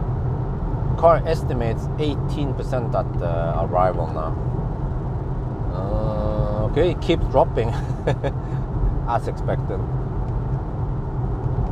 And I have no idea how much I'm spending on this leg. But the total consumption has gone up to 268 watt-hour per kilometer. And we are at the 425 kilometer mark now. But remember 1.5% under-reporting. So 1.5%, 425, so that's around 430 kilometers. And that's around 264 watt-hour per kilometer. Quick math. Yeah, right. There is no way a diesel can go 2,000 kilometers. Diesel at these speeds will go around 600 to not even 1,000. 600 to 800 kilometers. Trust me, I own several diesel cars before. And they would not go 1,000 kilometers in these kind of speeds over here. That's just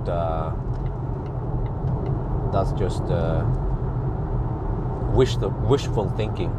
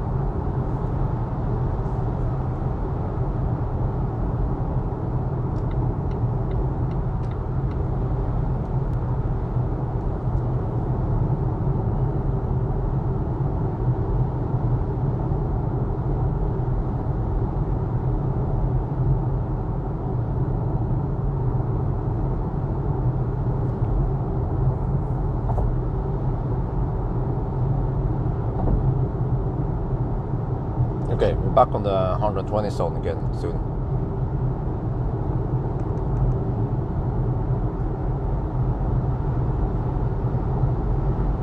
Oh yeah. Yeah, so Halmstad before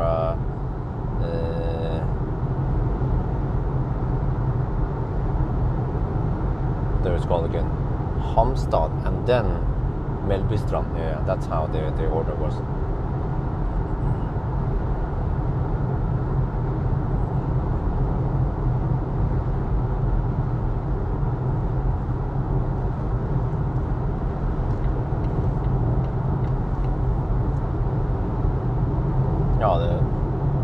The land over here is just so flat.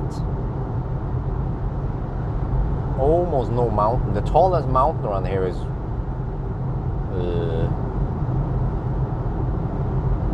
what's that place called again? Hallandsåsen. And on the other side there we see Denmark.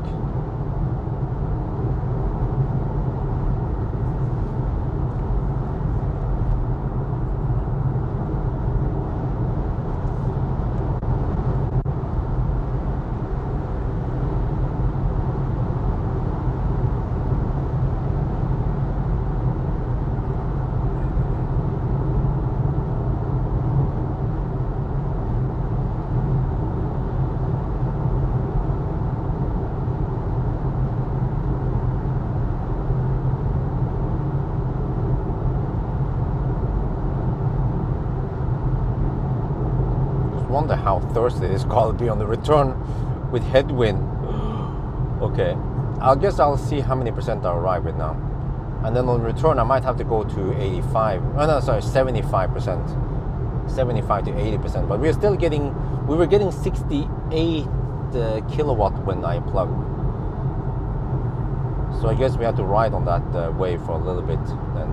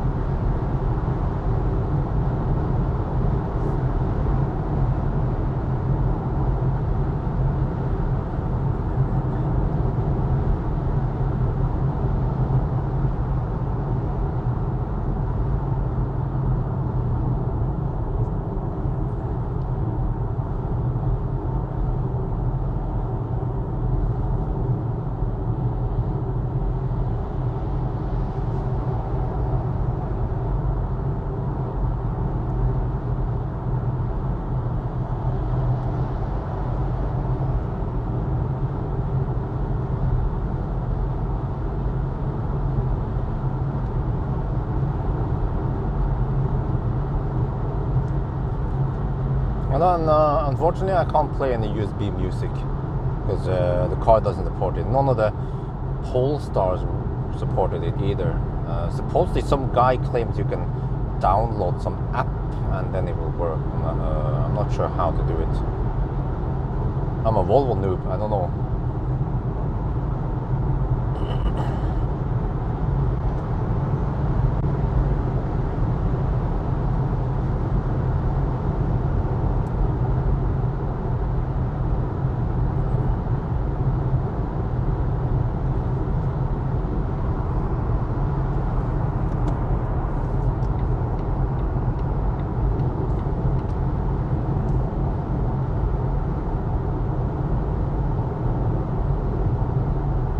Oh, 17% at arrival. Okay, okay.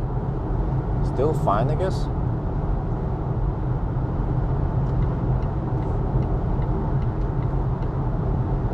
Still good.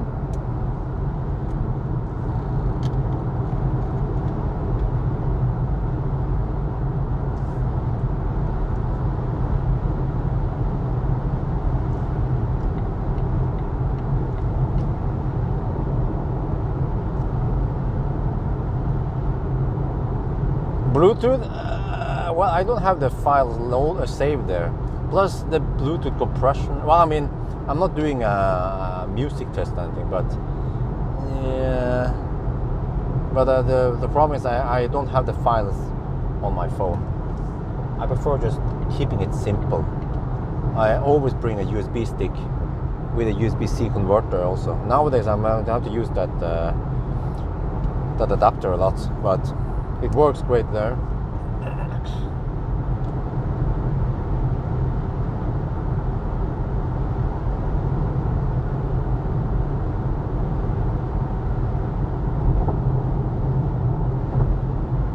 Oh, what the heck is over there? Seems exotic. Is that a Ferrari or a Lamborghini? Maybe a Ferrari.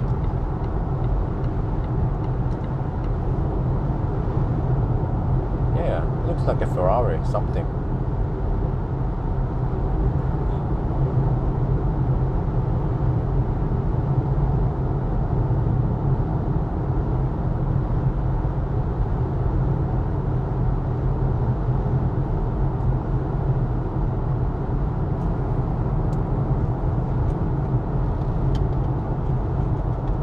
I can probably not win over this car. Yeah, it's a Ferrari. No, yep. Just gonna B-roll this. What kind of Ferrari is this? I have no idea. The thing is that those cars, they're getting beaten by electric cars. Like a Taycan, for example, costs way less, and it might be able to match or even outrun that Ferrari or a Tesla. But then people are allergic to Tesla. Oh, but we don't like the interior in Tesla. Well, at least A Taycan Turbo S then might be able to outrun the Ferrari. Plate I didn't see. Is there also a license plate lookup thing in Sweden? Well, who gives a shit about the sound? Like, why is the sound so important, right? But think about this. Why do you want a Ferrari? You want it for the speed, right? I mean, it looks nice and it goes fast, but you can get the speed part with electric. And then you don't have to ruin your planet when you're having fun. Or annoy the neighbors.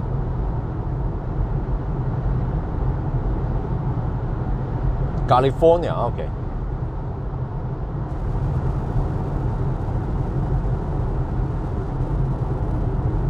Or put it the other way around. You can probably get, what about if you get some fake sounds, or if you get something similar in a Volvo,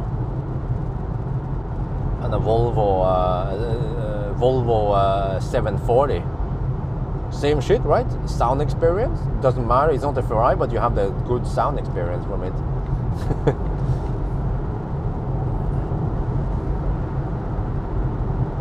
1 million, that's not very expensive.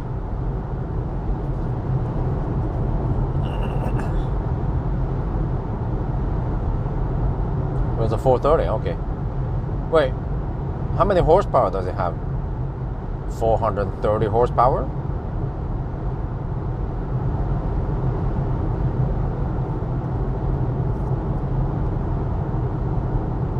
That would be kind of sad, because many performance EVs nowadays, they have way more than 430 horsepower.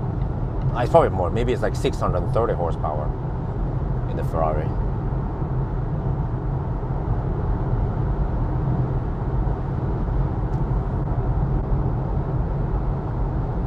But there's another Ferrari. Dinos is the license plate. They are out venting the fossil cars now.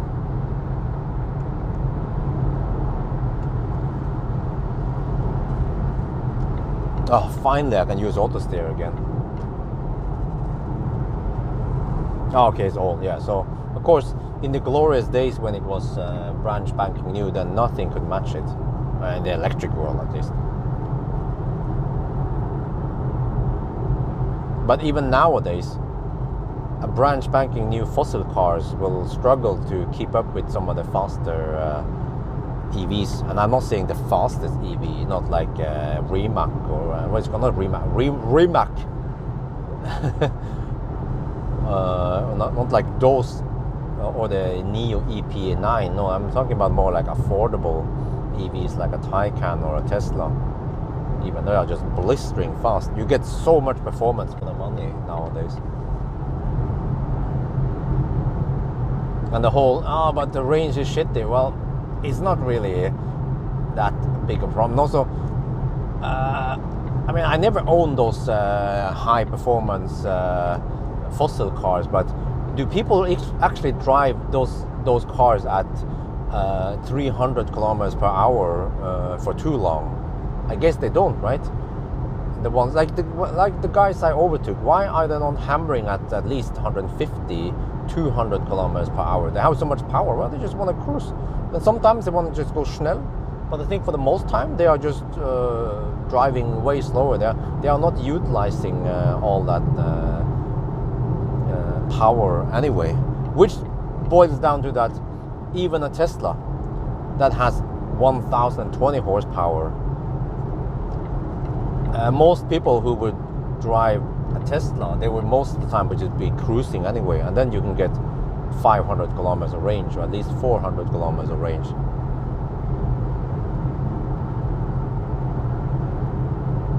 Which is more range than your bladder.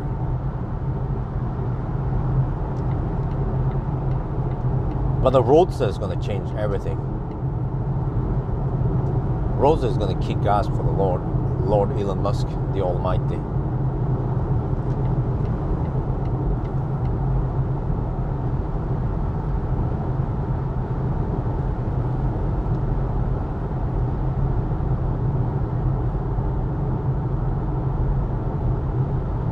people over here that want to hug the middle lane.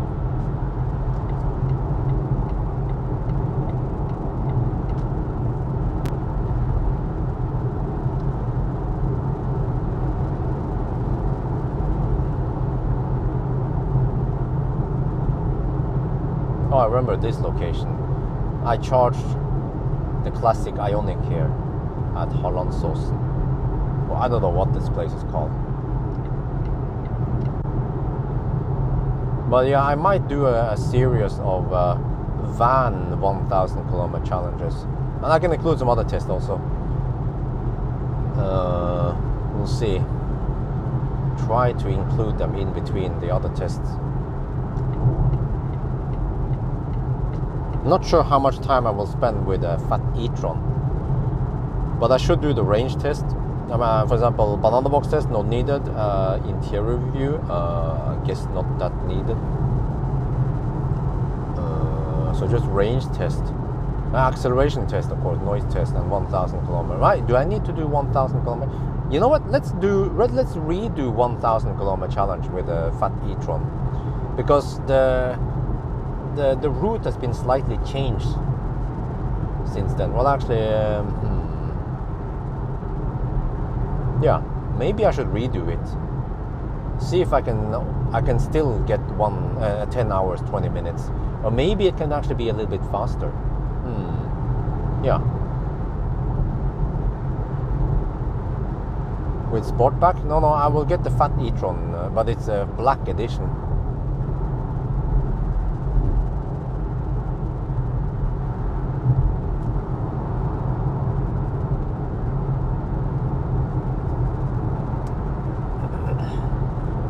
And then Arctic Circle, but I actually want to go to the Arctic Circle with Polestar, but maybe it won't generate that many views. Maybe I need to take another non-Tesla there in the springtime, preferably after May. After May is here, so she can stay home and help wifey. Then I can go on my little Boy Scout trip to Arctic Circle. But I have to pick something interesting, something I can sleep in also. So I haven't figured out, but I'm not gonna go there with a Daisy Spring. It has to be something like Megane or yeah. But nowadays there's not really something completely different out there. Normally it's just some kind of a different variant, a coupe or an all-wheel drive, rear-wheel drive version of it. Oh, we have donation. What the heck is this thing? Donated $10. Thank you very much. C10 is best in the class. What are we talking about? No, I would prefer the MEB cars, because this car costs over 600k. For 600k you can get a GTX, but okay, the GTX is not nearly as fast as this one, but I still feel like ID4 or something is better. Maybe the coupe version, even the ID5. I still feel like those cars are better for efficiency, especially efficiency and space. So, and even I think they are even cheaper, and I wonder if they're also more quiet. So if I need something in this price range, I'd consider GTX and all-wheel drive, of course. But this is a quick car. That's one thing I like about it. But is it really enough to what do you call it? To justify for the disadvantages?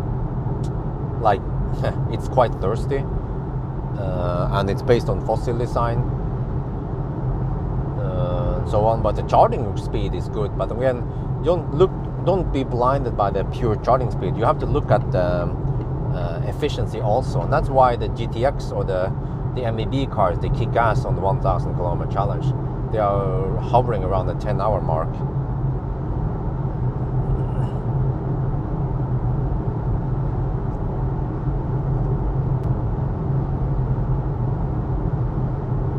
Well, we're getting close to turnaround point, and it's been it's been 4 hours and 46 minutes.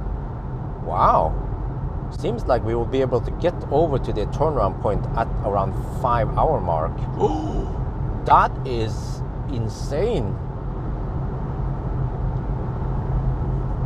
No, wait. In about 20 minutes we'll be there. Yeah, okay. Oh, okay. Seems like we can maintain 100 kilometers per hour up until the turnaround point. Ooh, maybe I can do this in around 11 hours, which is just a little bit slower than the Polestar 2. We will see, I guess.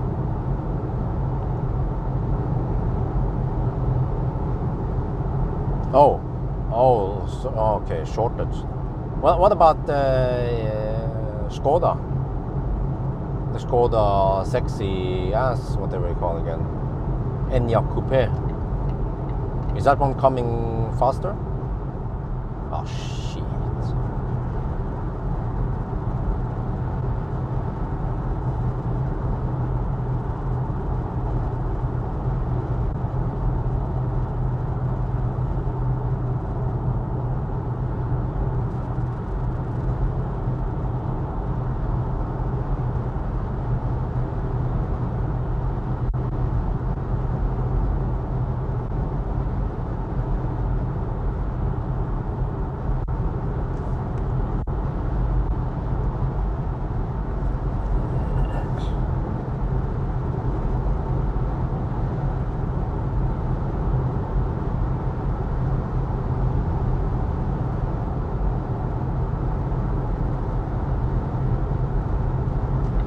You like the Model Y? Okay, that's good.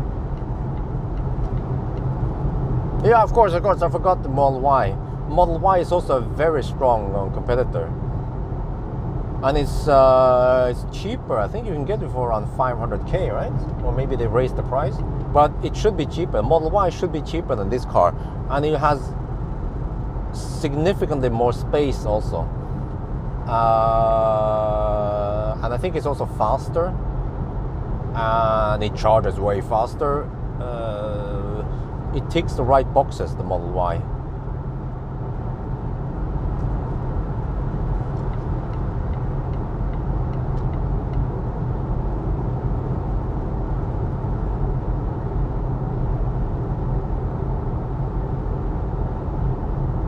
How is the charger status right now, guys?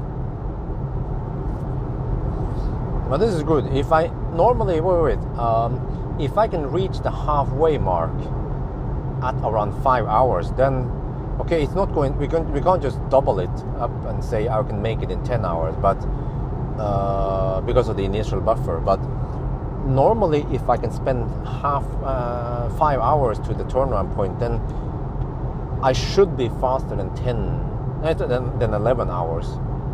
I think maybe, I don't know, 11. Can we make it in 10 and a half? Oh, I forgot. We had tailwind. Oh shit, Laderstau also. We have tailwind. I forgot about that one. We will take a pretty big penalty on the way back. So it might be 11, or it might be 11:20 even. Yeah, because now it's going to be hard to at least take this leg. I need maybe 75% or 80%. I'm not sure. But then the other legs are shorter. Varberg, Speculating, and Speculating, Strømstad also easier. Maybe only 50% on those legs.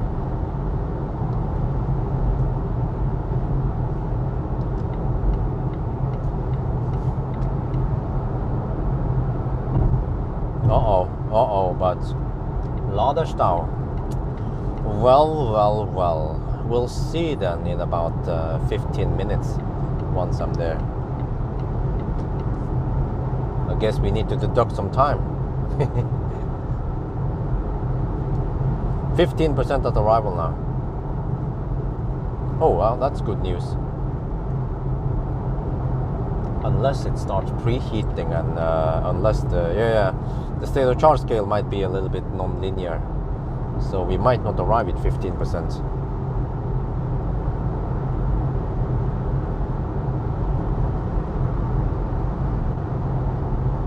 Oh, but the problem is that I have no idea how to start the Circle K chargers.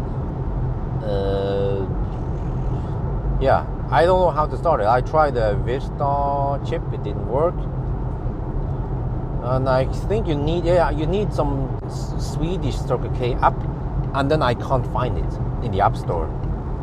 So I have given up the Circle K for now, unless I can figure out something.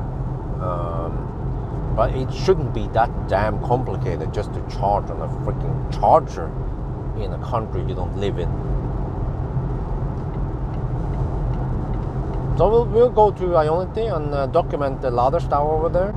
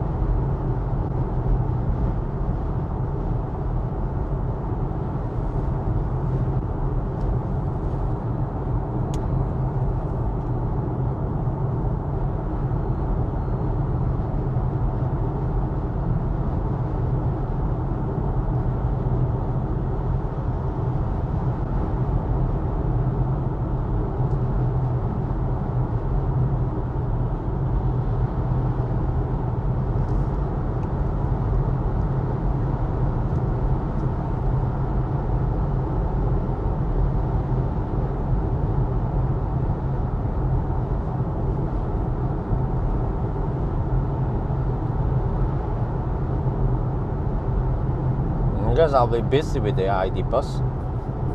Should at least spend 1 week, full week. I have to go through all the tests with it. Maybe except for Yellow test, because that's not possible in summer. Only winter.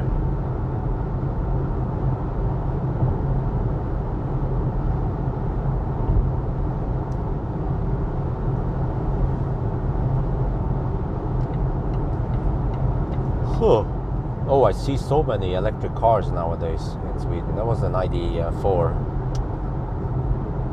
So I have to say that the Ionity chargers on this stretch hasn't been able to keep up with increased EV.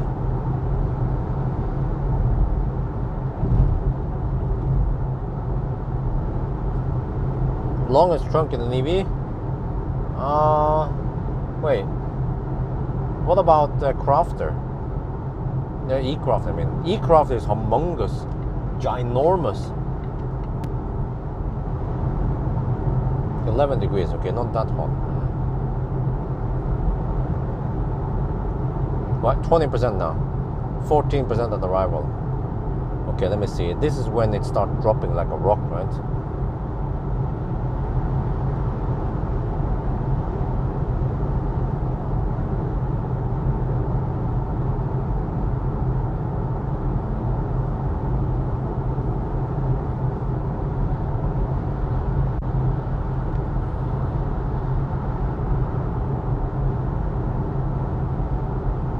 Technically, an e-Citaro is also an EV, right? It's an electric vehicle.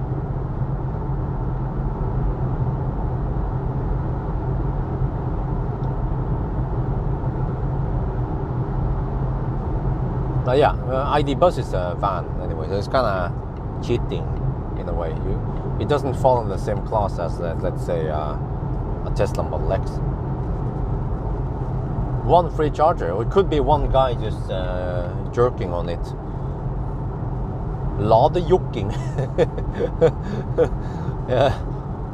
Just trying to figure out how to make it work. It was actually when I was at Varberg, there was this I-Pace, Norwegian I-Pace behind me, and he spent at least 5 minutes trying to figure out how to charge there. And then he just gave up and he moved. And I was too busy eating. So I would love to help him, but I mean, what else can I do? I could just tell him to read the instructions, go scan the QR code, and then you can start charging.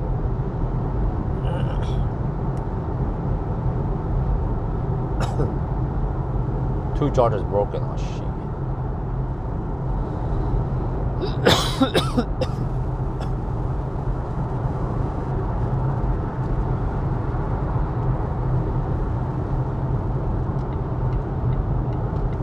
Well, Swedes do love their Volvos, that's for sure. They're loyal to the Volvos.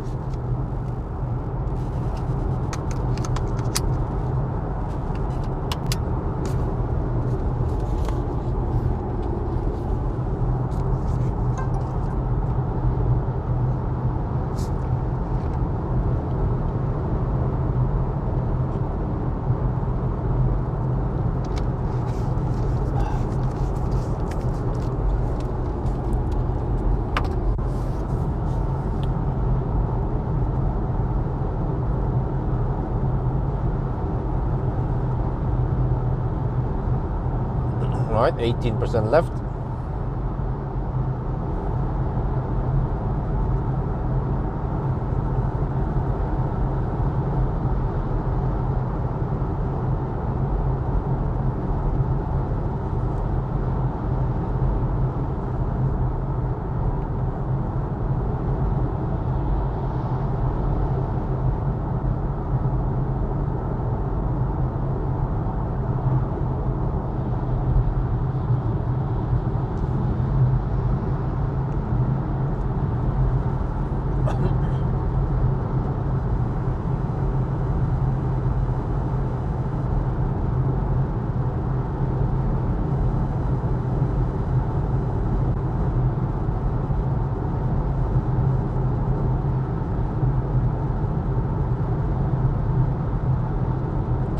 Sun in my face now.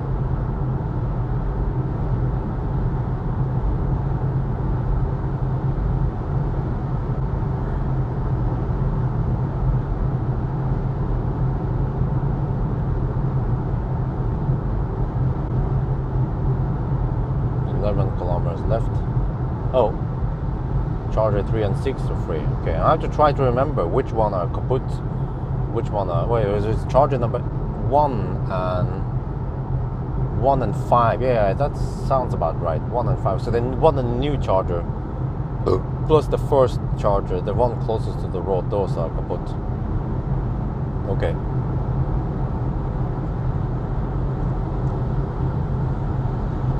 Well, it would be lucky for me if I can dodge all the laderstau today.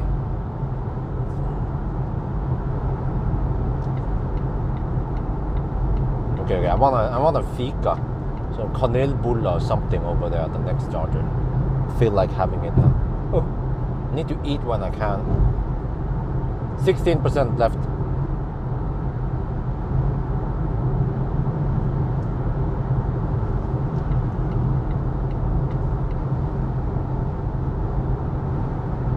Panduro. Wait, what?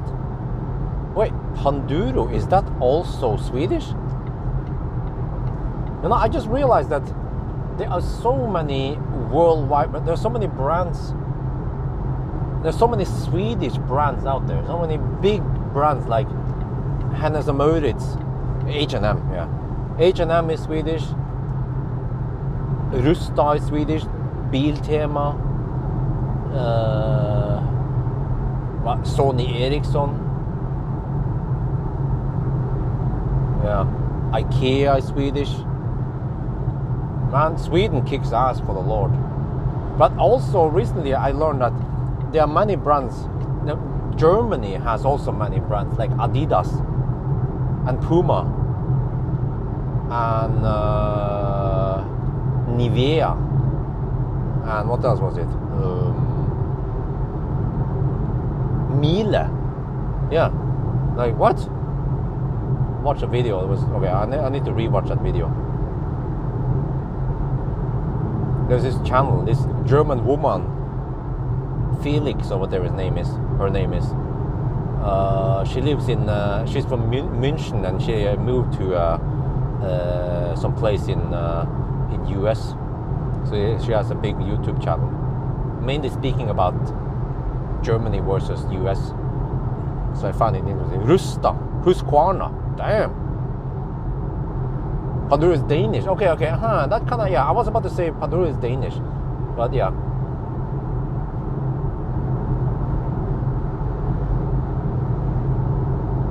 Siemens? What? Oh, huh? Wait. Siemens is German, right? Not Swedish.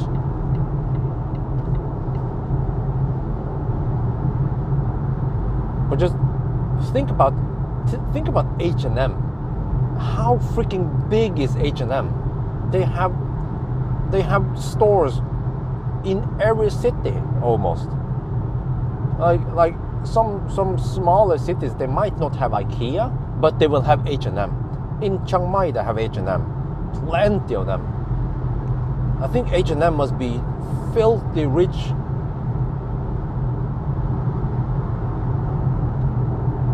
Circle K charge SE.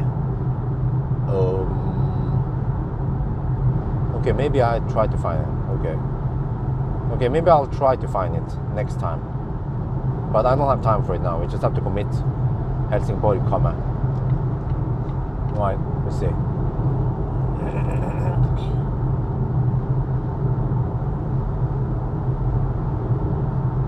Oh, what's that? What's that? It's a fat e-tron. Where you going? Where you going? Okay, good. I thought it was a ninja that spot right in front of me.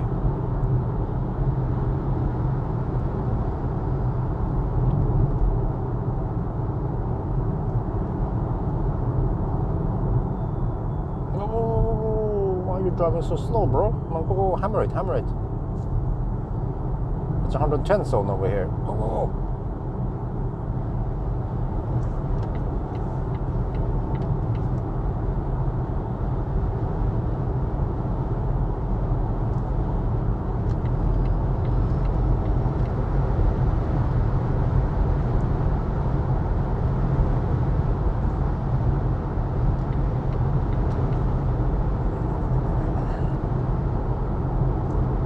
One other thing is available. Oh shit. Welcome to Sweden.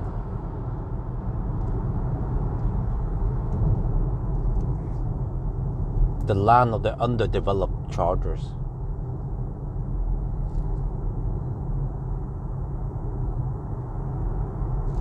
Okay, let me see.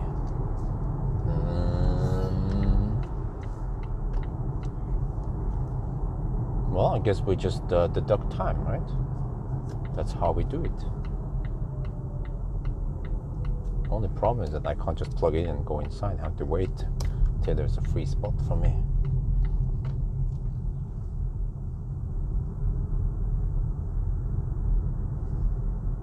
Okay, let me see. The first charger is kaput. Just have to pick the right charger right away. If I know exactly. Oh, that one is available. Oh, wait. Which charger is he plugged into? Dude. Wait, is this the one that is kaput? Okay, let me see. Which one is it that I can use? Is it this one? I wonder if it's this one. Yeah, it's probably this one. No, wait, he's using it. He's plugged into the wrong charger. How the heck am I supposed to use that one then? The Nisse is plugged into the wrong charger. Okay, let me see. How the heck do I pull the cable? Okay, let me try. Let me give it a try. Okay, I have to park like this, I guess. This is what happens when you have people. No, wait, he should have. He's a freaking Polestar. He could have used the other. Well. Now he plugged into the wrong charger, and it makes it hard for me to use the right charger. Wait, is that the one that's kaput? That might be the one that is kaput. Let me check. I have to record the stats first.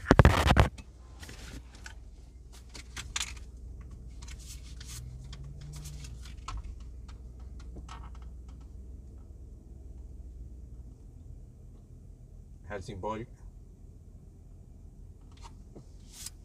Status 504 kilometers, 273 watt-hour per kilometer. Let me check here. I have to quickly check which one is the right one.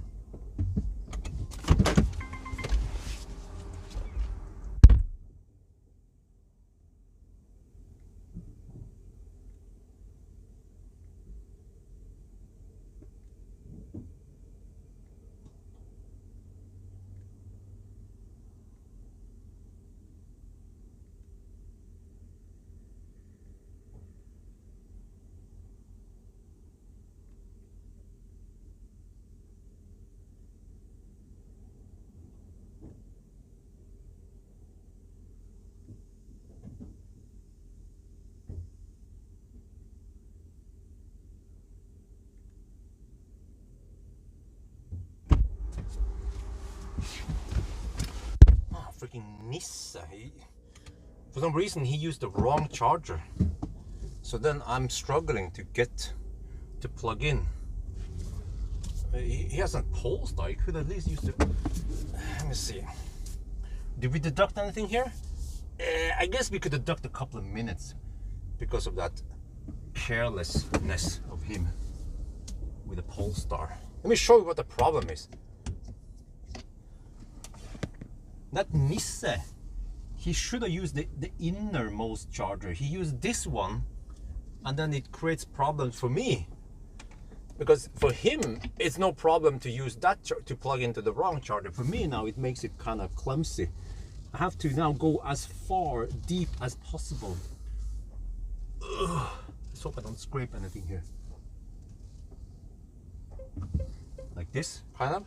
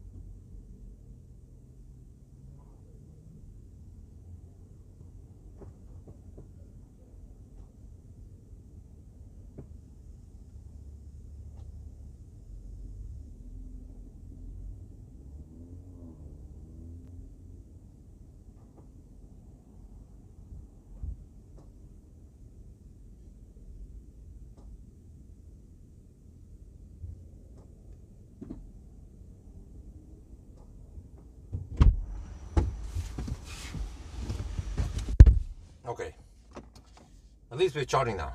And as usual, how the heck do you guys see the charger screen?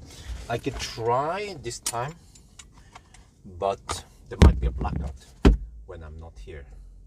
Let's see. How did I do it last time? I put it here.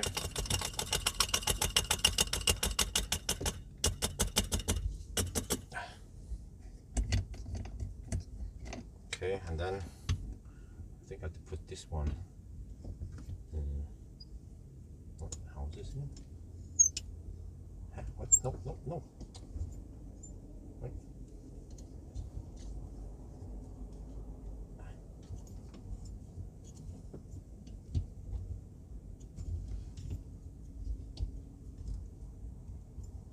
Even that guy with a Polestar, he's kind of doing it clumsy now because I have to park the wrong way and he has to go the wrong way. Maybe the other charger would take it. Yeah, that could be also a problem. Yeah. You see, that's the problem. If cars have the charge port on the wrong side, then we have this shit going on. So at least if they have the charge port on the right side versus the left side, then we wouldn't have to deal with this shit. But okay, anyway, whoa, I have to pay attention. How many percent did I arrive with? It was more than it was something like 14% or something. I don't remember. So will it be enough for me to go 70% now? I might want to go 75 just for 2-3 minutes deduction. Okay, whatever, no big deal. It was just me bitching most of the time. I think I didn't lose that much time. But now the problem now is that now I'm parked in the wrong way. Yeah. So then, what do I do? Do I disconnect? Okay, whatever. I'm just gonna go out and bitch a little bit now. Okay. See if I can try to keep this one running. Can I?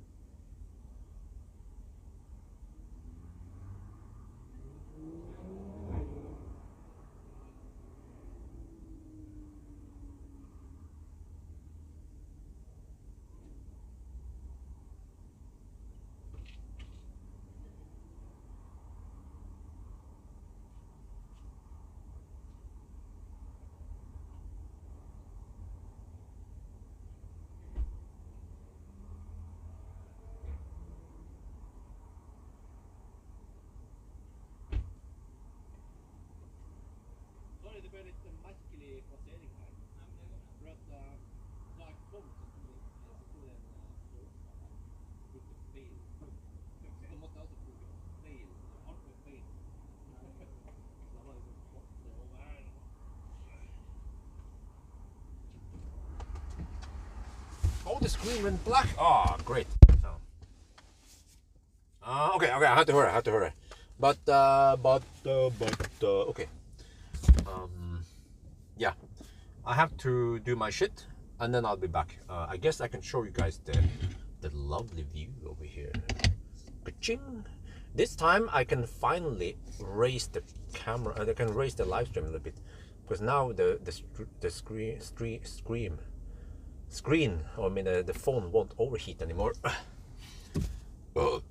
Sorry, I had to talk to the people. I had to rant about the broken chargers, like the freaking tritium chargers. They've been broken for at least a month. I need to document how long they've been broken, and it's still not fixed yet. That is not acceptable.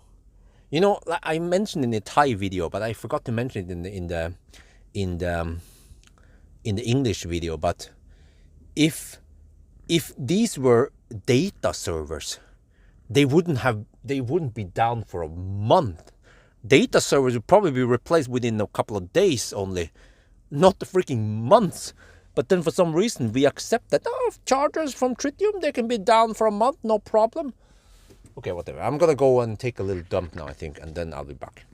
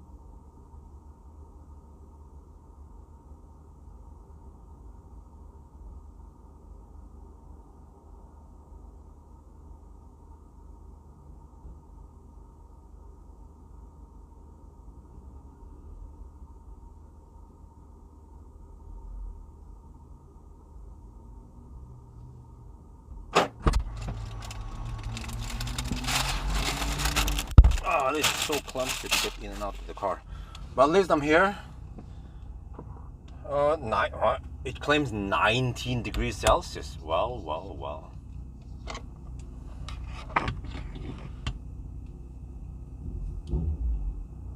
Man, these motorcycles are annoying. Okay, so now I had to go back, and I guess I can go back to Varberg. 75% sounds safe. 70% could be cutting it close.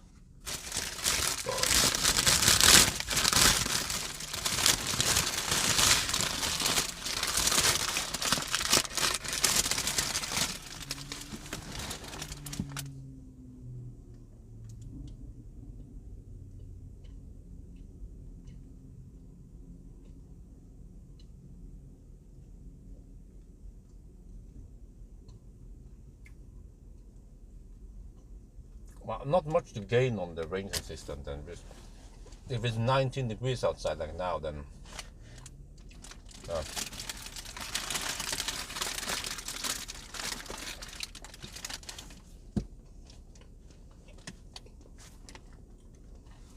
okay, so let's go for 75% just to be safe. Oh, 70%.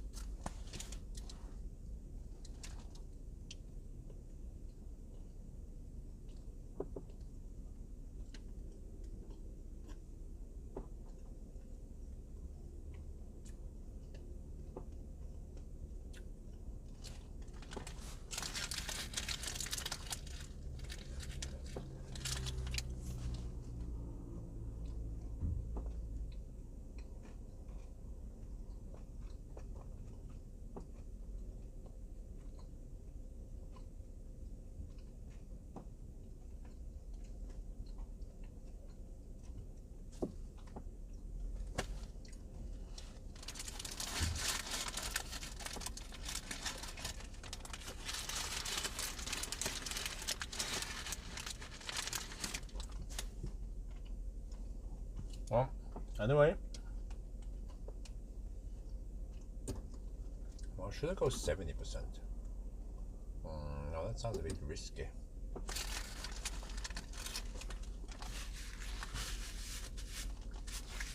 And I guess it won't cost me too much time to go 75%, right?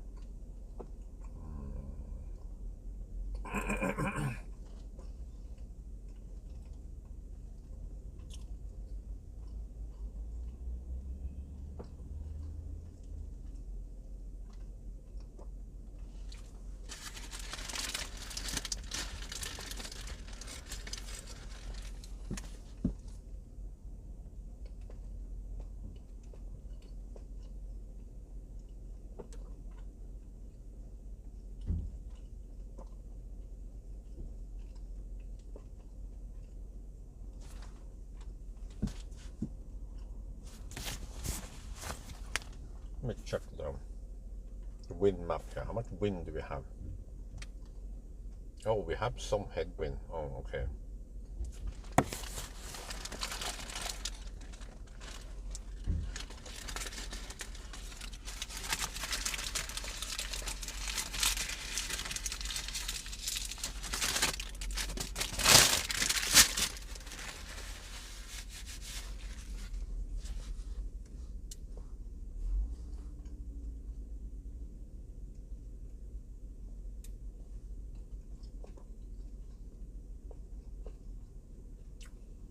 I guess we can talk a couple of minutes towards the end.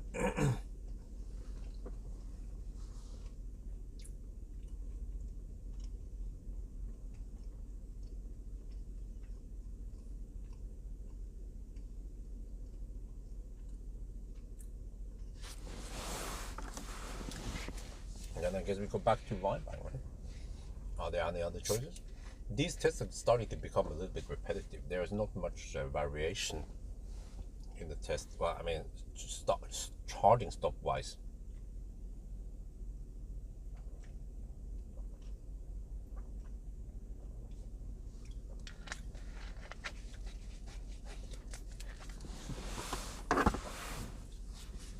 So at least for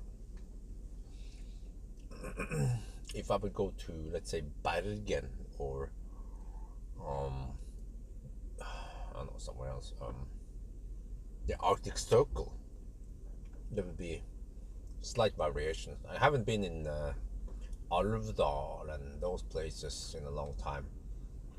Mo i Rana.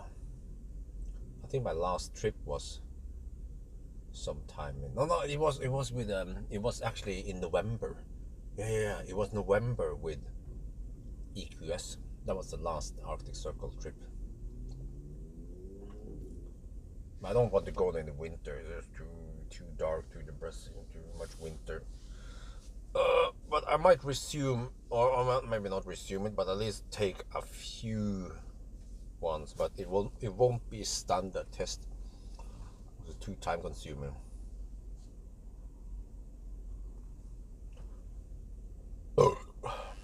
Yeah, this is where it started getting a little bit slow. 74 kilowatt. But I guess we won't be camping at these state of charges too long, so most of the time we'll be getting over 100 kilowatts.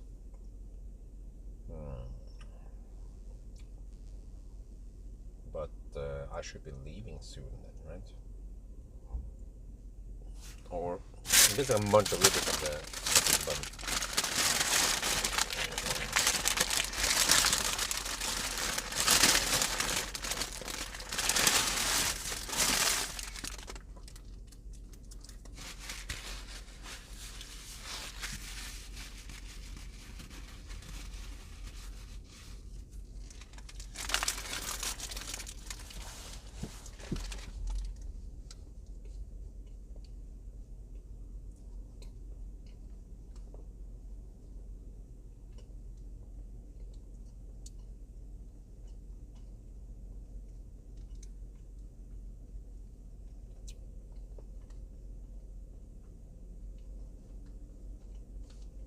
You're too late for the sausage party.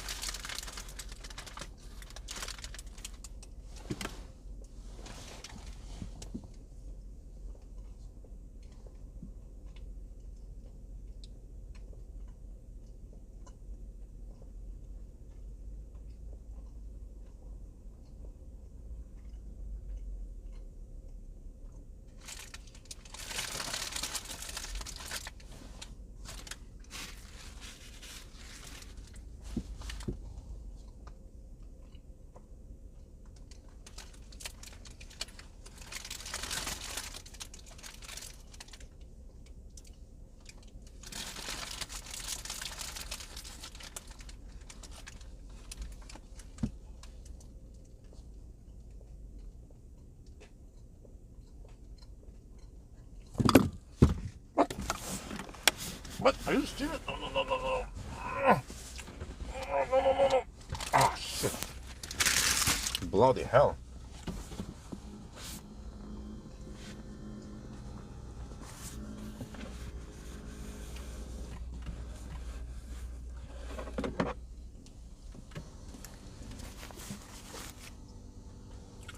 Okay, we're good to go soon. I want to get ready to move.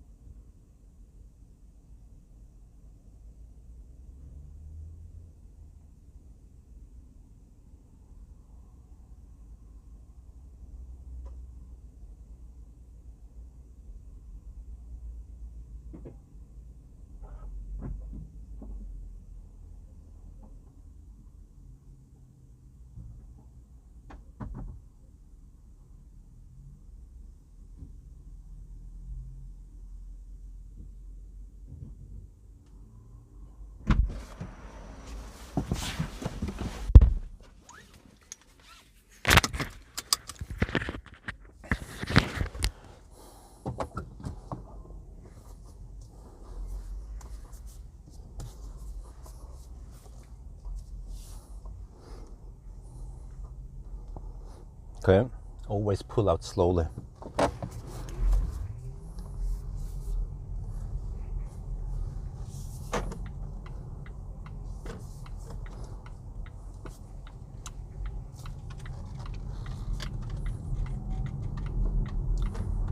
Okay, so I charged it 75% just to be sure.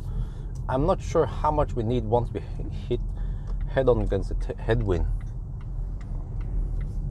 But so far on this trip, I've been arriving with around 11, 12, 13% roughly. I haven't been able to dip below 10%. Oh, I forgot to clean the windscreen.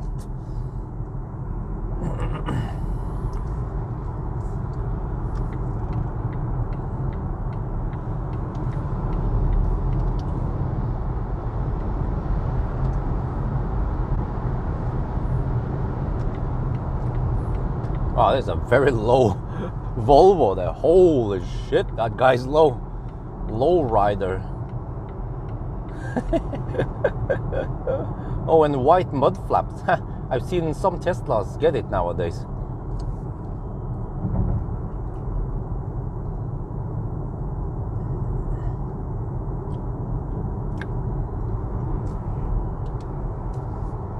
Wow, look at that. Holy shit, it's low.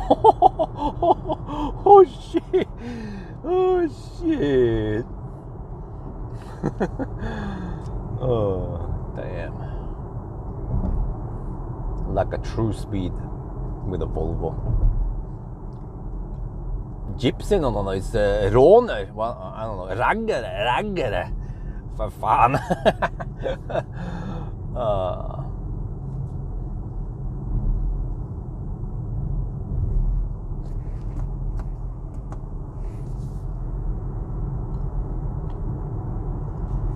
Okay, so we charged it for about half an hour-ish.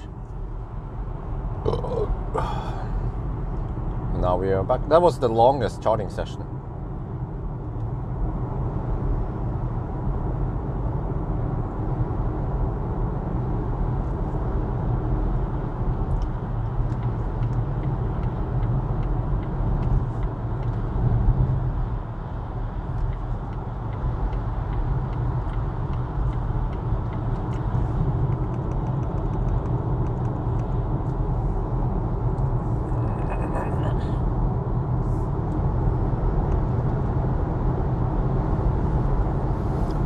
Right.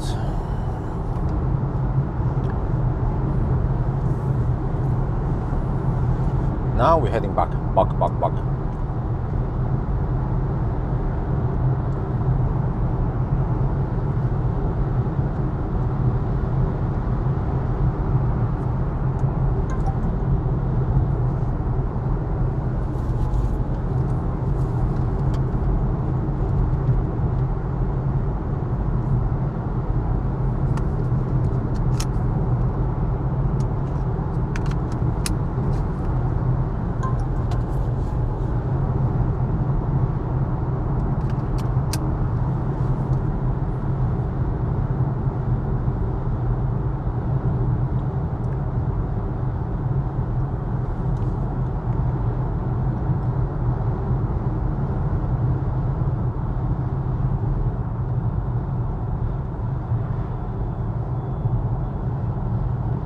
Bye, yes.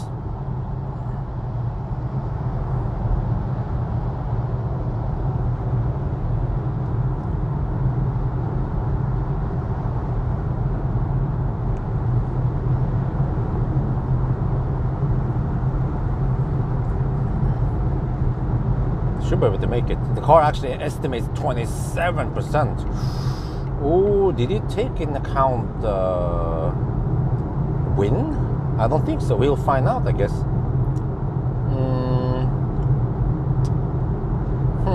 So I arrived with something like 14% last time, which was a little bit too much, but I don't know how much the wind affects this car. So that's why just want to make sure that we have enough.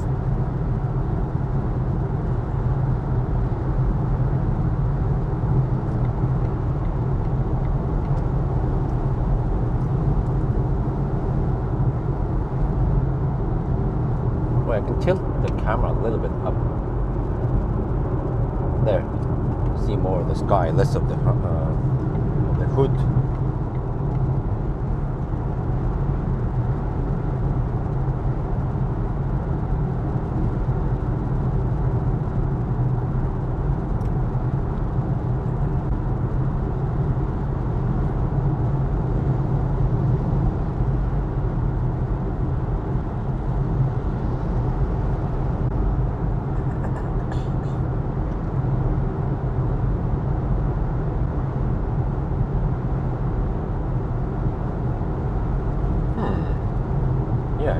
Maybe I should start displaying consumption also, total consumption, because I display time and I mean I display distance and all the average speed, but consumption would be also very useful to see. Total consumption, that is.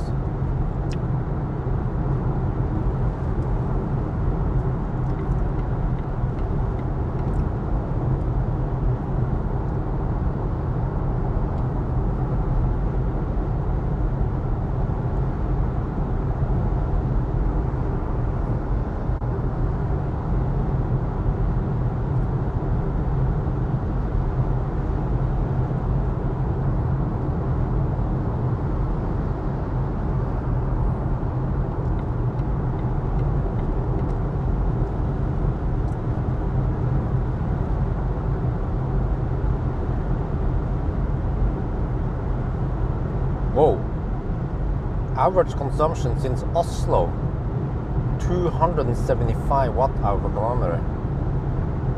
Just wonder how high the consumption will be once we hit the 120 zone. We can hammer it. And actually 120 zone is not that high in Europe standards. We have plenty of countries with 130 zones, like Netherlands, Denmark, Germany, France. I mean, in Poland you even have 140 zone. So 120 is not even considered that fast for many Europeans.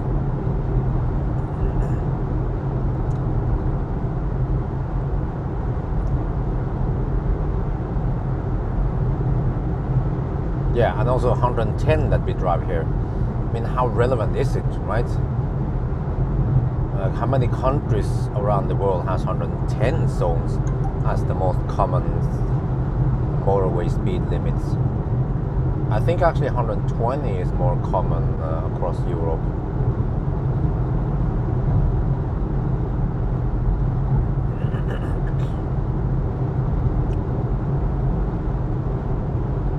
Okay, now auto steer is a bit wacky again.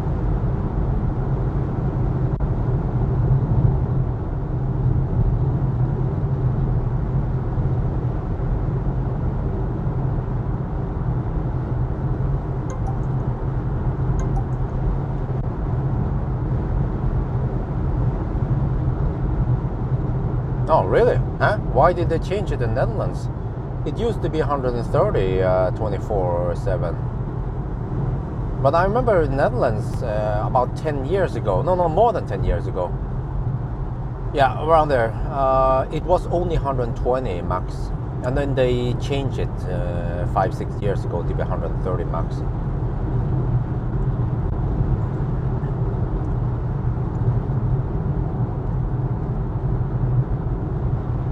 In UK, but UK doesn't count.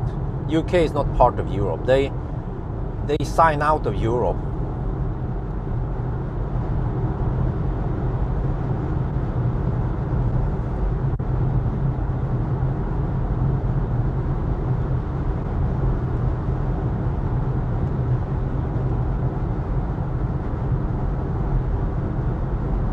I'm good, thank you. Feeling nice and fresh. Just wonder if we can get some headlight test tonight. If we get some, that'll be great. I can collect it in my headlight test. Oh, we have a left lane hugger. No, he just moved over just in time.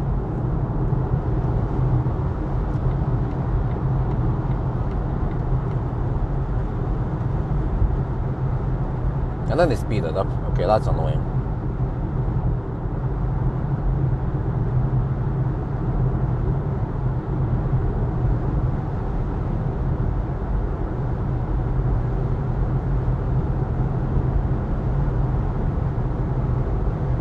Because of CO2 emission, that makes sense. Okay.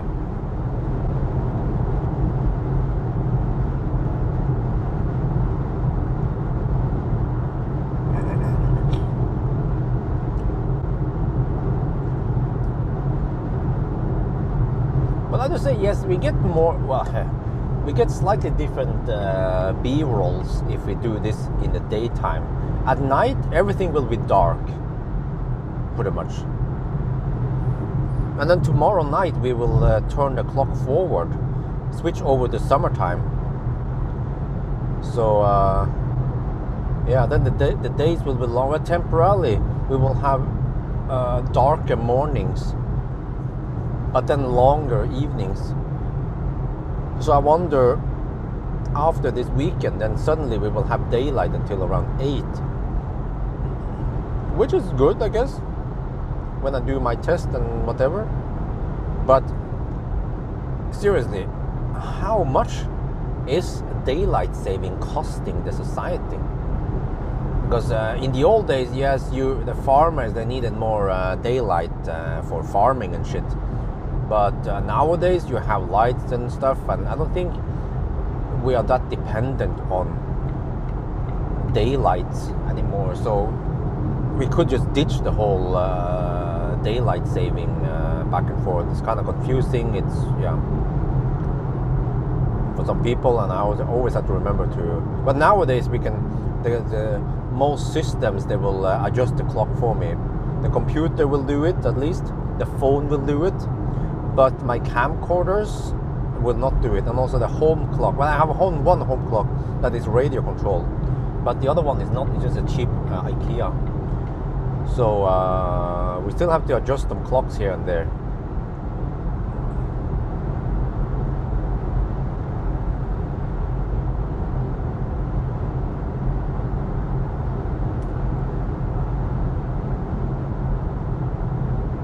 Okay, we get side wind now.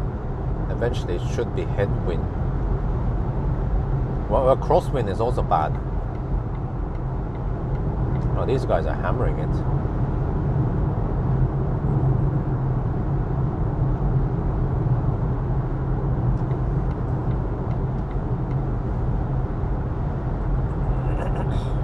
Well, consumption is 276. It's rising, and that's the total consumption since Oslo for the past 535 kilometers. Oh, so we have a high consumption on this leg. But I guess it's good that we drive the same legs, which then I become better and better at least that part. And again, in a way, if you would drive a non-Tesla, if you would drive a Volvo or an ID3 on this leg, you would probably be stopping at those Ionity chargers anyway. So at least it's good that I'm getting better and better at estimating things and to get the best result out of every car I test. It's it's turning green over here. That is so refreshing. I don't know about you guys, but I just like summer way better than winter. I'm not a winter guy, I'm a summer guy.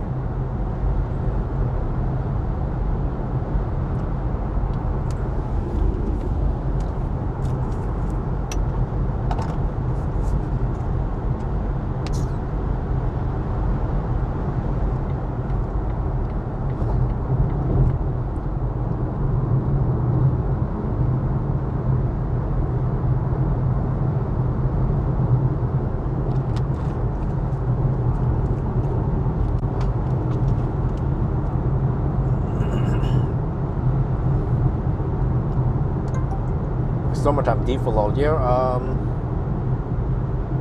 yeah, something like that. And I guess it's basically drills down to the computer systems. They need to be able to take in account the summer winter time. Well, actually, just based on the clock, I guess. The clock will just adjust. That's right. But I just know that now I have 6 hours difference between Norway and Thailand. And then after Sunday, it will be 5 hour difference, or plus 5 hours.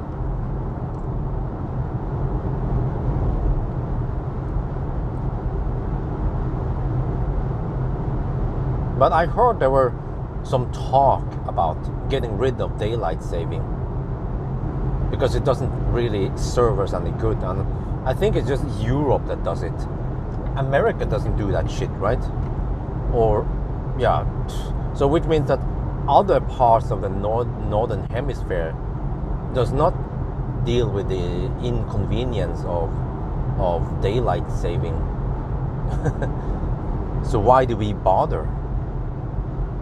Or why haven't we changed it yet? Because in a way, yeah, I think it's a nice feeling that we suddenly have longer days. But on the other hand, in the north, we already have longer days. So maybe this is more beneficial in the south, let's say in Germany or France. So there must be some smart guy who invented this in the medieval times.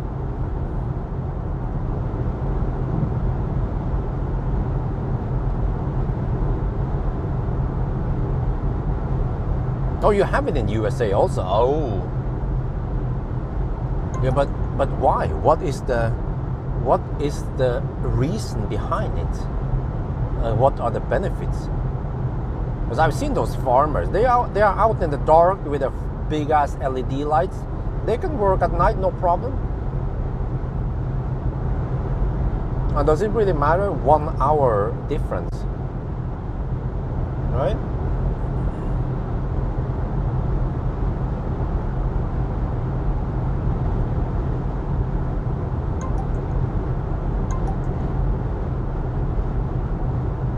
Oh, 278 watt-hour per kilometer.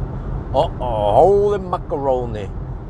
I think it was a good call for me to charge to 75%. Just based on experience, I know that don't underestimate headwind in the 120 zone. Headwind in when I go through Gothenburg, you know, from Valberg to Speculating, that's less important since we have 80 zones and 70 zones and yeah, 60 zones also actually. And then what the heck happened to this sign? Oh,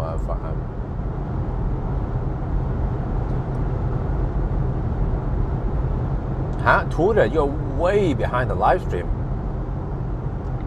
You are about half an hour. No, you are at least 20 minutes behind the live stream. So then he will get this message in 20 minutes. So you can fast forward.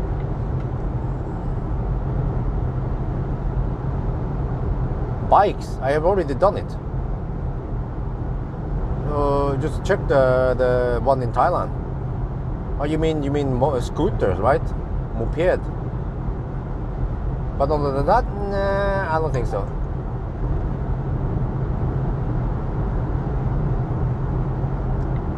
More than Cupra, huh? What? No, the consumption, yeah. But the Cupra was done at night, just to be clear. The Cupra was done at night and it was cold. Now we have 13 degrees Celsius. Cupra was hovering around 0 degrees to -4 actually. So it's not really that fair. If I would drive the Cupra today, the consumption would be way better. Because it also seems like the heat pump in the MEB cars are a bit sucky. I don't know what's up with that, but it's been measured and pointed out by several independent YouTubers like me and was it Battery Life who do it, or was it Kyle from the other side of the pond? I don't remember.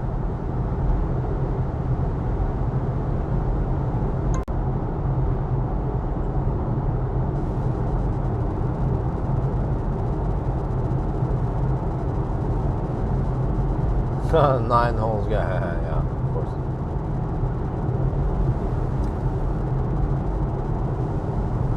Yeah, so I guess I will wait a bit, but yeah, I'm planning on taking at least one more trip to the Arctic Circle, and I will see if I get lots of views. Then I might consider it. It's a 2-day trip, but it creates 2 episodes, and if I can at least get somewhere between 20 and 50k on those episodes, then they will be worth it.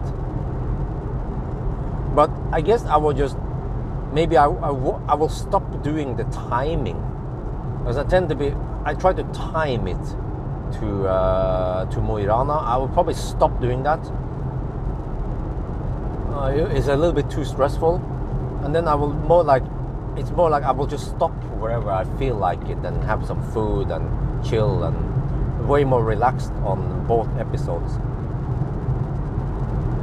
But if I get a lot of views, then I might considering doing it in summer only, but in summer only, not during winter, the Arctic Circle run. But I will also try to go to the Arctic Circle. It will take a couple of extra hours, but I think it's like that extra cherry on top that people want to see, to go to the Arctic Circle.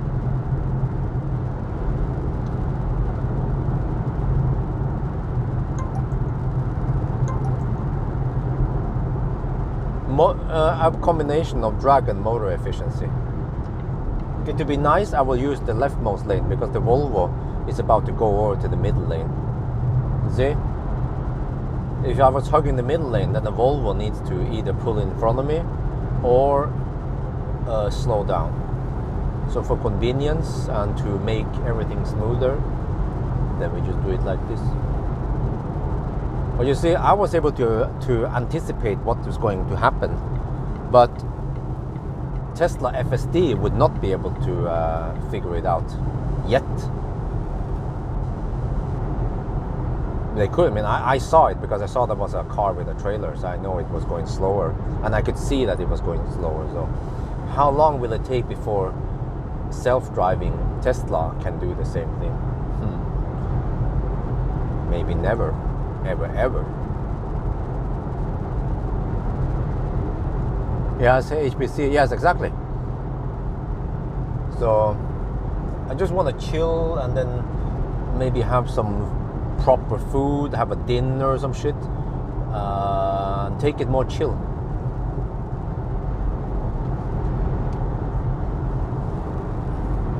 Because nowadays my tests, they tend to be very intense, like 1,000 kilometer challenge. I don't have time for chop or anything.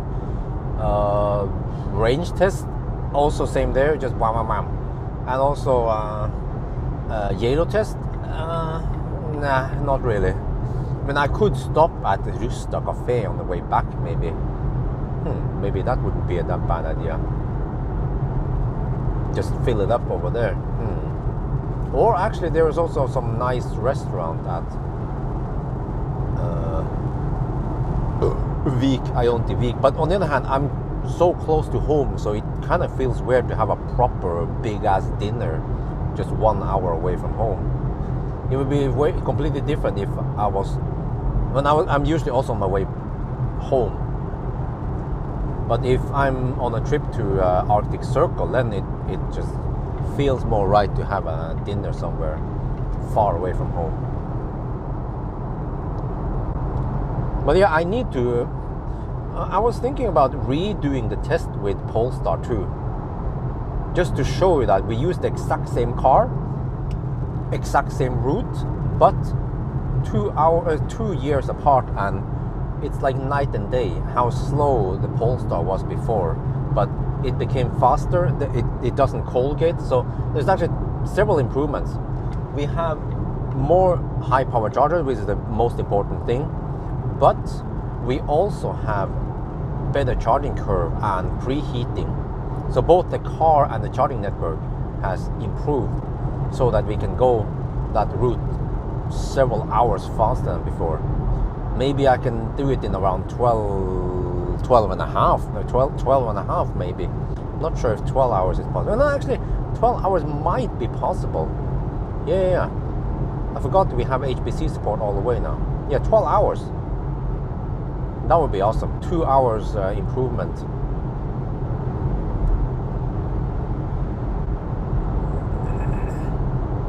Ioniq 6? Nope.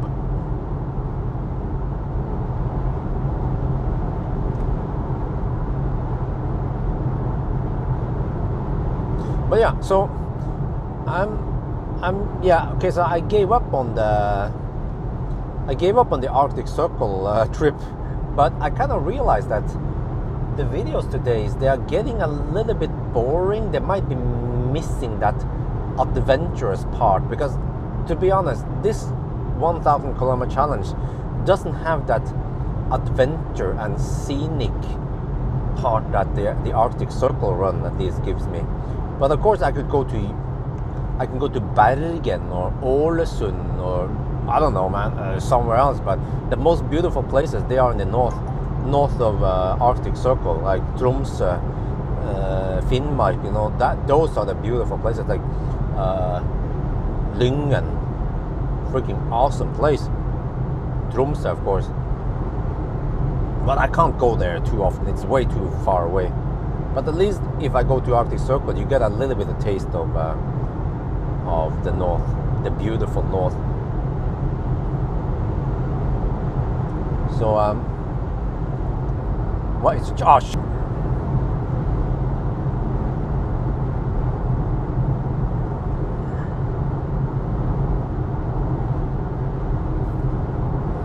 Are we back? Are we back? Total consumption has now gone up to 280 watt-hour per kilometer, and it's just going to rise and rise. Estimated arrival 22% now, 93 kilometers away. We just hit the 120 zone, and it's going to be 120 zone for the next 93 kilometers. Yeah, the 120 zone is roughly 95 kilometers long. Oh no, I forgot about the 100 zone around Halmstad. Yeah. But yeah, and then we're supposed to get almost head-on headwind. But actually the wind tends to come from the east. The wind tends to come from the west. Yeah, based on the trees also. Trees are slightly bent towards the right.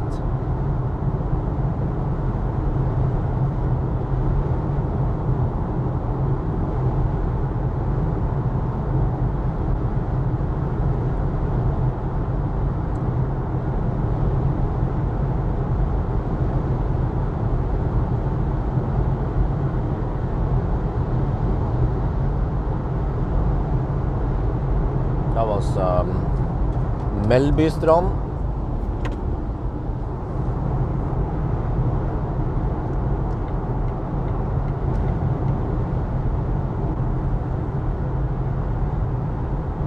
Well, I can give a status update. 300, sorry. Okay, try again. 563 kilometers and 281 watt-hour per kilometer. I think we have around 2-minute deduction, or 3 minutes, I'm not sure.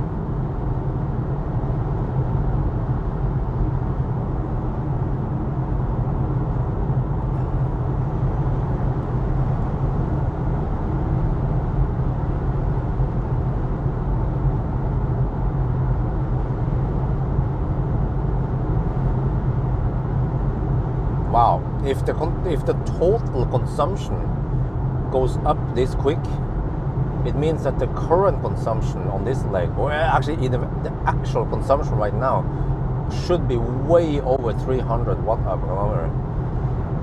For the whole average for 560 kilometers to go up that quick, just wonder how high is the current consumption right now. But this car doesn't show it. And then many cars, they will show you the current consumption, which is useful, I guess, but it would also be useful to see the consumption for the last 10 kilometers, like a Tesla shows you, or many other cars actually. One of those, yeah.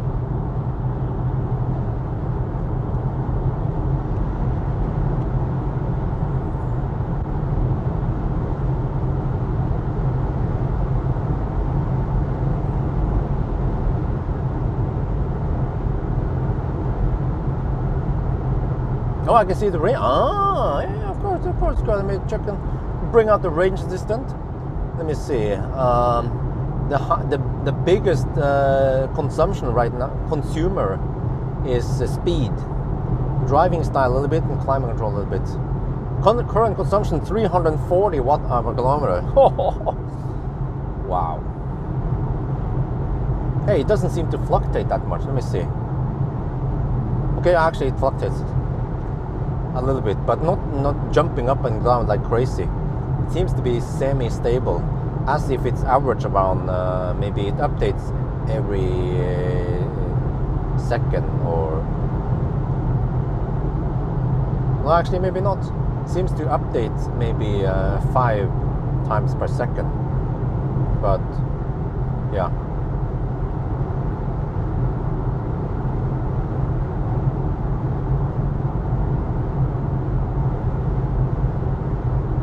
Yeah, 340 watt-hour per kilometer. Holy macaroni. It means that for this leg it might be over 300, let's say 320.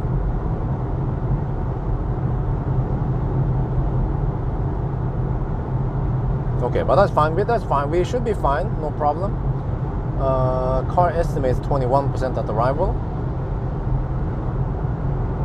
We might arrive with somewhere between 5 and 10%. Which is still no problem. 11 hours, ooh, that would be great. But yeah, it seems like I have faster charging sessions than the Cupra Born. But the Cupra Born was, you see, why did I wait? I mean, why did I run it at night? Because I wanted to see the cold gate, and we already have an ID3 run anyway. So it's useful to see what happens when it's cold. But the Cupra Born did it in 11 and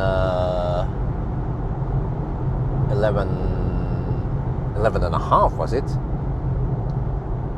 Yeah, plenty. 11. No. The estimation will drop. So it says 21% now, but we might arrive with 10%. I've seen it over and over again today. And we will see now. It seems like maybe the car does not take into account wind when estimating percentage. It's not as sophisticated as Tesla or Mercedes. Mercedes and Tesla, they are the best for estimating percent at arrival. So it's insanely good how they are. Sometimes they are even better than a better route planner.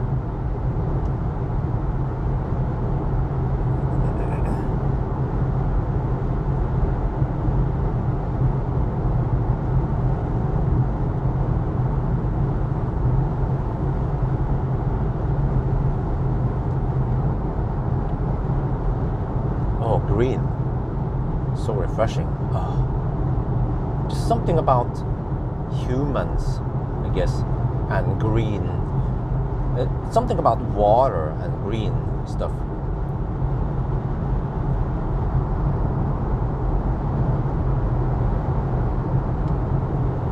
Like a picture looks so much better if there is some water and some green on it, versus something like a desert or just gray winter.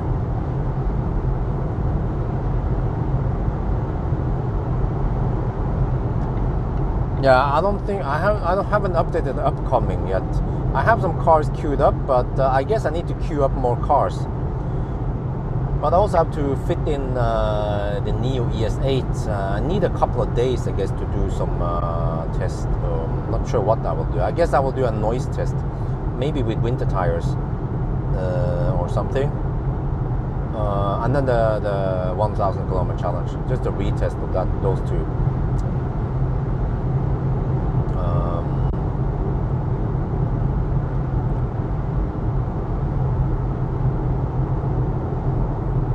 And then I need to make a list, and I need to start contacting some places. Maybe check out the Toyota B4ZX, whatever it's called, or the other one, which is the same car basically. Subaru Sul something it's called, the Subaru electric one.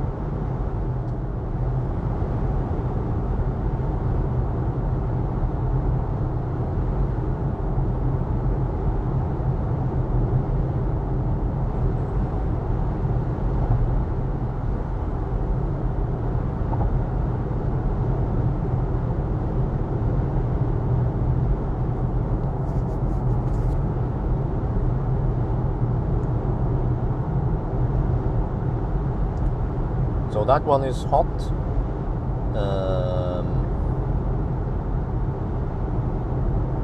Yeah, Megane is hot. Aria. Yeah. Other than that, we don't have any major newcomer this year. And also the Toyota and the what's it called again? And the Subaru, they are not that hot. Like, I don't think there are tons of people who have ordered those cars waiting for it to arrive, unlike the ID3, ID4. Those were super popular last year. So somehow I have to try to milk on the MEB cars to get some views and new subscribers. Drive is great. Smooth. But yeah, so I guess I would see if I can get any of those Chinese cars. I have to look through my emails again. I think I need to make a spreadsheet, keep track of all the cars and what their status is. There are some variants and stuff, and I guess people are interested. There's some people who bugged me about it. Oh, when are you testing the Q4 all-wheel drive? I guess I should test it, right? But it's like the GTX. That's why I figured, what is the point? It's very similar to the GTX. Why is it so important to test it? I already tested that the GTX does not sacrifice the efficiency versus the rear-wheel drive. So it would be more or less the same for the Q4.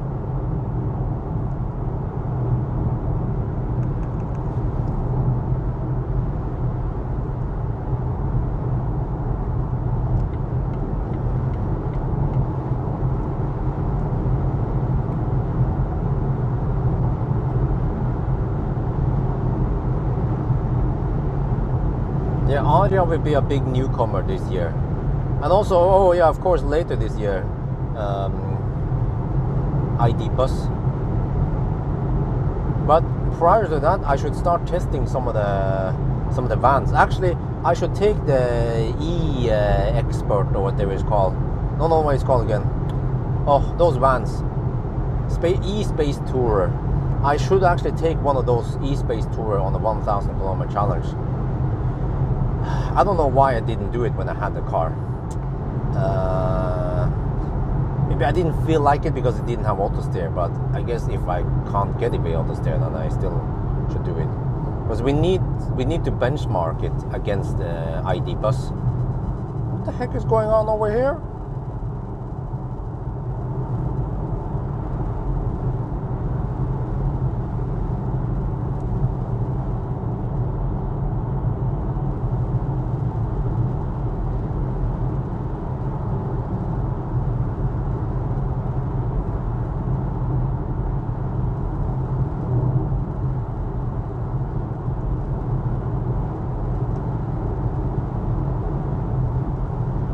Yeah.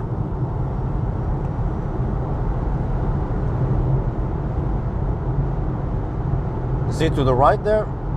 Big ass Biltema warehouse. It's humongous how big the warehouse is. Yeah, Biltema is big.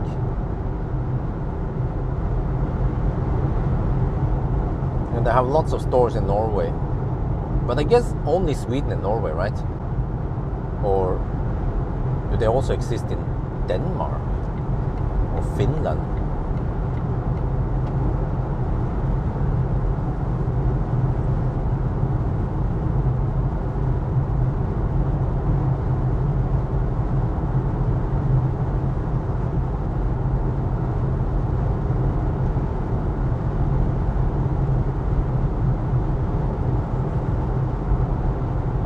What? Model Y LFP? Which one is that? Where do you get that one from? China?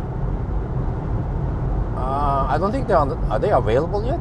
It has to be a standard range Model Y something-ish. I wonder if Autotar Group can get hold of them, but I don't think we can get them in Europe. So that's actually another reason to go to Thailand. Once I can do some unique test over there, like get the LFP Model Y test, range test, that would be useful for the main channel. Except for that the main channel is, in general, they are allergic to Thai video. But they don't know what they are actually missing out. I remember I did some interesting tests in Thailand. And then some of my main channel people, they asked me about something, and I was like, oh, I already tested it in Thailand. And it seems like they haven't paid attention.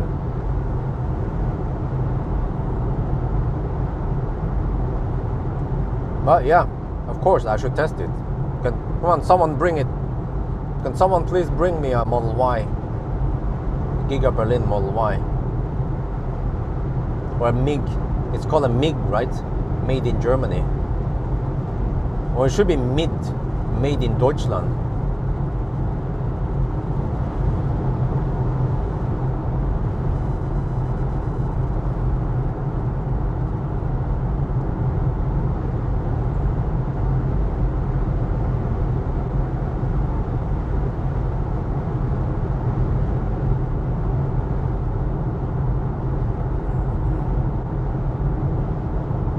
Oh boy, total consumption 284 watt-hour per kilometer.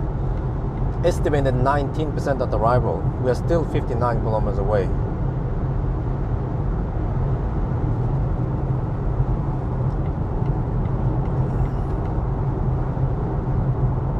Marcus Bill, yeah, he ordered one, or ordered several, but I don't have it yet. I mean, trust me, as soon as I get something like that from Germany, of course I'm gonna brag about it. I would probably just shoot a 5-10 minute video in front of the house just showing you guys the interior.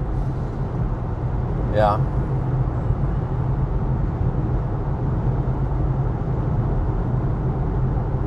$279 miles. Oof, how much is that in proper metric system? 350 kilometers maybe.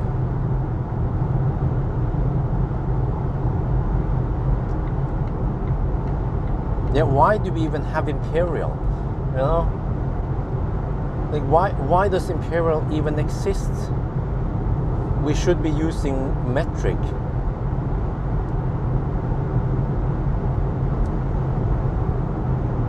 Civilization has progressed so much over thousands of years, but we are still using imperial. That could be one of the reasons why aliens can just take over and butt rape us, because we are not moving together.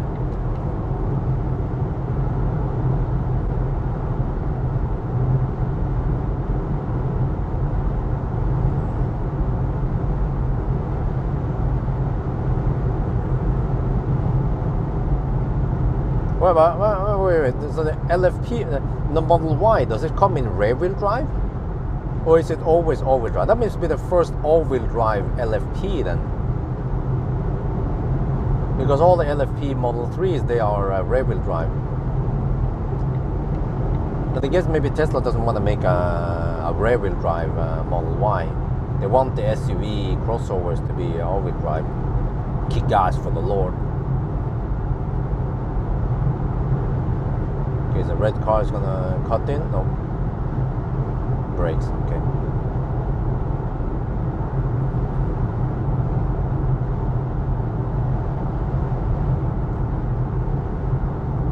Oh, it's 450 kilometers. Ooh, funky, really? Wait, it means that it must have a bigger battery than the Model 3 LFP. Maybe they managed to squeeze in more than 60 kilowatt. Maybe it's like 70 something kilowatt hour, or at least 65 kilowatt hour net.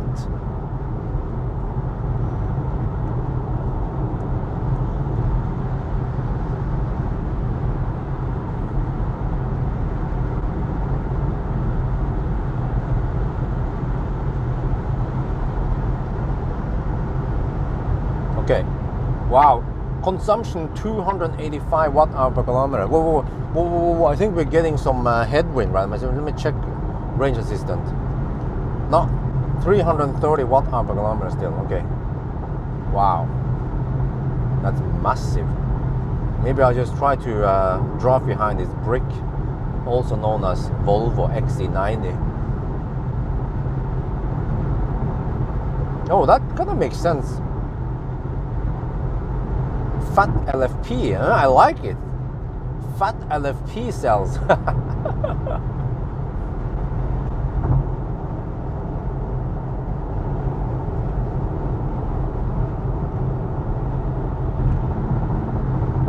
LFP Model Y is, oh, okay, it's rear-wheel drive. Okay, so they actually have rear-wheel drive. Okay. Well, it makes sense. I mean, for most part of Europe, you don't need all-wheel drive. Like Belgium, the Netherlands, Denmark, most of France. Even in Norway, it's not a must-have to have all-wheel drive. I was driving all over the place with the Millennium Falcon, no problem, as long as you have good tires.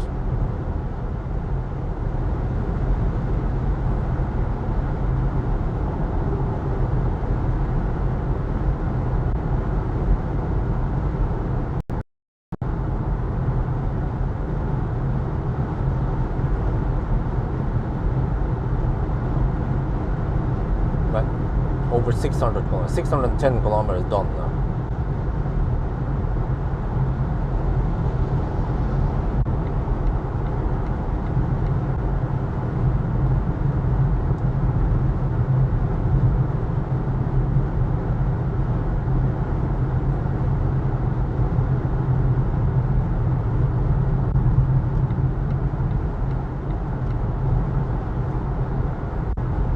Okay, I'm down to 32%.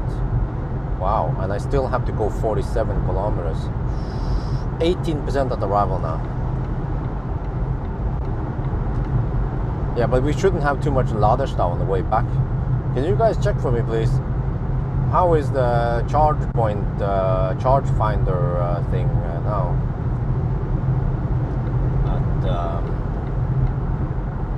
At Bike.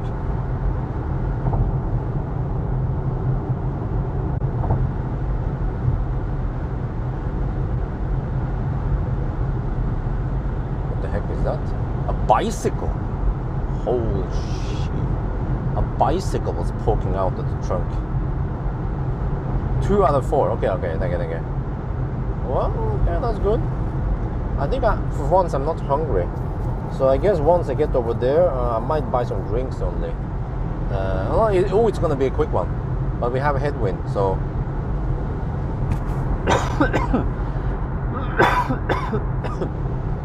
I think I only need around 45%.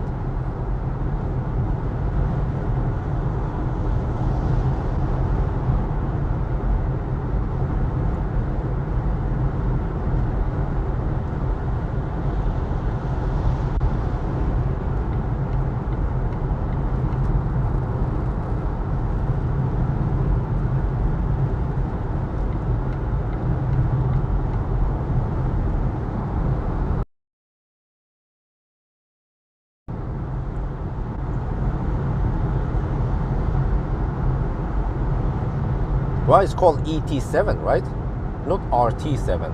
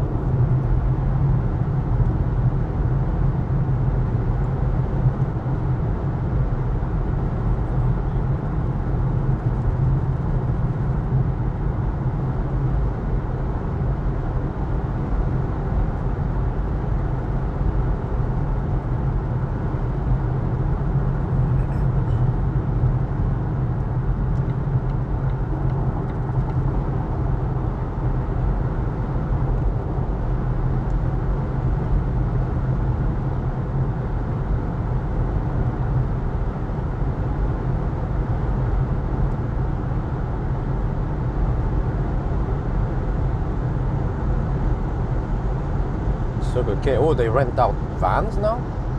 You can book this van at Circle K SE. Wait, so I wonder if I go to that other Circle K instead, that would be slightly shorter. Oh, at Helsingborg.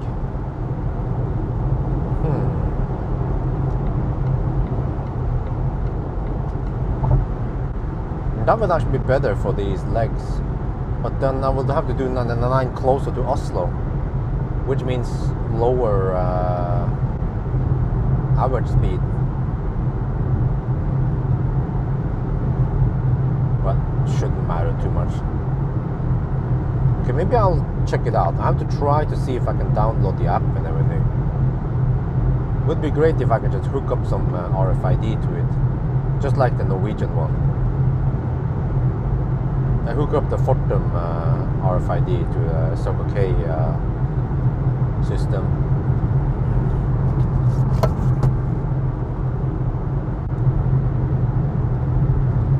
And yeah, how the heck did they manage to squeeze in 150 kilowatt hour in that battery? That is the biggest battery in that class. It even passes Lucid and Mercedes. Like, how the heck? And it has the same form factor as the current 100 kilowatt hour battery. That is simply amazing how they managed to squeeze in so much, so that current ES8 can suddenly take 150 kilowatt hour.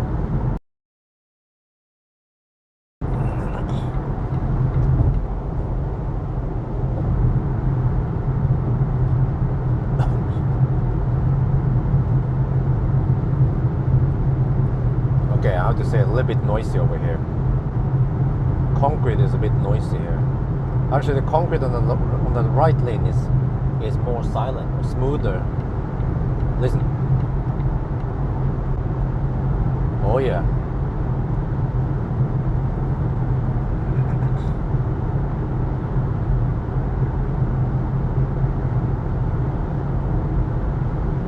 Well, I guess no one has seen it yet.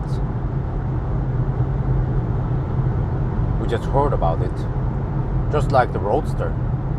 We just heard about it. It's supposed to have 200 kilowatt hour battery.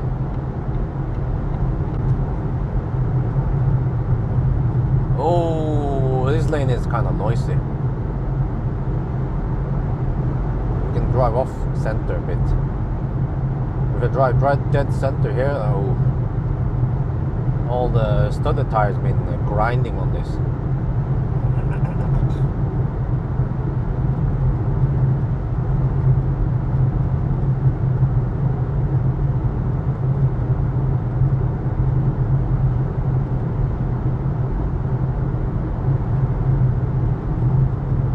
Yeah, but I can ask you guys, should I bother with yellow test on the C40? Because it's more or less the same as, or very similar to the Polestar anyway. Battery, well, one part of the test is the battery. And what else? Yeah, so I can do the thermal camera stuff. I could also do that at home, really. It doesn't have to be in yellow, if I think about it. So it's more like a Colgate test with some extras.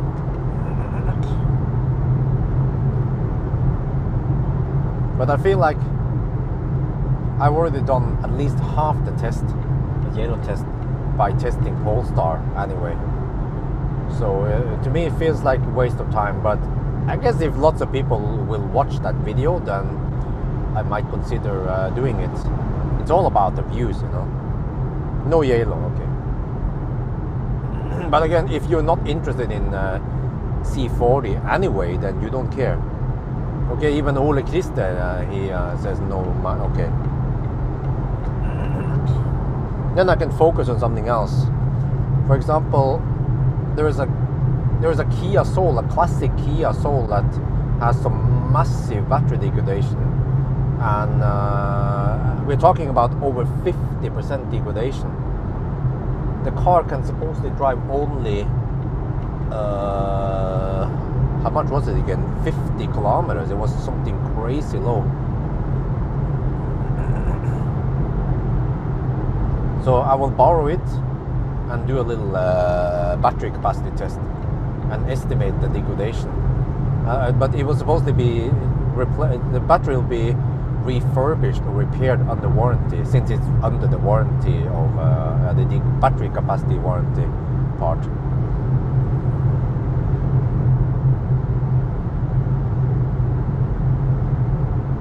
Oh, okay, some kind of solid, semi-solid state. Oh, wait, is that the hybrid battery that I've been talking about? Okay, it's kind of noisy. Wait, is it noisy on this part? Yeah, it is noisy on this side, I think. Oh, this is even with winter tires. Can you imagine with summer tires? But maybe the Nokian Hakkaplita R5 would be better.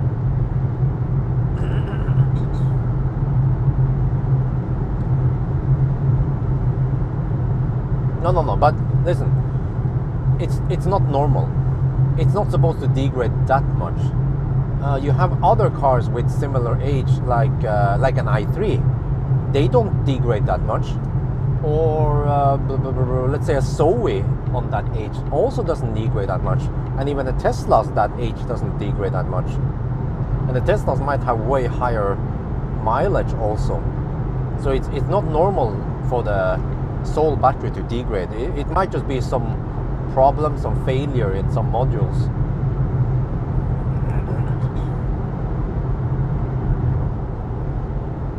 Oh, that was it. We're back in the asphalt. Oh, 15% at arrival. All right. I have 22% left. We are 24 kilometers away.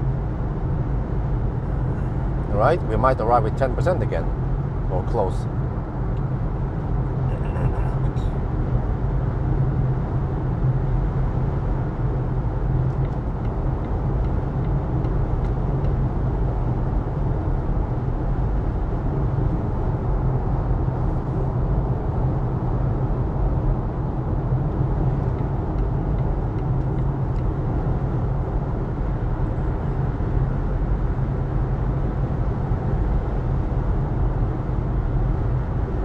I don't know what kind of batteries they use there. I think that's supposedly the battery that can take 100 kilowatt Chademo, but we were never able to test it. Oh, you know, for the longest time, I wanted to test Kia Soul on some 200 amp Chademo. I just wonder where the closest one might be. Oh, I wonder if Kløfta has it. I haven't paid attention. Maybe Kløfta has the 200 amp Chademo. At least those Eon chargers should be equipped with them. And that one is probably the closest to Oslo.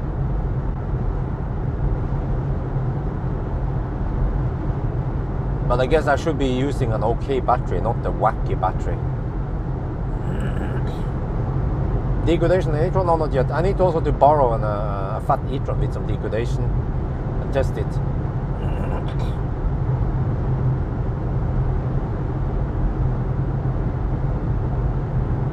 Oh, we're getting pretty strong headwind right now. Uh-oh. What?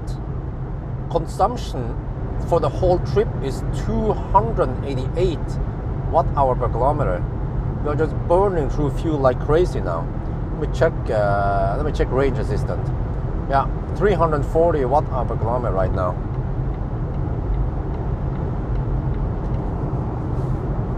I think I need to document this in the video.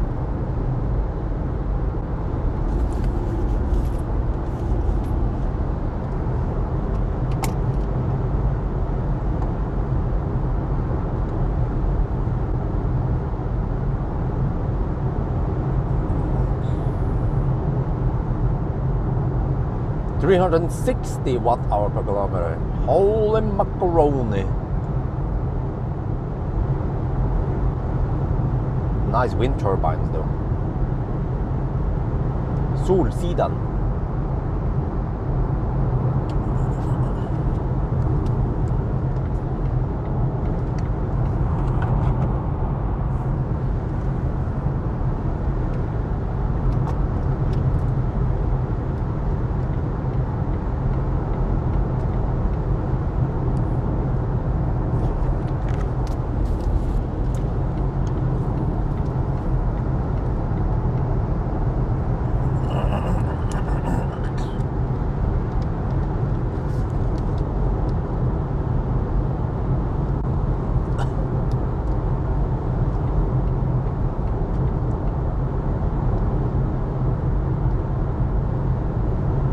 We are getting close to Varberg, and holy macaroni, the consumption is high. We're using something called Range Assistant. It's one of the newer apps. Also available in Polestar. And just look, 300. Okay, we're going uphill slightly, but 390 watt-hour per kilometer is the current. So speed is the biggest consumption now, and then we have driving style, which is, and then climate control a little bit. Wow. So we're down to 18% right now. I think it was a good call to charge to 75%. So right now the car estimates we will arrive, oh shit, at the charger with 14%. Okay, all right, let's get over there.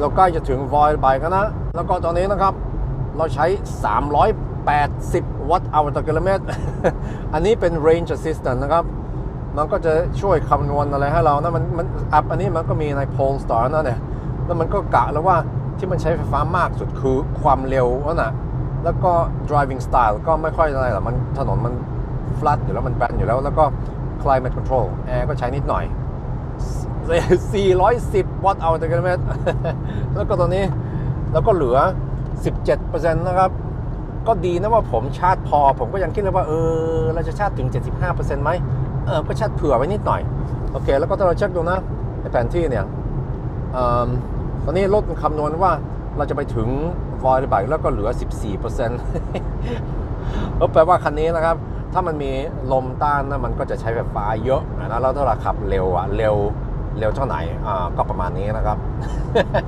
อย่าลืมนะต้องเอาพาสปอร์ตมาด้วยต้องไปต่างประเทศนะ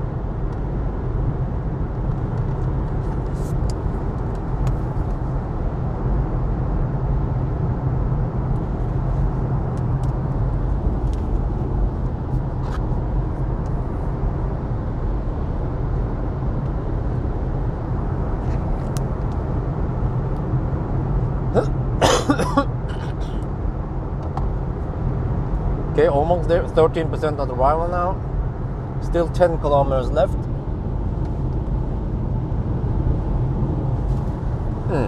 Maybe I could have made it charging to 70% only.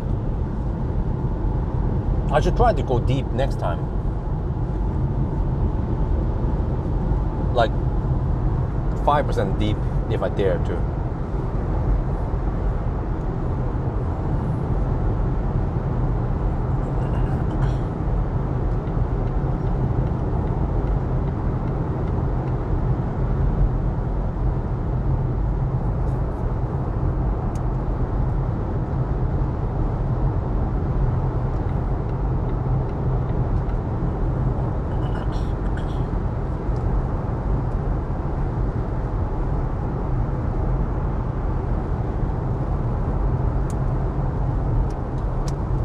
Okay.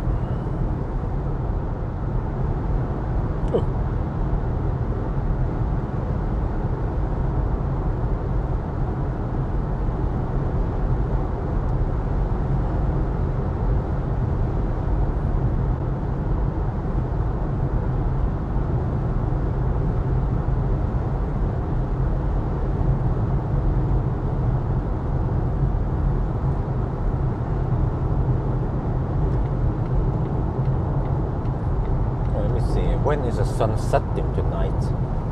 It's kind of low. Wonder if we get sunset around Speculating in about 2 hours.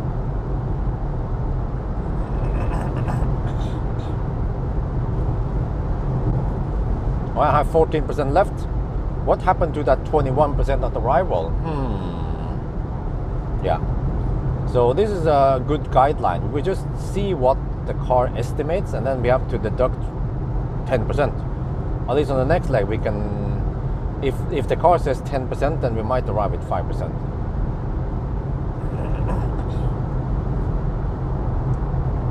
Hongqi,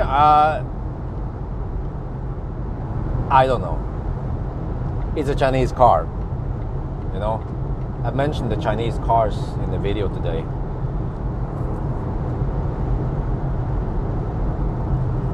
Yeah, well, Hongqi is actually one of the interesting cars I want to test because it's completely different, and also I guess the Xpeng P7, but at least the Hongqi, I don't know anything about it, about battery, charging speed, efficiency, noise, but it sounds so quiet.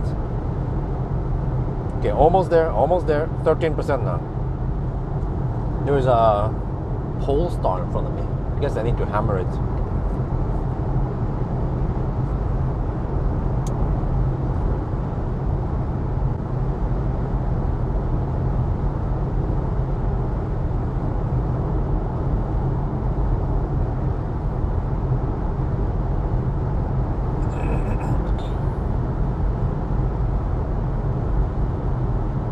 Is that the Polestar was plugged the wrong way? Could be.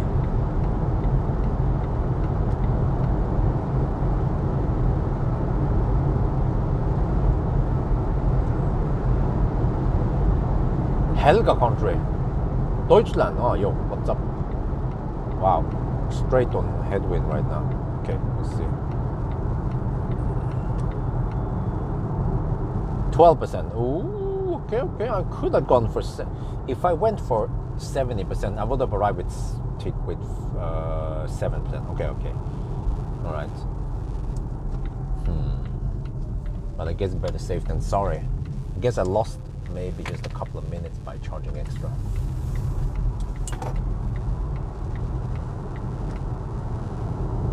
Status updated. 651 kilometers, 289 watt-hour per kilometer. And we are back here again. Oh, 26.52 kroner per liter of diesel. Diesel is a lot more expensive than 95 gasoline, unleaded gasoline, for some reason. I remember 10 years ago, the Norwegian government tried to convince everyone to buy diesel cars because they were better in CO2 emissions. And now, It's getting semi. Okay, no, it's fine. It's fine. Okay, okay. I have to take that. Oh, there's one spot left. Oh shit. Oh, lucky. One spot left for me. Oh yeah. Oh yeah. Give me that.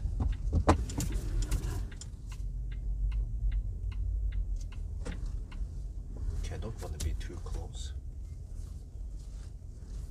But can we see the charger screen though? What if I go a little bit back? Like this? Nah. I think it's kind of hard to see it. Okay, whatever. Let's just park in the room. And this is 12%.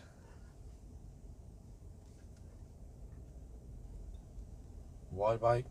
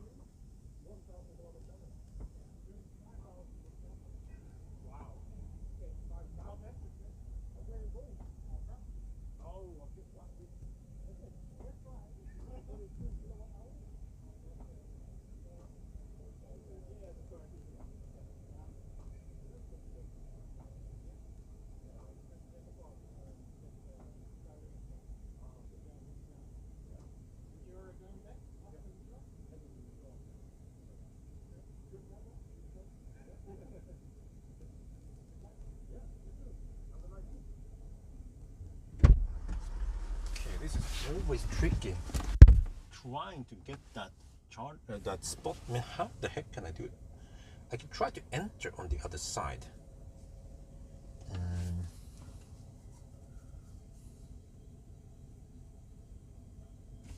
Or I can try to. Okay, how about? Okay, okay. Let's try. Let's try. I have to get on the other side somehow. With this one. Okay, let's see now. And I might have to unplug, I'm not sure. Oh no, I can bring the cable with me. Okay.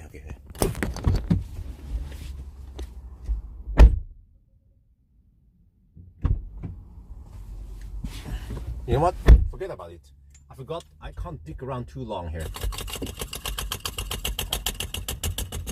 With the live stream. This is a really short pit stop.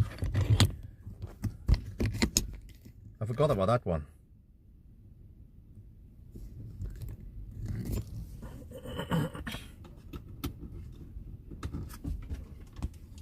There was a guy with a 94 amp hour i3.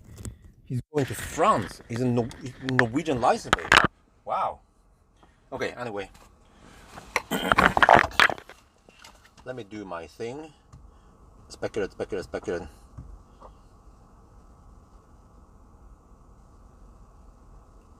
Where is it? Store Hauga, this one.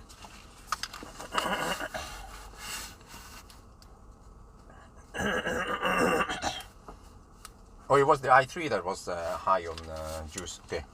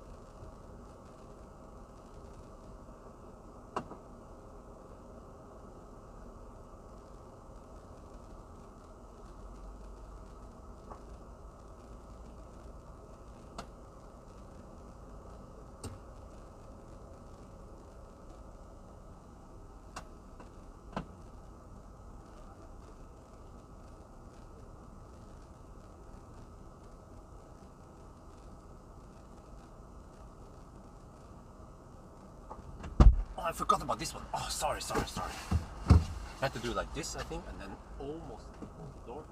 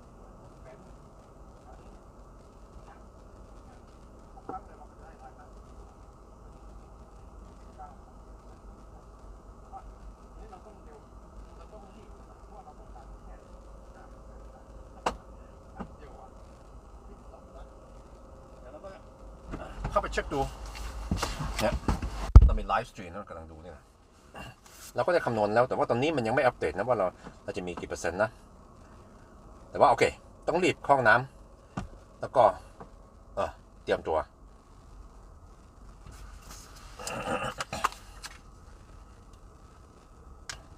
Okay, I have to hurry. I think we need 45%. I don't even need to calculate anything. We just trust the car's numbers.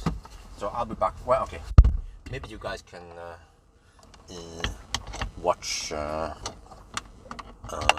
this thing for now, or this thing. Because by the time I'm back, then we'll be almost good to go.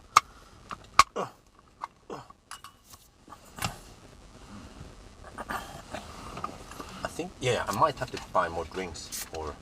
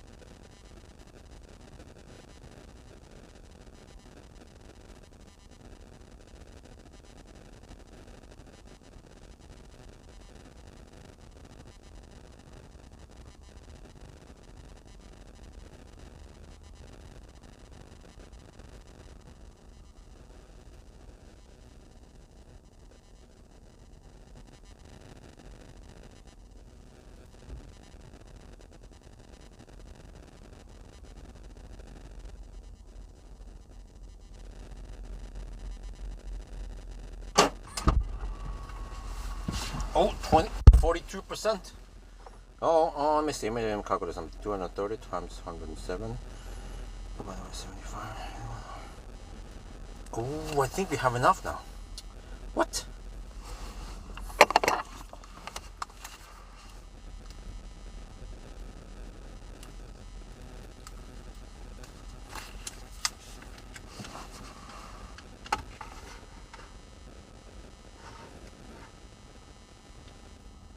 What? We've been charging for a little bit now. 12 minutes.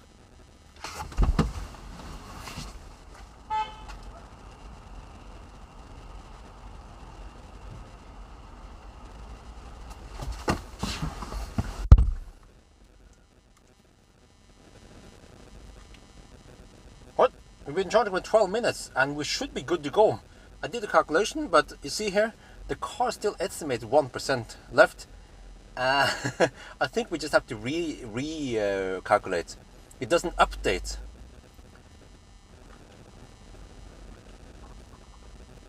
Oh, เราชาร์จ12 นาทีนะครับแล้วก็เนี่ยรถมันก็ยังกะว่าเราจะไปถึงแล้วก็เหลือ 1% เพราะว่ามันคงไม่อัปเดตเนี่ยตอนนี้มันอัปเดต 12% เนี่ย อัปเดตช้าหน่อย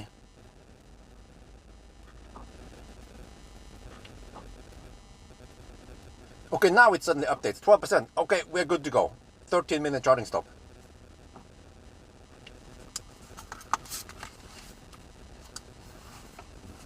Yeah, 13 minutes. 46%. We have to leave now. Now.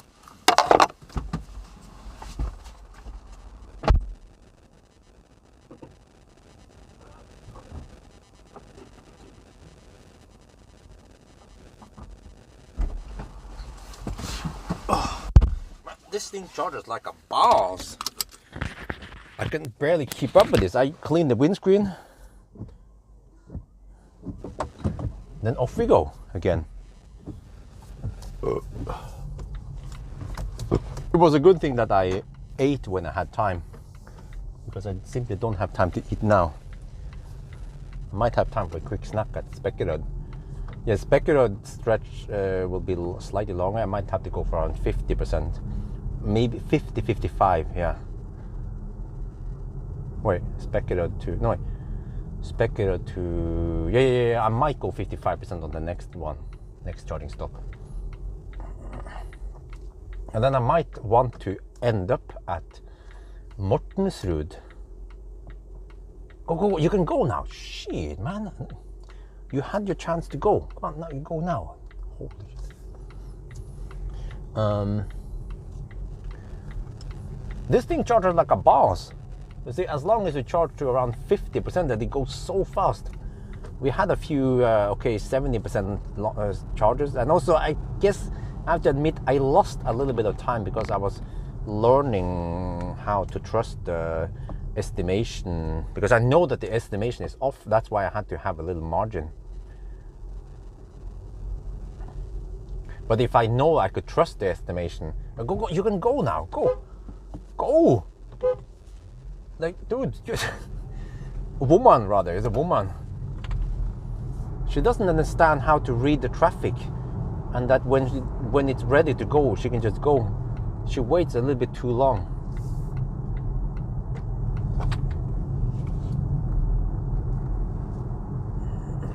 10:30. Wow, that would be way better than my estimation. Well, anything better than 11 hours would be great.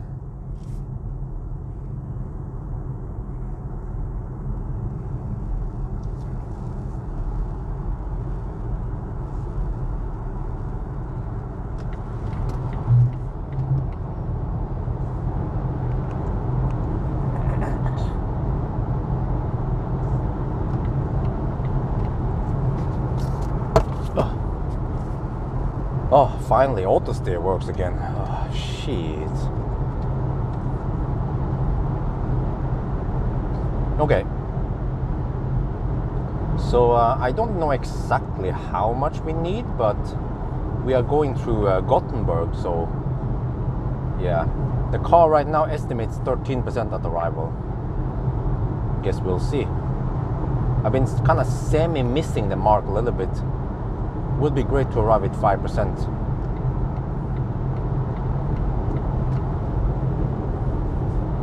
But I estimated that as of this point, after 666 kilometers, we have an average speed of 97 kilometers per hour, which is very good.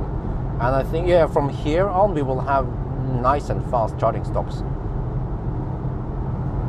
And the car keeps averaging or receiving over 100 kilowatt. The car keeps getting 150 kilowatt consistently until 30% every time, which is nice. And even past 30%, we still get 130 kilowatt. So it's charging like a boss. And it has I think it has better charging curve, or more consistent charging curve than the winter run I did.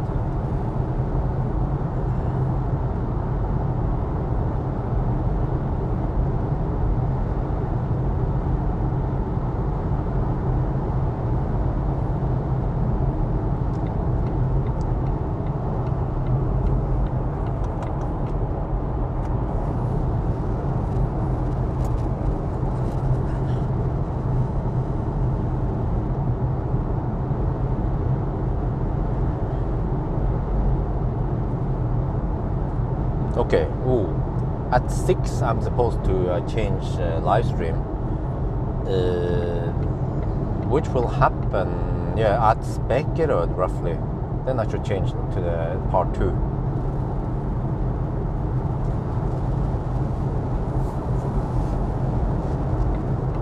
But this is kind of weird because according to my estimation, it's supposed to be 11:20. Yeah.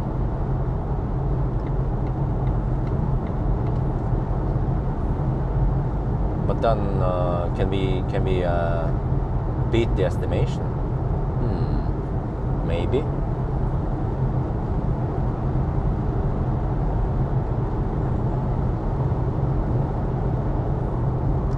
Still kind of hard to predict, because now we suddenly have headwind, and then the sun will set and we will get higher consumption in the evening.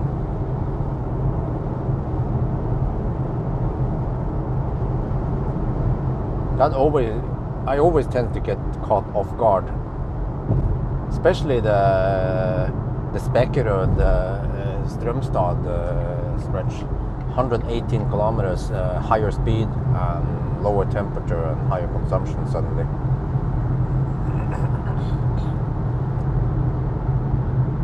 But yeah, this video is actually interesting also for Thai people, since this car is fairly affordable. In Thailand, it will cost around 2.6 million baht. The XC40 has been available for a while now, 2.4 something, 2.5 million baht, which is for an EV with this kind of performance and range is quite affordable.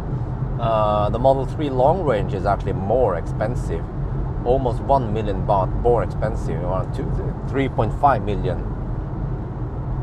So, but okay, the Model 3 has way better range than this car, no?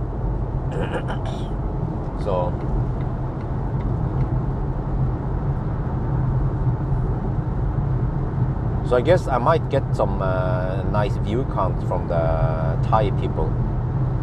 This is the best test I can give them for now. The best test would be in Thailand, like Bangkok Challenge. Bangkok Challenge is like the equivalent to the 1,000 kilometer challenge. Yeah.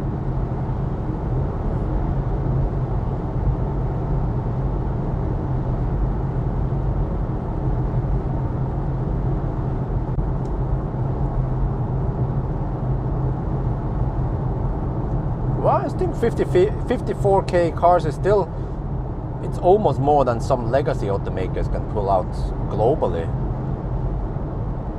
for electric cars. But it's a start, you know.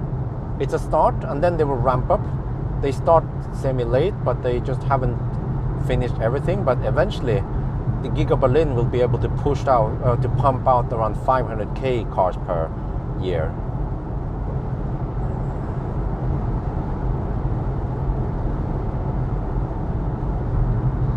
It's still a nice addition. Wait, is there a guy coming from behind? Schnell? Okay, go. Come on.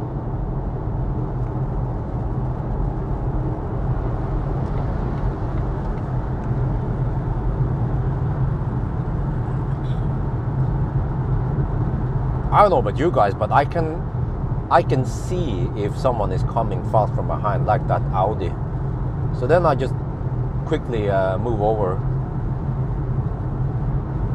Oh, it's rattling again from the A-pillar or the door.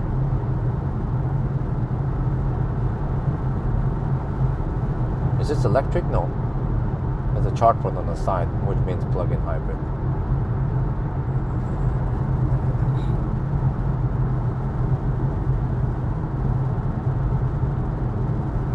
Tesla is growing quite big now. They have so many gigafactories pumping out cars.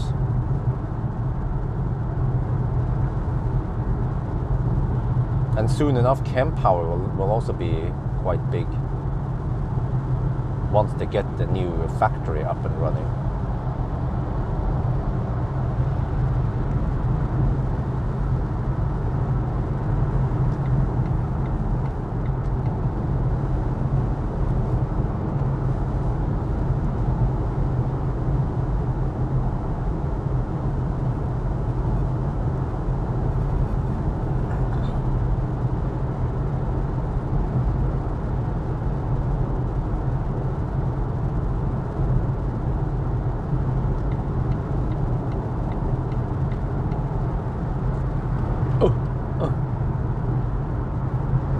Wow, total consumption for the trip is 291 watt-hour per kilometer now. Why, is it just going up and up now? What the heck?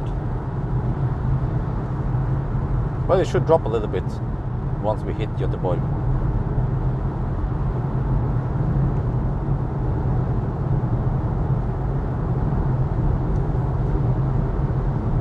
Okay, let's see how long we get daylight now.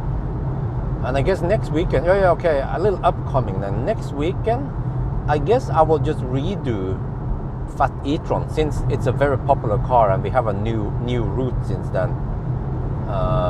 Yeah. I wonder if maybe the Fat e-tron had slight disadvantages, or did it? I'm not sure, but we should at least be able to replicate, to still do it in 10 hours and 10 hours and 20 minutes, right? So let's just do it for fun. Yeah. So next Saturday we will do Fat e-tron 1000 kilometer challenge. It's going to be super comfy in the Fat e-tron Black Edition. But I remember when I did Fat e-tron last time, several years ago, at least 2-3 years ago, it was nice and warm, 25 degrees roughly.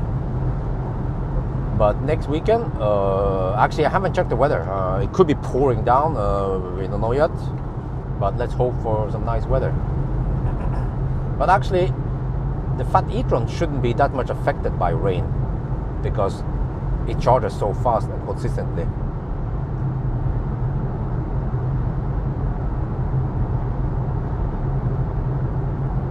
Huh? What? Don't we get the Giga Berlin cars? Isn't that the whole point of it? That we should get the Giga Berlin cars, so we don't have. Oh no! I mean, Norway. We might get because it's not part of EU.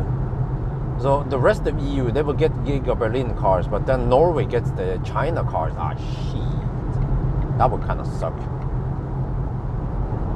I need to get my hands on the Berlin Model Y somehow.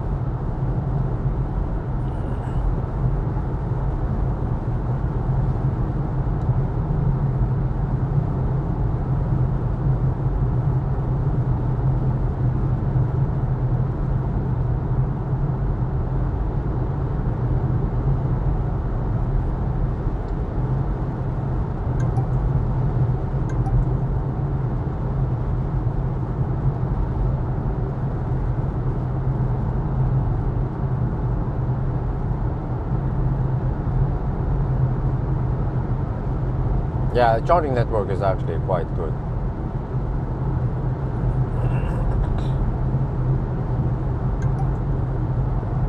But again, people who have ever owned an Ioniq, they know that it's not only about charging speed, it's a combination of charging speed and efficiency. And most other non-Teslas that charge as fast, they are not efficient. Like fat e-tron, like e-tron GT, Taycan, even Ioniq 5. I mean, once you hammer it, they become so thirsty. That's why Tesla is dominating the 1,000 kilometer challenge for now. Maybe Lucid would be a good competitor, but it's not available in Europe yet. Germany trip, you have to get my hands on a German Model Y somehow then. Not sure how easy that will be. Maybe I can try to get one from Hamburg, Tesla in Hamburg.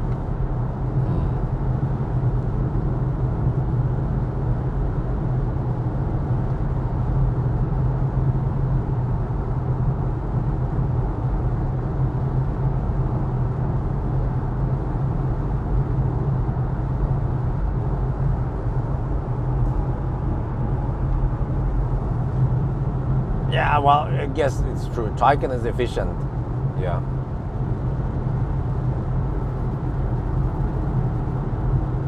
Well, for the most part, it's not actually efficient. You think about this. How many screenshots have you seen of Taycan with nice load numbers? None.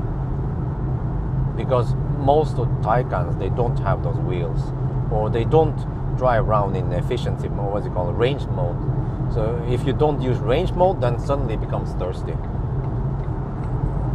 So that's why I normally don't count Taycan as an efficient car, because it's kind of hard to achieve it, or most people, they don't achieve the good efficiency.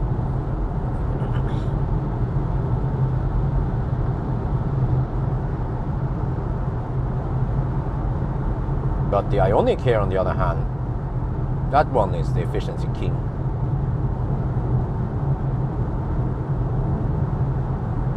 Where is this, electric Ioniq? Yes, a fully electric Ioniq. Noise.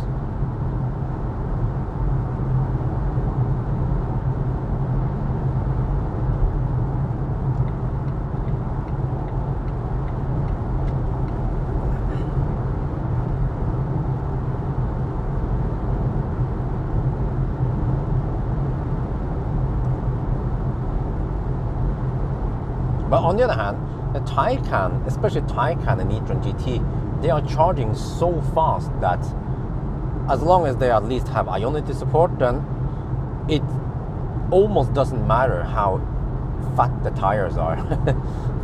They might lose 5 minutes in a 1,000 kilometer challenge.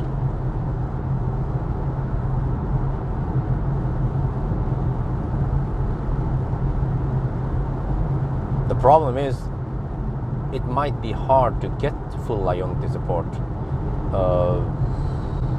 But there are some 200 kilowatt chargers, more and more 200 kilowatt. Yeah, those Alpitronic chargers.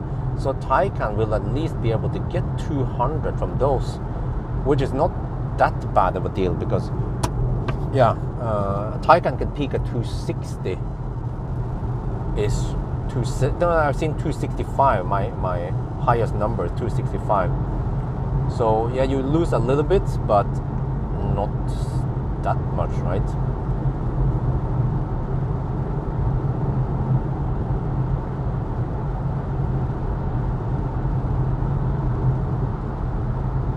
Under 14, what? Genesis cars, huh? Nope. Well, will we even get Genesis? The Genesis brand doesn't exist in Europe. It's only in Asia and US. It's a subdivision of Hyundai, right?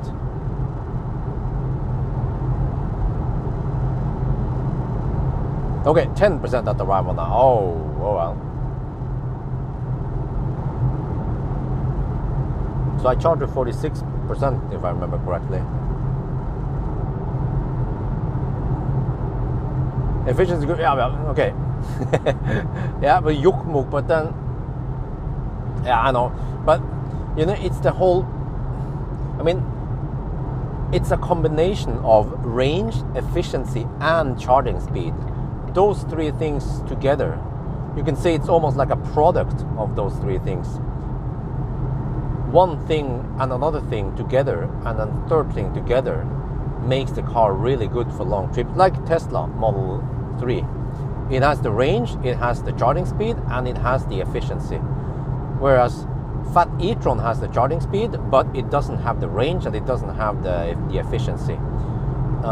Kona has the range, but lacks the charging speed, but has somewhat good efficiency, at least if you're not driving too fast.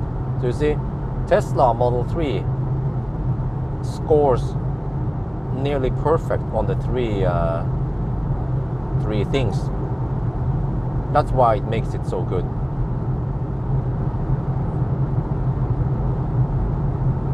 Oh, Germany gets it. Okay, cool. Here's Kungsbacka. Chop. But I can't stop here. Yeah, you see, So, okay, last summer, or especially the past few years, I've been doing lots of Arctic Circle runs. At some point, I went there almost weekly, which was actually good for view count and income and such. So, maybe I still have to do them. But then I might have to be a little bit picky on which cars to bring. I should bring the fattest and the most interesting cars with the highest view counts.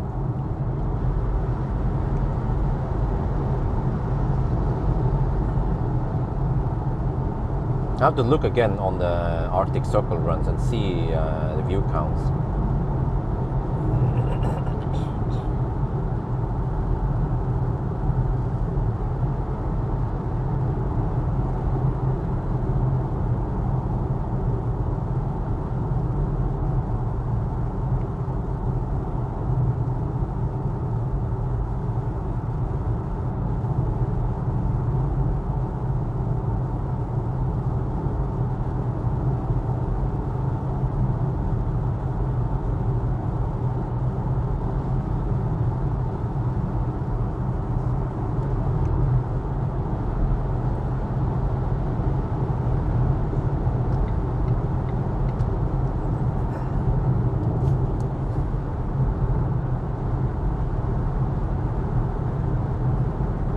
Oh, you know what? I look at some spec sheets, and what was it again? The small battery Ioniq 5 or EV6. You know, the one with the 58 kilowatt hour. That one. You know the pack voltage. The nominal pack voltage on those cars are only 500 volt. So, would you even call them 800 volt system? So it's a 500 volt system. It's just a little bit higher voltage than the Model S, the refreshed Model S.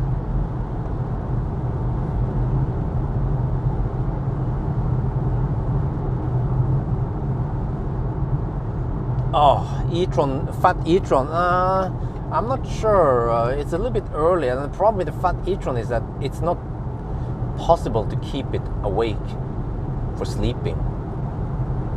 So, how the heck can I keep the car awake then? Well, maybe I have to try to find a trick. I think I never figured out that, and also Chris never bothered to figure out how to camp in a fat e-tron. Maybe if I put some weight on the seat and then buckle up, or I don't know, put the car in neutral. Like, I'm still surprised why no one has tried to figure it out.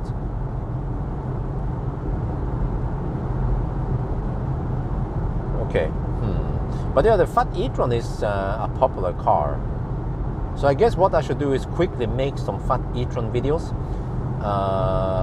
and see how many views I get, and maybe ask in the video if people want to see Arctic Circle. But the problem is that I don't think I could travel Because wifey will not be happy if I say I will be away for 2 full days.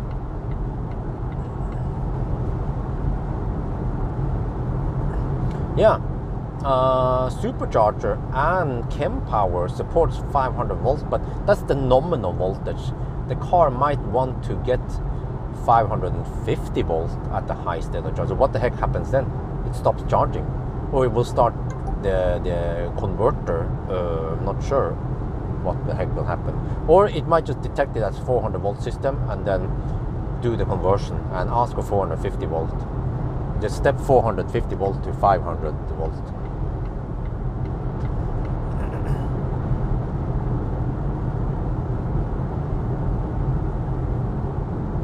Okay, still 10% at arrival. Total consumption for this trip is 291 watt hours per kilometer. Well, actually minus 1.5%. Oh, okay. I will try the rice sack trick, the rice and dumbbell trick, or whatever.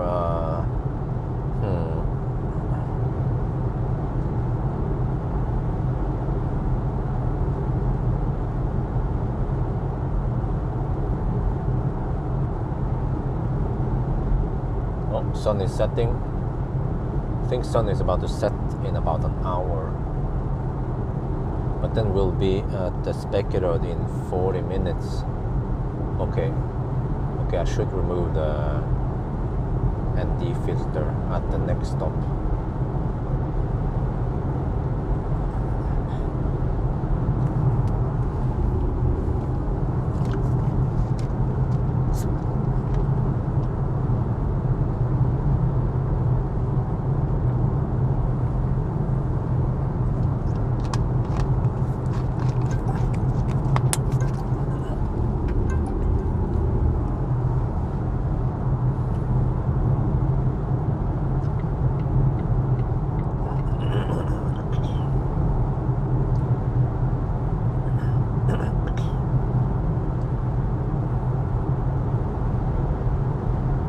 Well, I have to say that the traffic on Saturday is usually not that bad.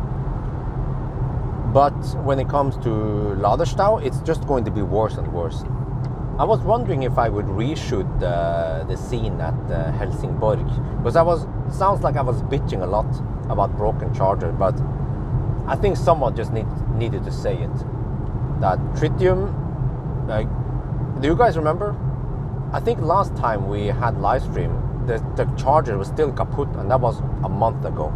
So at least 1 month, 2 chargers are down, and actually one of them is even the new chargers that they recently put up there at Helsingborg, and it's kaput. And if this was Dell or something, I don't know, a server, a data server, would it be acceptable to have this one server or several servers down for a month without anyone fixing it?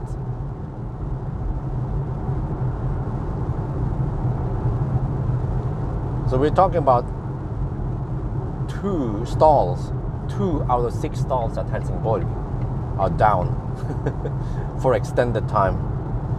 Yeah. To me, I think that's unacceptable. I wouldn't mind if it was down for a week even, but a whole month or more? This is one thing that prevents EV adoption, because people know that those chargers are constantly broken for some reason. Well, who do you blame?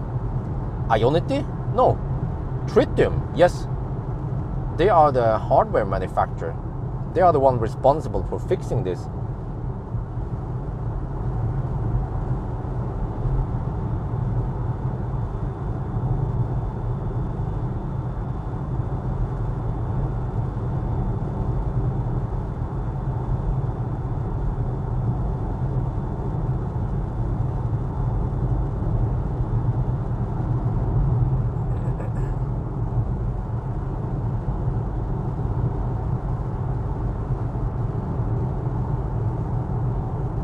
now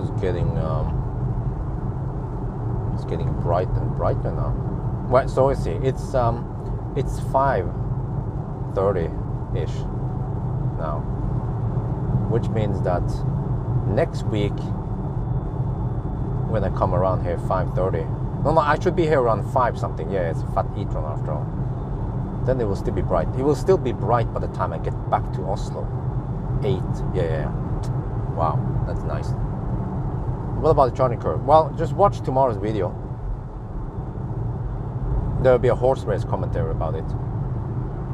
But what is it you want to know? You just turn the car off when the door is open, huh? But those cars that tend to go in some stingy mode, I don't know what the heck is the whole rush? If someone is sitting in the seat, and why do they want to turn off everything so quickly? Could be just someone sitting there waiting on a, let's say, a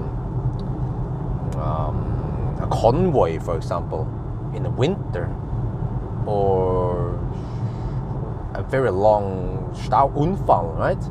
And then suddenly after 15 minutes or even half an hour, boop, everything goes dark. Why? Are they afraid that the 95 kilowatt hour battery is going to be drained that fast? I can understand if it's a tiny i3 22 kilowatt hour battery that you want to preserve, but when you have 95 kilowatt hour, then you shouldn't be too damn stingy with a little bit of heat or screen or whatever action going on.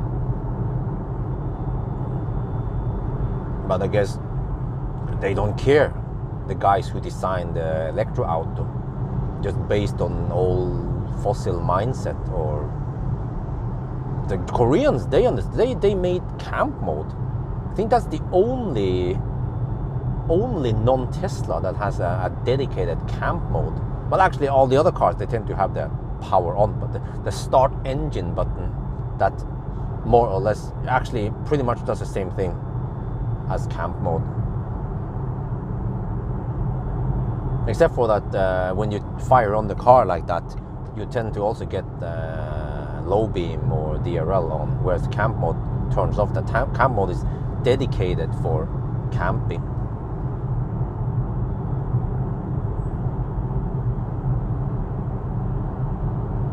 Yeah, it looks something like SR Plus, but it has the efficiency. I mean, it doesn't have the efficiency of the SR Plus, of course. But this is a great improvement over the last one. So it's great to be able to prove that something has been better, or at least the charging curve has been improved, and efficiency is okay for summer. We don't know how it's going to be if I would do this in winter.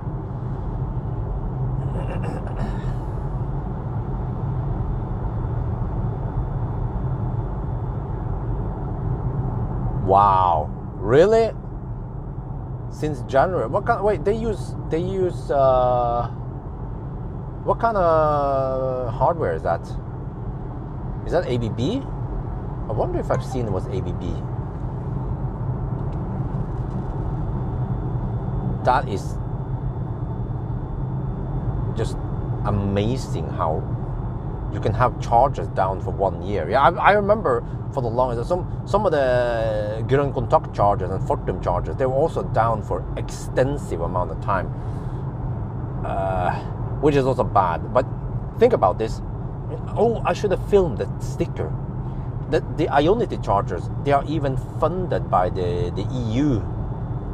I don't know what the heck it was calling, an EU Transport Commission or something. So they are funded by the EU, funded by taxpayers' money, but they are down. And should they accept this? Ionity, why don't they try to fix this? If there's a problem with tritium, then get another hardware supplier then. Because at least for me, I think it's unacceptable that chargers are down so long. It ruins the experience of EV drivers.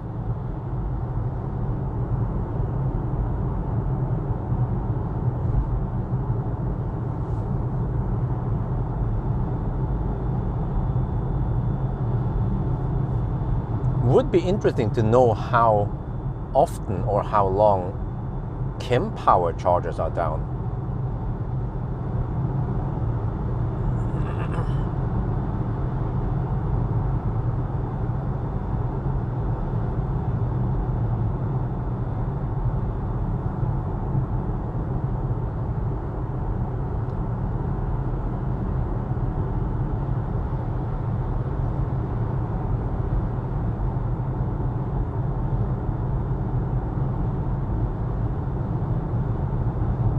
But then chem power sites, they are completely different because they usually have way more stalls. And even if some power module is down, then no problem. There are plenty of other power modules there. And most people won't notice if some power modules are down. They can still charge us fine. It's only if the whole site is loaded to the max that they might feel a difference. Slightly reduced charging speed for some people, or I'm not sure how it counts. But then of course if a whole dispenser is kaput, then you won't be able to use that one. But in general, chem power sites, they have plenty of dispensers, and it's the whole sharing by caring.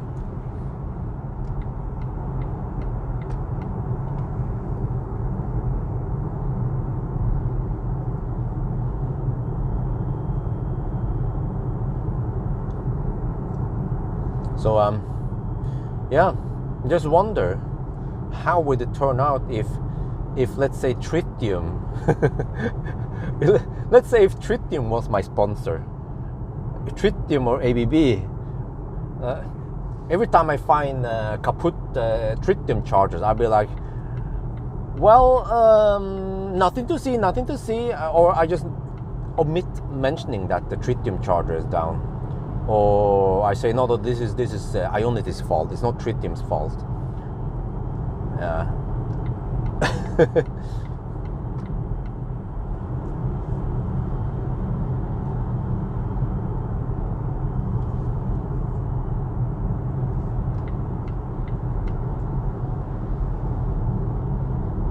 Oh, wait. Oh, how about this? I have a better idea. How about if one charger is kaput, then the whole site is going to be free. How about that, guys? Do you guys like that idea? It's like, one charger is kaput, juice on that site is free. They have to, Ionity must by law put all chargers on open mode until the charger is fixed. Then you will see that Ionity wants to quickly get all the chargers repaired ASAP, or they will be losing money.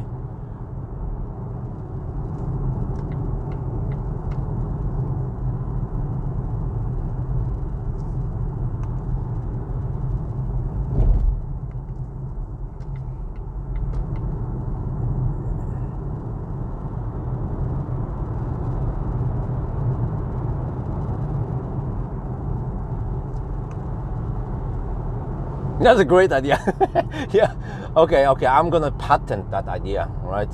I'm gonna send it to Ionity and Grønn Kontakt, where Mer, and where else? Yeah. Send it to all the charge point operators I know. Suggest that idea.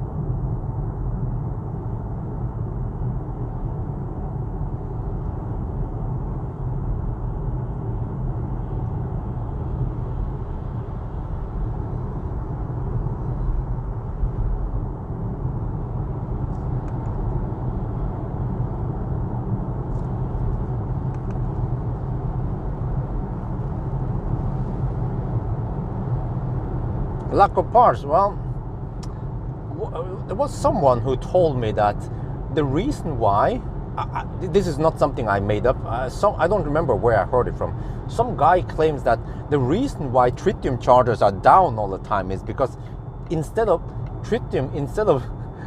having spare parts for broken chargers, they use those parts to sell new chargers. I'm like, what the heck? If that is true, then that's fucked up. It would be something like Tesla. Like, oh, your Tesla is broken. Well, we don't give a shit because the parts we make, we prioritize them putting in the new cars. So we don't care about existing cars or customers. Just want to get new customers.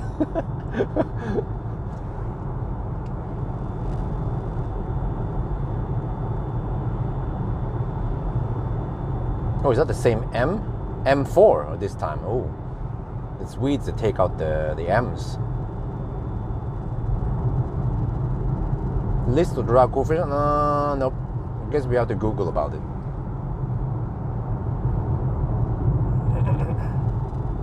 Right, 9% at arrival. Oh, this might be the deepest one I have. Okay. Slowly trying to go deep here.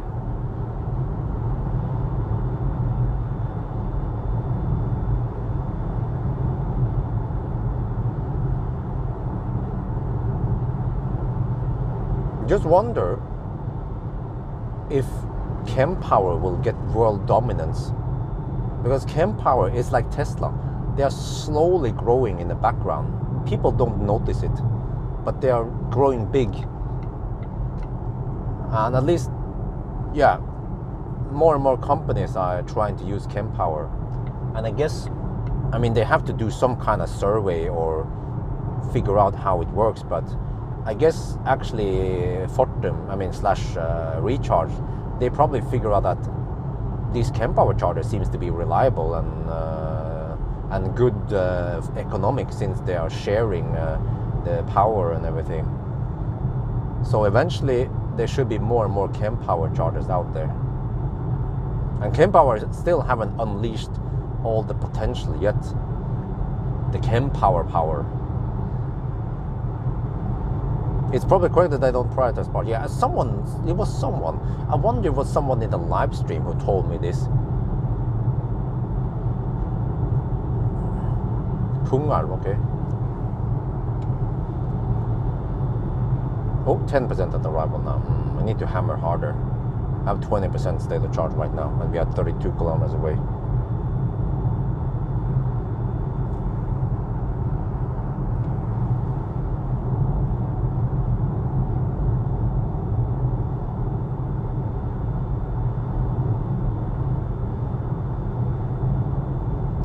I still think, I like the idea of Kempower, that you have so great distribution, and also it makes it less vulnerable. Chris's Taycan? Nope. What about it? Because I've seen this, even for Tesla, I've seen this, that if there is a kaput charger or something, or a kaput stall, you usually get semi-shitty speed, or you get 60 kilowatt, 50 kilowatt, or also it depends what kind of charger, but some chargers might just be offline if it's something kaput. Or actually I wonder why some chargers are broken. It would be very insightful to interview Tritium, and Tritium knows me. ABB also knows me. It would be interesting to interview them and ask them, when your charger is down, what is the problem? What is kaput? Is it the charger, the power module? Is it the communication? Is it something else? And then why is it down so long? What takes it so long? I mean, you guys have been delivering chargers for a decade now. You should be better at this, right? You should have a system for replacing parts. Like if a car breaks down, you shouldn't have to wait 1 month before it's fixed. It should go weeks maybe before you get it fixed, or common parts that breaks should be easily available. Like front windscreen, you have it in stock, so you can just quickly replace it.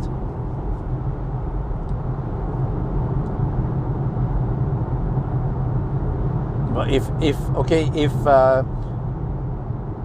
ABB and Tritium doesn't want to answer my questions, I can always ask Pawel. They should also know, and I think they also have ex-ABB employees there.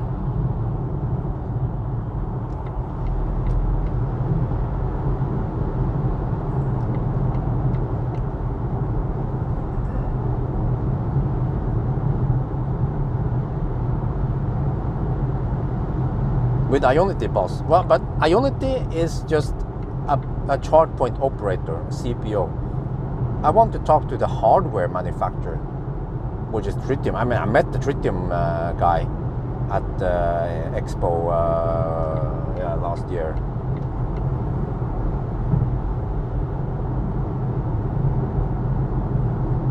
I mean, they have to do something, because if Tritium and ABB doesn't improve, they're going to be overtaken by Pawel.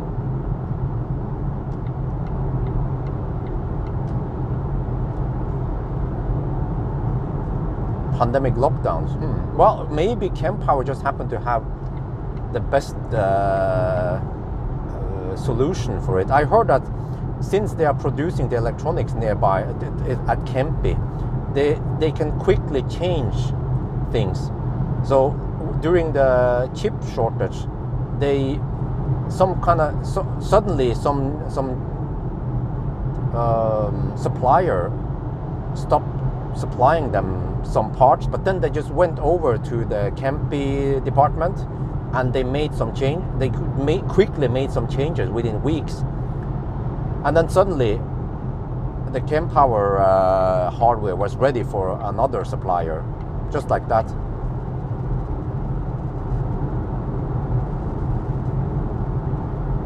Okay, maybe what ABB?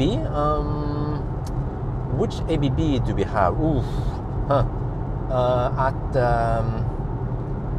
Circle K, Furuset. Yeah, actually, you know, ABB chargers, they are not down that long. No, wait. We had some freaking 50 kilowatt ABB. I remember that Grønn Kontakt ABB charger at Brukkelandshøya. It was down for a year or half a year. It was, was it ABB or was it Efacec? It was almost ridiculous how long it was down. Everyone knew that it was down. You just have to avoid it.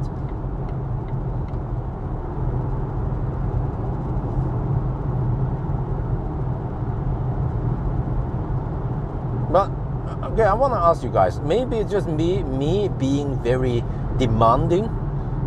But in your opinion, how long do you accept downtime on a public fast charger? Not a slow charger. I'm talking about a fast charger, like 50 kilowatt or even faster, high power chargers.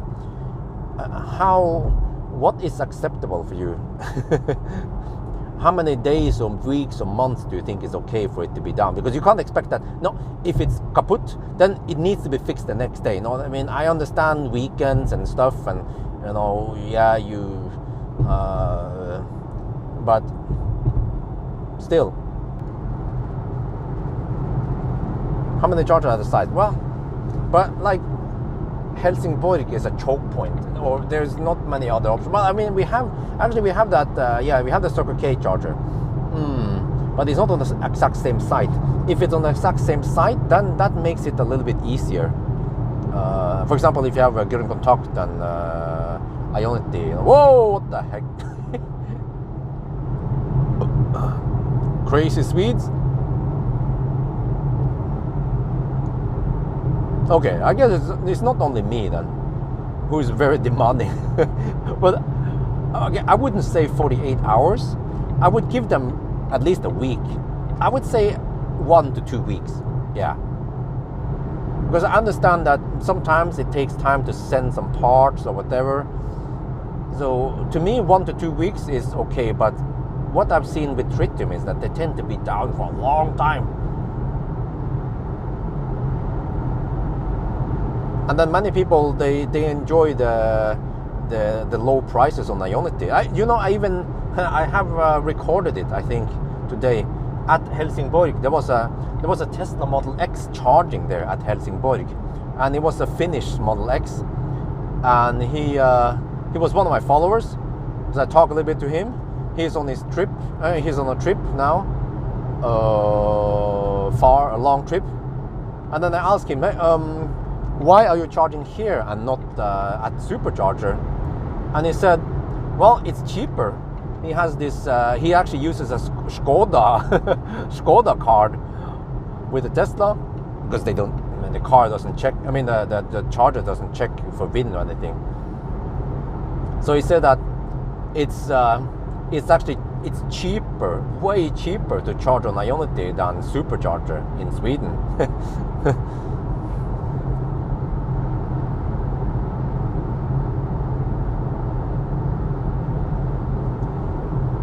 The problem is that here in the States, the charger down so slow as Africa. So, oh wow, really? Okay, that also sucks.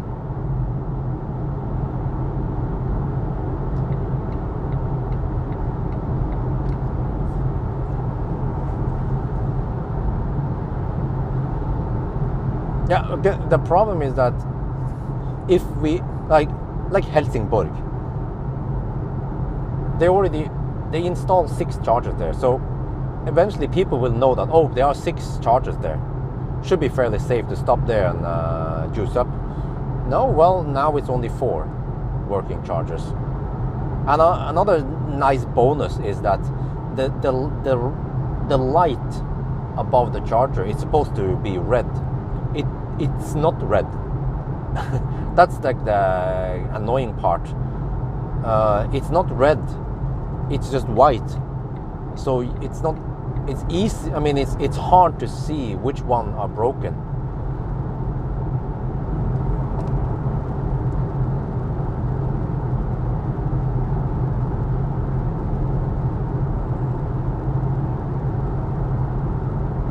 Charger in Mölndal has been down. Really?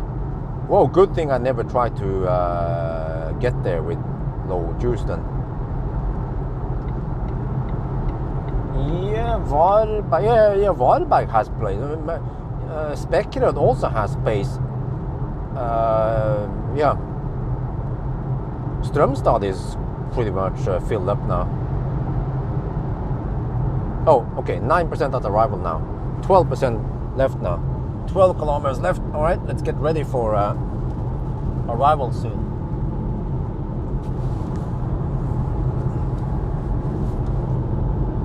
Yeah, but I have to say that when I do these challenges or tests or whatever, I get to feel it, especially when I'm driving non-Tesla. Yeah, especially when I'm driving non-Tesla, I get to feel how it is, the frustration that, oh, you get there and then, oh no, charger is down. Oh shit. And the other chargers are occupied and we don't have enough stalls. But on the other hand, for the most part, we don't have to wait too long. Or today I didn't have to wait at all. But I just find it strange that a charger will be down so long, because actually, no, you know what? I haven't experienced it, but maybe if I would go there on a Friday afternoon, there might be Laderstau there. But I just haven't seen it because I will, of course, avoid the roads. But for Swedes who are traveling for weekend, they might overrun the chargers.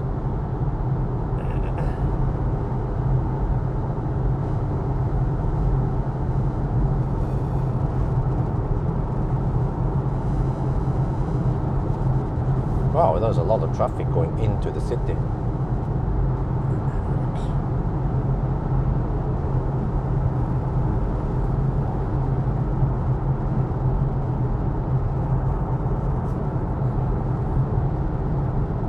Okay, let me see. So how much time do we deduct now? A couple of minutes only. I'm not sure if I would care about deducting that time. Oh.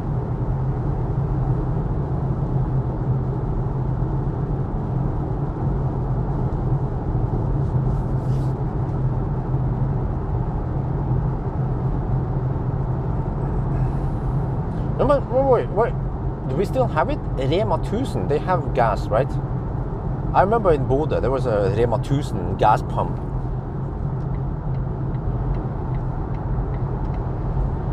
I wonder if they still have it.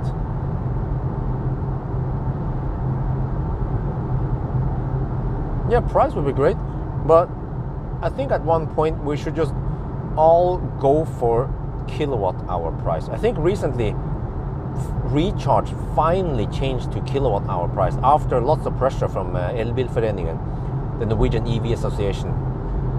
But they still use the time component,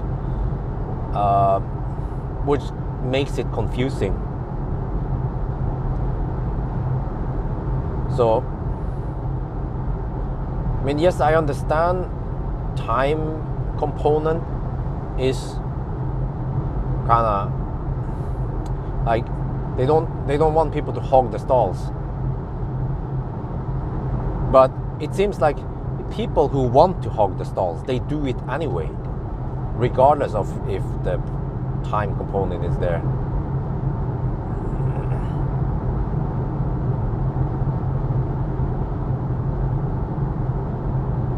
But ultimately, what charge point operators or charging networks need to do is to have enough stalls,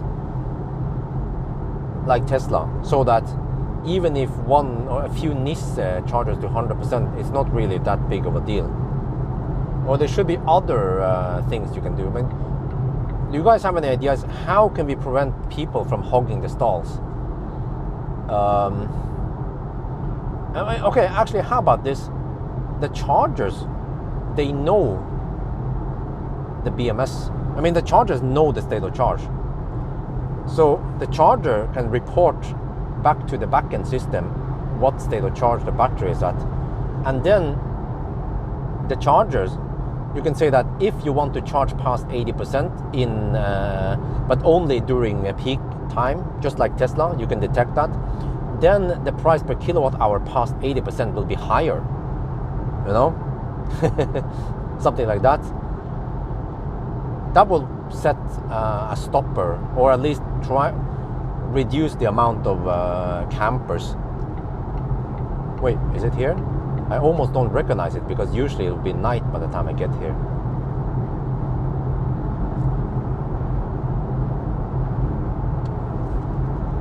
Oh, car feels a little bit slow. I have some power limit. Scheiße.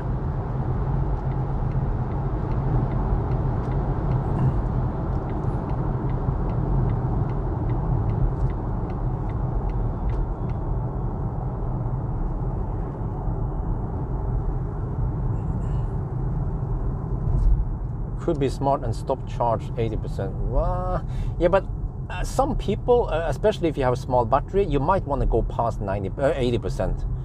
So this is again kind of complex. You can't say that, yeah, but cars with small batteries, they can go 90%, but then cars with big batteries will go 100%.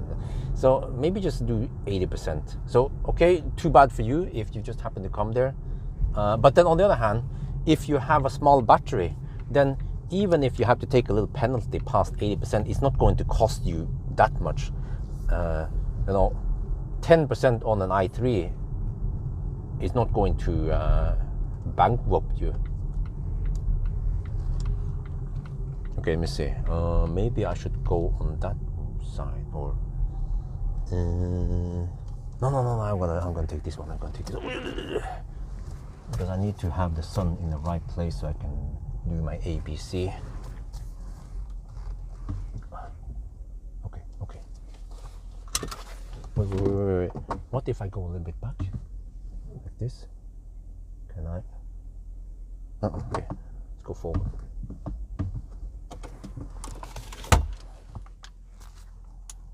Okay, 10% this time. 756.5 kilometers, 288 watt-hour per kilometer. Speculating.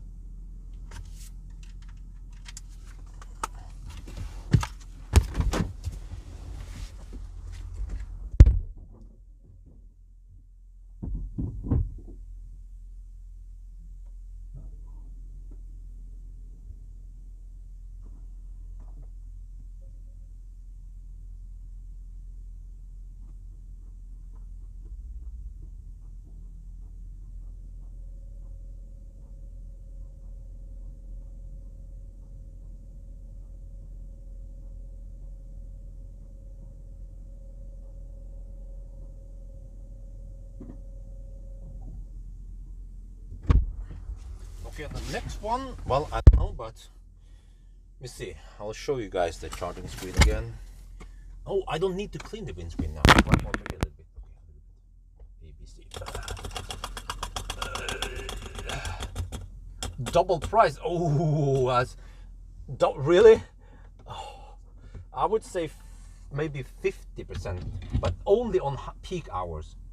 You know, when lots of chargers are taken, or I don't know, maybe over 60% of the chargers are taken, then we enter the peak price. But of course, if you're there in off-peak hours, then you can charge to 100%, no problem. Or actually, no, it shouldn't be that strict. Only if, let's say, all the chargers are taken, then you should get the penalty, in my opinion. Okay, I have to find the next one, which is Strømstad. Let me just search for it instead. It's easier. Ionity Strømstad.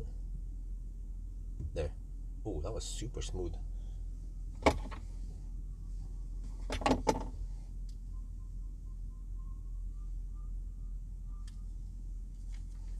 I need to grab some food here.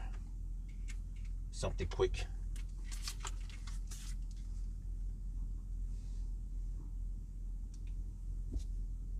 We are now at Speculating. I get sun in my face. Look, it's like I have a beard there.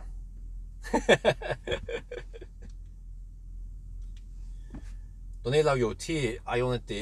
What did I say? We are now at Speculating, and man, it's funny. The shade gives me. See, it's like I have some beard there. Some Elvis Presley.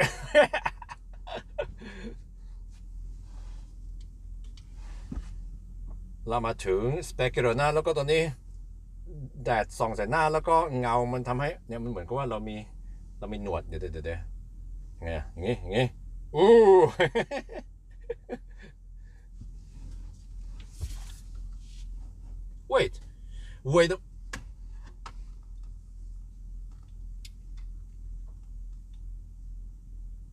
wait a minute. This time we arrive with 10%, and we're not getting 150 kilowatts. It could be that. Wait a minute. Wait, is there something wrong with the charger? No. Some people might blame the charger. Oh, wait. This one says 152. Wait, now it drops. Wait a minute.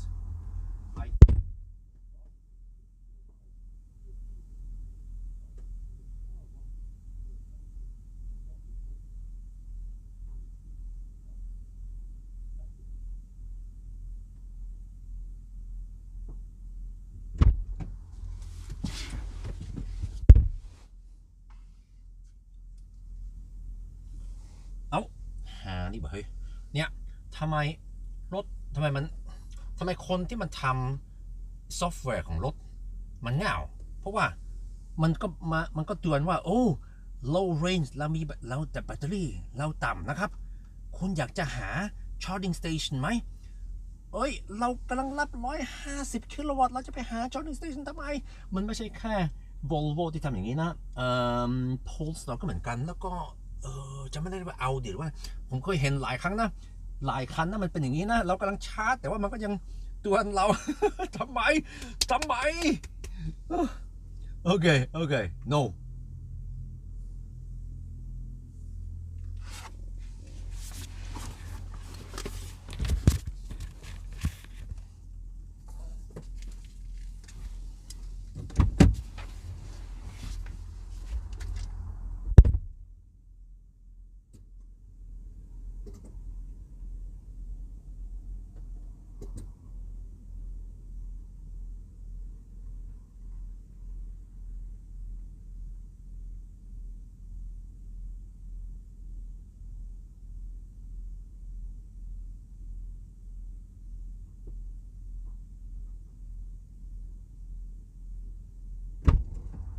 Oh shit, I forgot about this one.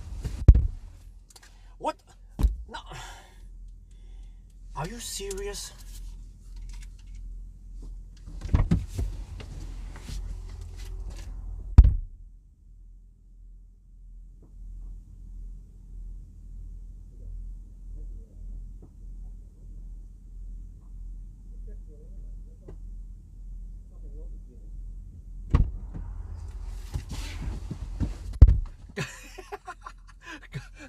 กลับมาที่เดิมอ๋อตอนนี้คุณมี low range นะครับอยากจะไปหาที่ชาร์จไหม ไม่เอา9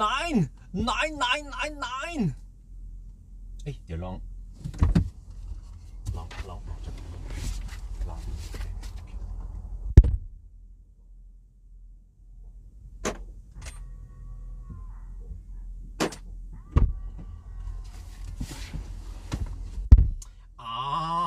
ตอนนี้หยุดเตือนแล้ว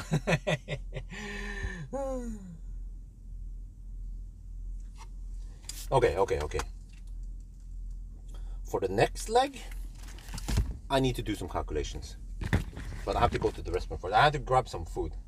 Quick food with some drinks. So because, yeah, it's gonna take a little while. Okay, I have to hurry. Wait, what about you guys? Can I do this? Can I do this? Can I do this? Oh, you don't see it. Shit. Okay, whatever. You guys can enjoy the nice sunset.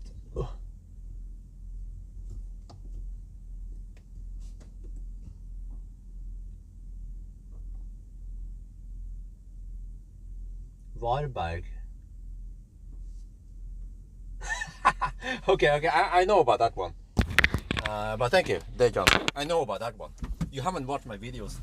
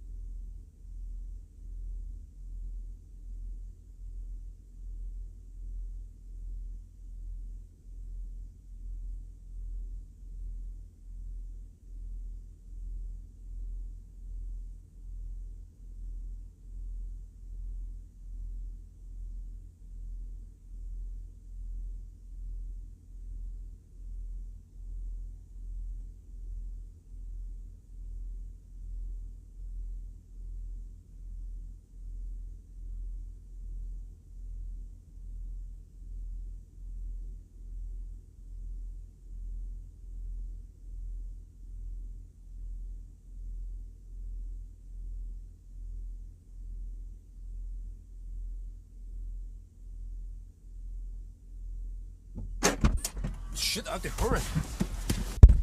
I had to take a little type 2. Okay, now I have to remove ND filter. Okay.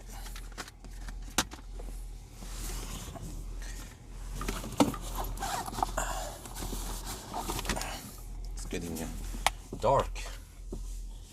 I estimated we need 55%, which is in, I don't know, ooh, we are already at 51%. I have to hurry, which means I have to eat the banana while driving, but it will only be for a couple of minutes. Just chuck down the banana.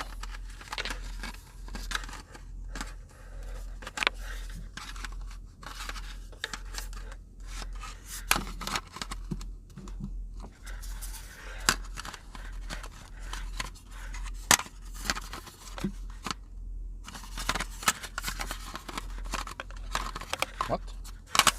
Oh, there. Okay. Oh, we have to hurry. We have to hurry.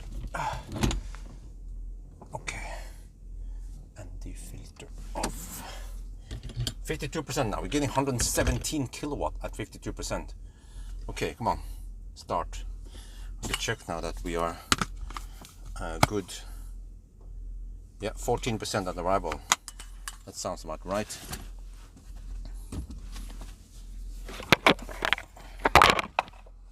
Okay, this time around. Oh, okay.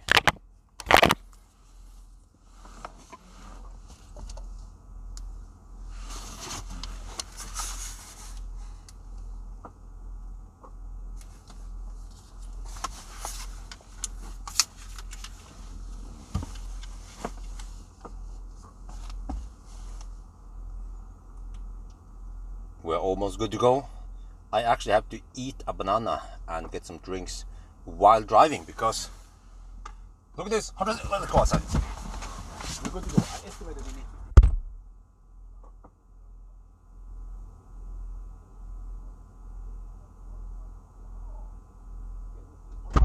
the car's navigation. 15% of arrival. Okay, that should be good. Let's go.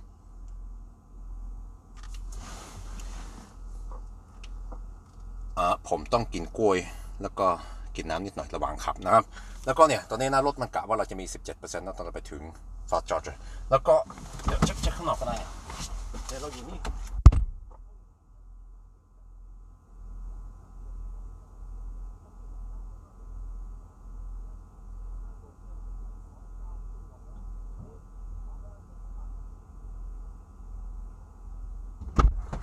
Okay, I have to get ready.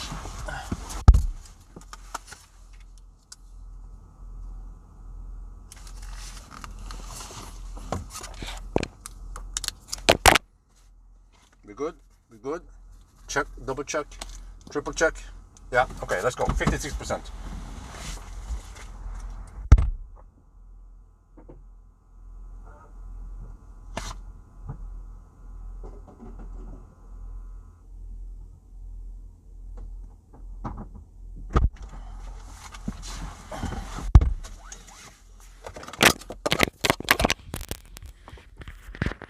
%19% of the arrival. Well, we'll see then. Because this leg will be somewhat intense. And yeah, fast speed, but also higher.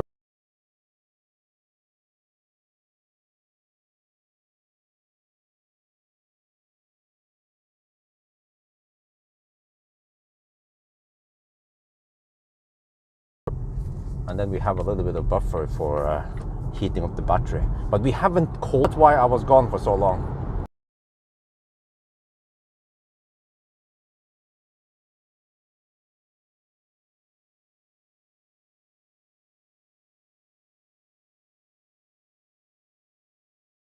In about 5 minutes, but we will still have daylight for another hour.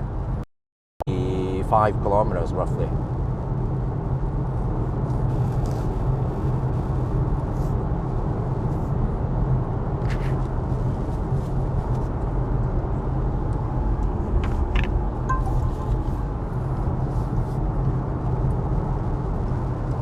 4 months?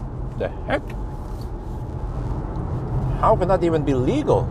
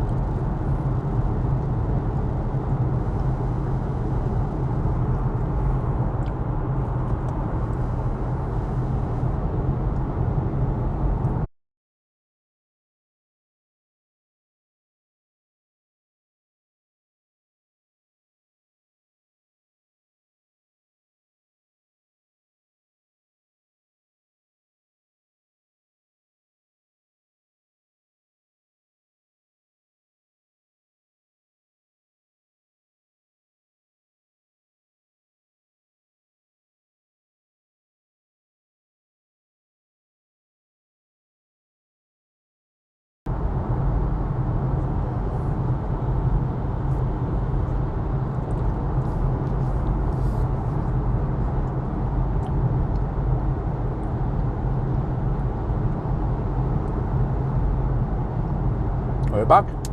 Yeah.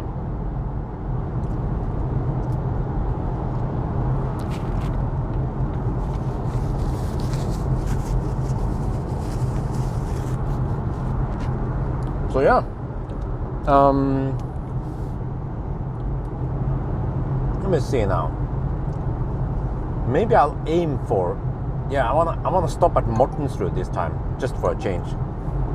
I will do my summary at Mortensrud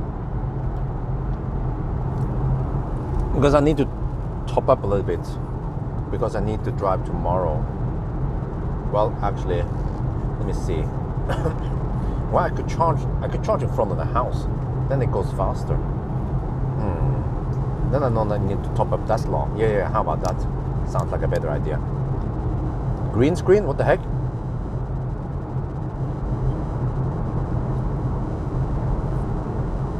What do you mean? What is green screen? Don't you see the road and everything? Sound up the ash. Wait, part 1 is still.